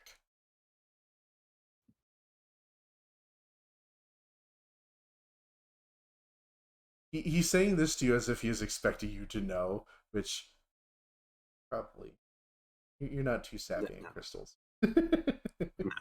Yeah, but you're just nodding your head up and down in agreement. So Atom said the crystal Thinking of is. things. So Atom said the crystal is filtering different kinds of magic. Yes, it is filtering the different types of magic. When was the last time you took a break? We are going to be done in just a minute here. We're finishing up. I apologize, everybody. Do you want to put a pause for people to use the restroom? I'm good. If we're almost I'm done. good. Okay. Yeah, if we're almost done, I'm good. I'm Yeah. just about to fall asleep. Yeah, I wasn't, because I know it's midnight, so I wasn't going to make it go much longer. Sorry. Anyway, it is filtering the magic. It is splitting the different aspects of the spell.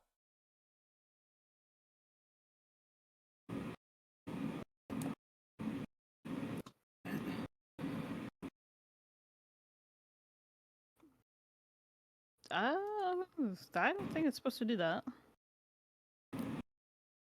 But we do know somebody who would have guesses and theories as to why it could.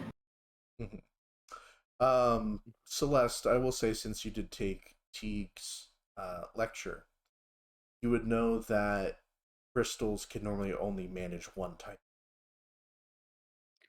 Yeah, so usually crystals can only manage one type of magic at a time. This is different. This is multiple. This is not normal at all. It so is. it can transfer different types of magic and disperse them, or just your type of magic? Can it fracture? I don't know. Well, considering, double check here. Because Stovek, you used. He used Briny Bolt. Briny Bolt. Mm-hmm. Briny Bolt only does bludgeoning. It is a bolt of salt water from the hand. Oh, so it wouldn't even like. They wouldn't have given any additional information. Yeah. But I will say that the aspect that this is a light-based spell going through a crystal may have something.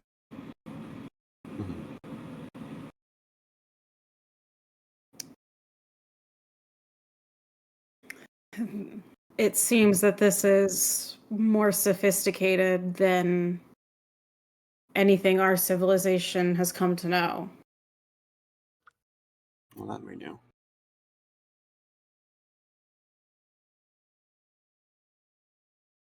But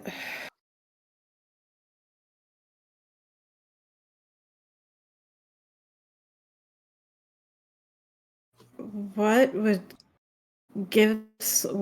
give something like this such durability and such capability to be able to withstand and filter many different kinds of magic?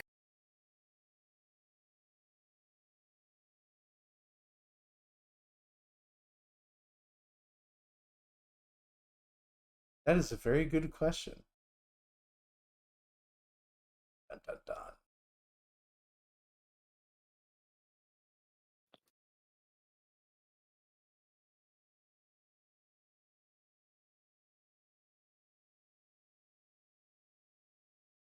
Tom is going to walk back over and say, unless anyone else wants to throw something at it, I'm If going to I take this. if I were to, we wouldn't have the cabin for the night, Understandable. and I'd rather I'm pretty sure us I've be already safe. shot and exploded the box, so Wait, what'd you say? I'm pretty sure I've already dealt damage to the crystal in the past, so Yeah, when the machine was breaking down. mm-hmm.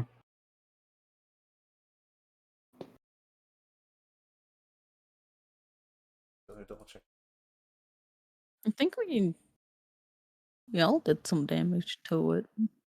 Mhm. We all tried know to. you did. Yeah. Oh, I definitely did. I was about to say There's Swifty, no denying that. Swifty for sure did. So she did some to it. Hey, Swifty. I'm asleep. That is right. Yeah, so she just knocked the fuck out. Not here Shit. now. Shit.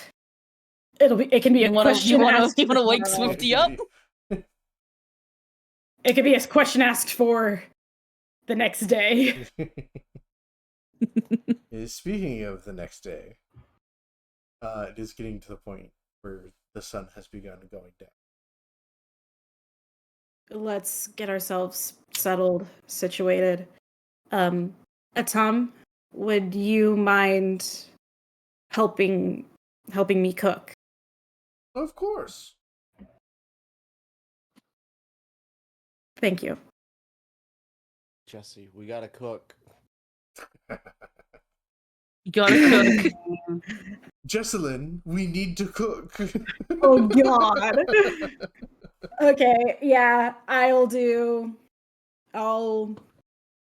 set up the cozy cabin, and so that way we can start getting settled, and Atum and I can start cooking. Mhm. Yeah, so as you both begin to cook using the fireplace in the cozy cabin, um, smell begins to drift through the air, making everybody hungry. And because yeah, and because it wouldn't make sense in a sanitary sense to wear gloves of any kind while cooking. She has her fingerless gloves off Mm-hmm. while she and Atom are cooking. Okay. Did are you okay? Hmm? What happened with your hands? Oh.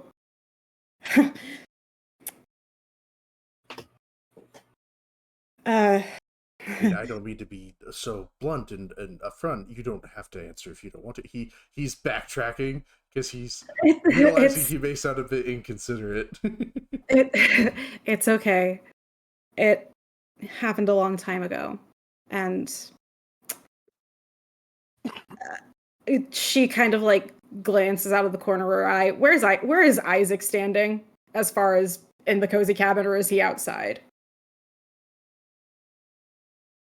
And It depends. Does anyone else want first watch? That is a no.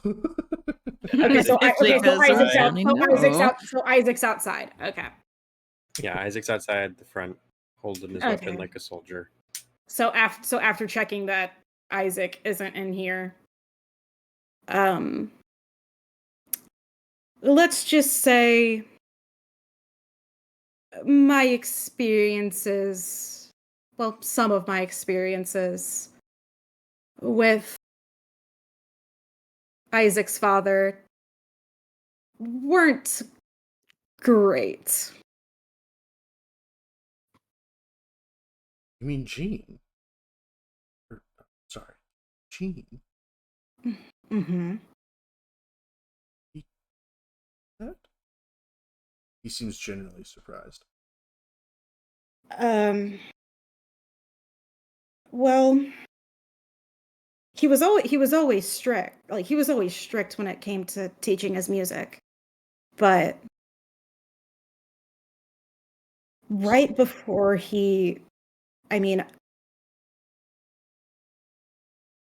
so some of the fainter ones kind of just came with general correction. But over time that builds. And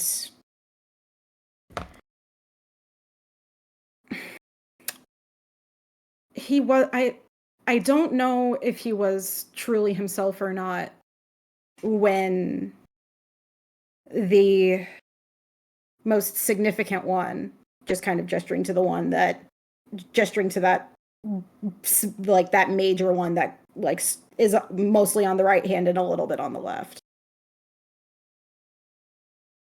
I don't know what was going on before he left, but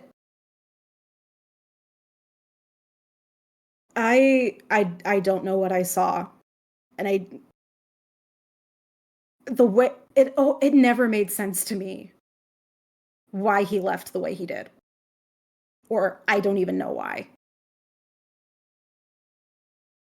Tom is stirring together stew, and he kind of stops stirring for a moment. He hesitates. What is it? He kind of opens his mouth as if he wants to say something, but stop. Sorry. But I can assure you that knowing the type of person Gene sure regrets it.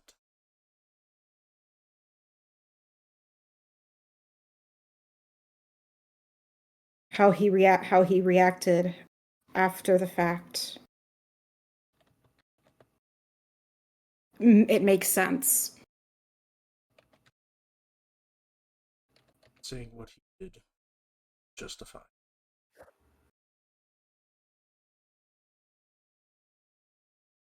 It was cruel. But there are sides. Sure, he lost his composure, which is something very rare. I know how he. I seen that side to him once. I afraid I never did again. Being stirred that pot again.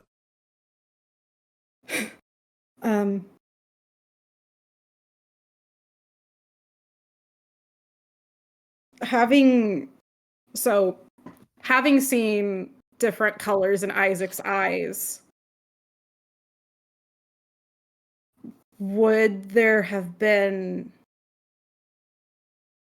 in terms of thinking back to that particular moment where Jean had struck her, would she have been looking him in the eye as he did it? That is up to you. Okay. Would Jesselyn have maintained eye contact? That happened. Probably for out of fear that if she didn't, it could have been worse. So then, yes.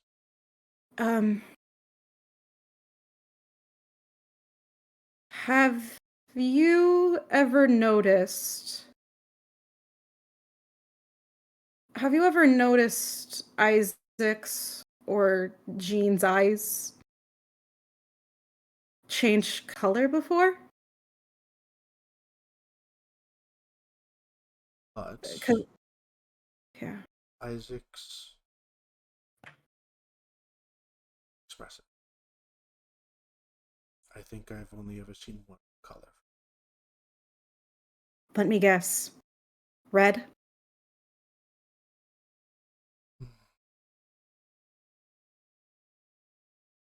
I saw red in his eyes when and just kind of looking down at her hands while doing probably chopping vegetables to add to the stew.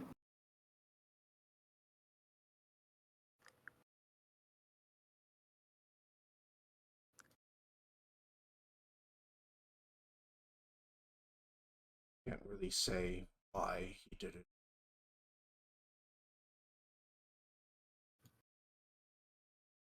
When I saw his eyes,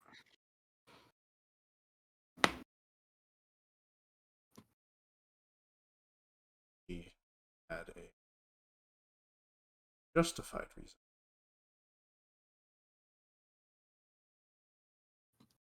And I think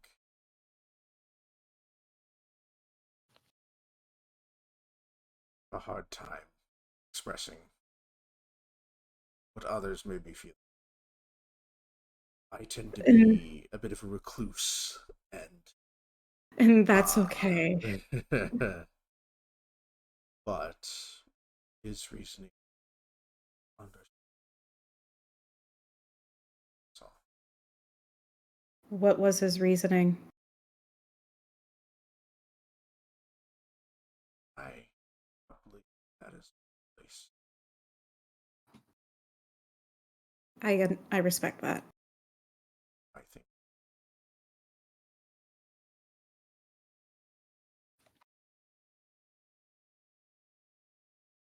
Knows what? And if that's broaching out of your place to discuss, I understand.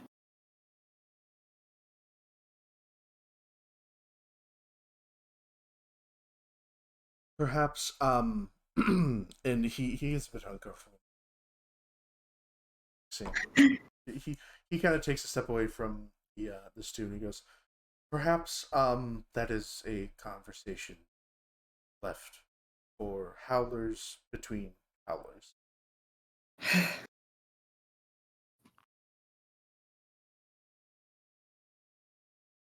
But then again, I'm not a howler either, am I? But there is someone who.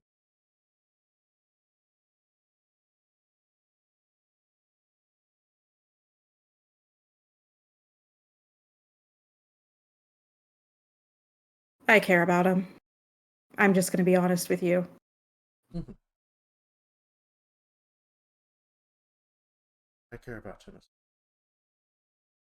But this is thing that would kept among family. One person.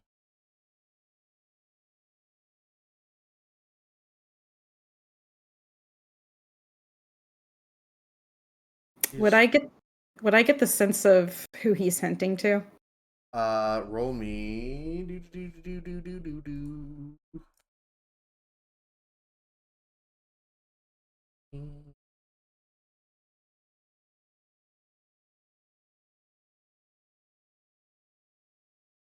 Because I was technically a ward of the house for 5 years. Mm-hmm.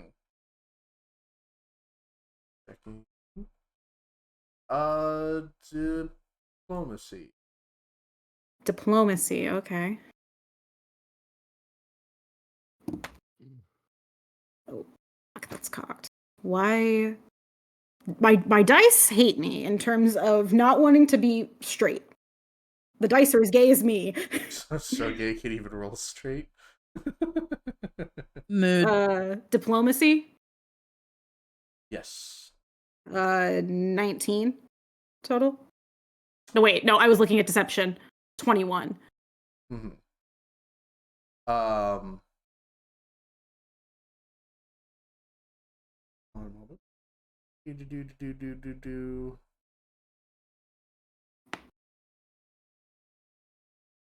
I'm making sure I get the name right.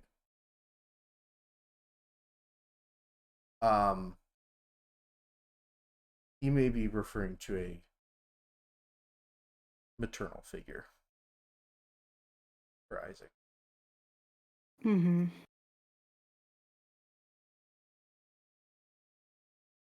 Miss Mina.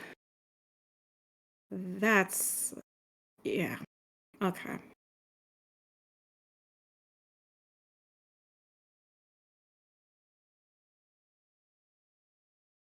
Anyway, dinner is ready. And he awkwardly begins to plate bowls. Would you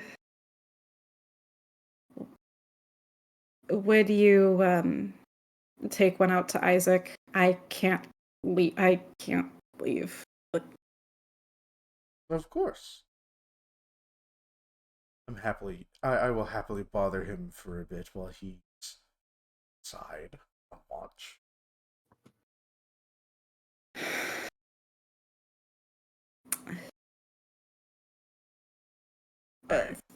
Yeah. So, Go. Atum Yeah. will go and bring Isaac a bowl of food. Does Isaac respond in any way or talk? And he's... Accept. He happily accepts the food. There's like 28 traps around the tree line, and he's just sitting on the porch, gun in his lap as he eats.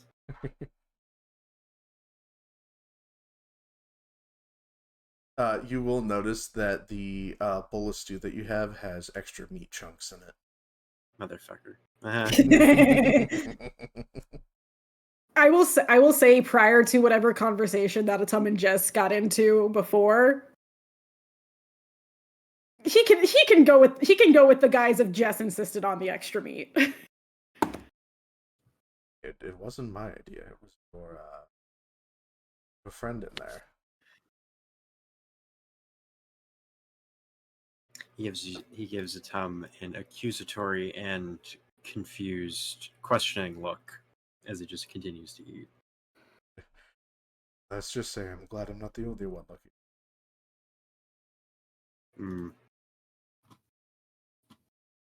And no, Dale isn't one of them.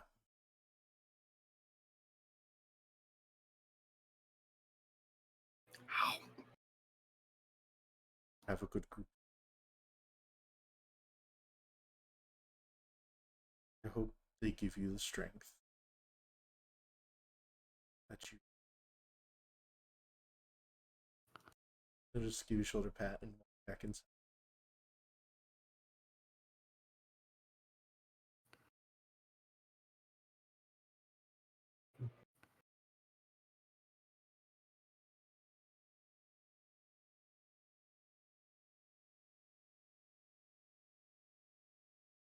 And then we are going to give food to Celeste in the burb. Yes.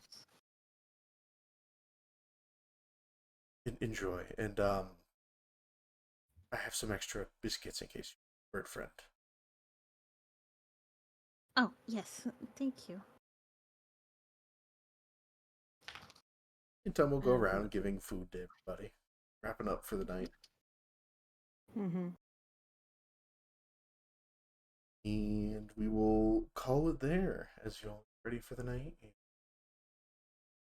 prepare for the next day and go on watch. I was about to say, so we'll probably start next time with figuring out watches, aside from Isaac, who took the first. I mean, yeah, it's not really gonna order watches. Yeah. For the first night. Yeah. All I know is that I feel like in order to take a watch, you have to leave the cabin. Just can't leave the cabin. Let me put it this way. Let's see, who's first up for watch? Hilda. Next question. Done. Sorted. Hilda. Done. Isaac is just being vigilant, paranoid, maybe both. Probably both. Probably. It's. I mean, Both is good. Hilda Stressed is one air. giant He does not want to be in the monstrosity. cabin. Stress. I mean, Hilda is only one giant, terrifying monstrosity. Yeah, but she's cool. So she's fine. Is it bad that I think Swifty of like, you're my friend now, and like gives her a flower bracelet or something? Oh my god, I know what I'm doing next session. It has the magic dust of deliciousness. Oh my gosh, that's a throwback. You seem strong. Can you protect my friend? And just give her the rock. Excuse me, Miss Hill, can you hold Todd for a second? I gotta go fuck up some bitches. And Hilda Thank will take you. it and go, you go get them, dearie. It's like the meme Hold of my here. flower. Hey, babe, hold my flower. It's like fuck him up, babe. Is it bad that I've had this same thought with Jess and Isaac? Fuck them up, babe. I am 100% going to friend this. I'm going to friend Hilda. It is my life's goal. I don't know, you're running out of time, Swifty. I will make You don't know how friends. much longer she's gonna be around. I will find another rock friend, and Todd will have a new best friend, and I'll give the best friend to Hilda. Oh my god. It's gonna be great. We're starting next session at the next day. Yep. Would we be good to hit the rest button? Yeah, you can hit the rest button. Okay. The boy Unless- criminal is back. Unless You guys can hit the rest button. I'm fucking with you. Alright. That is true. Or it's not done yet, but session is done. Session's done. Woo! Do I just put Warframe now? Oh my god, Warframe? Baby. I do need to past go to Warframe? midnight, homie. I was about to say I- we all probably need Yeah, you rest don't of some like kind. Warframe. Why are you? Eyes Because it's cool and I like the flashy colors, okay? Fuck you. I I mean, it's slept free. all Come night. on, girls. Come on. I slept all day, so I'm actually not tired. Guys, what are you Okay. talking about? It's only 4:30 p.m. Like, come on. Shut up on your island. Alec.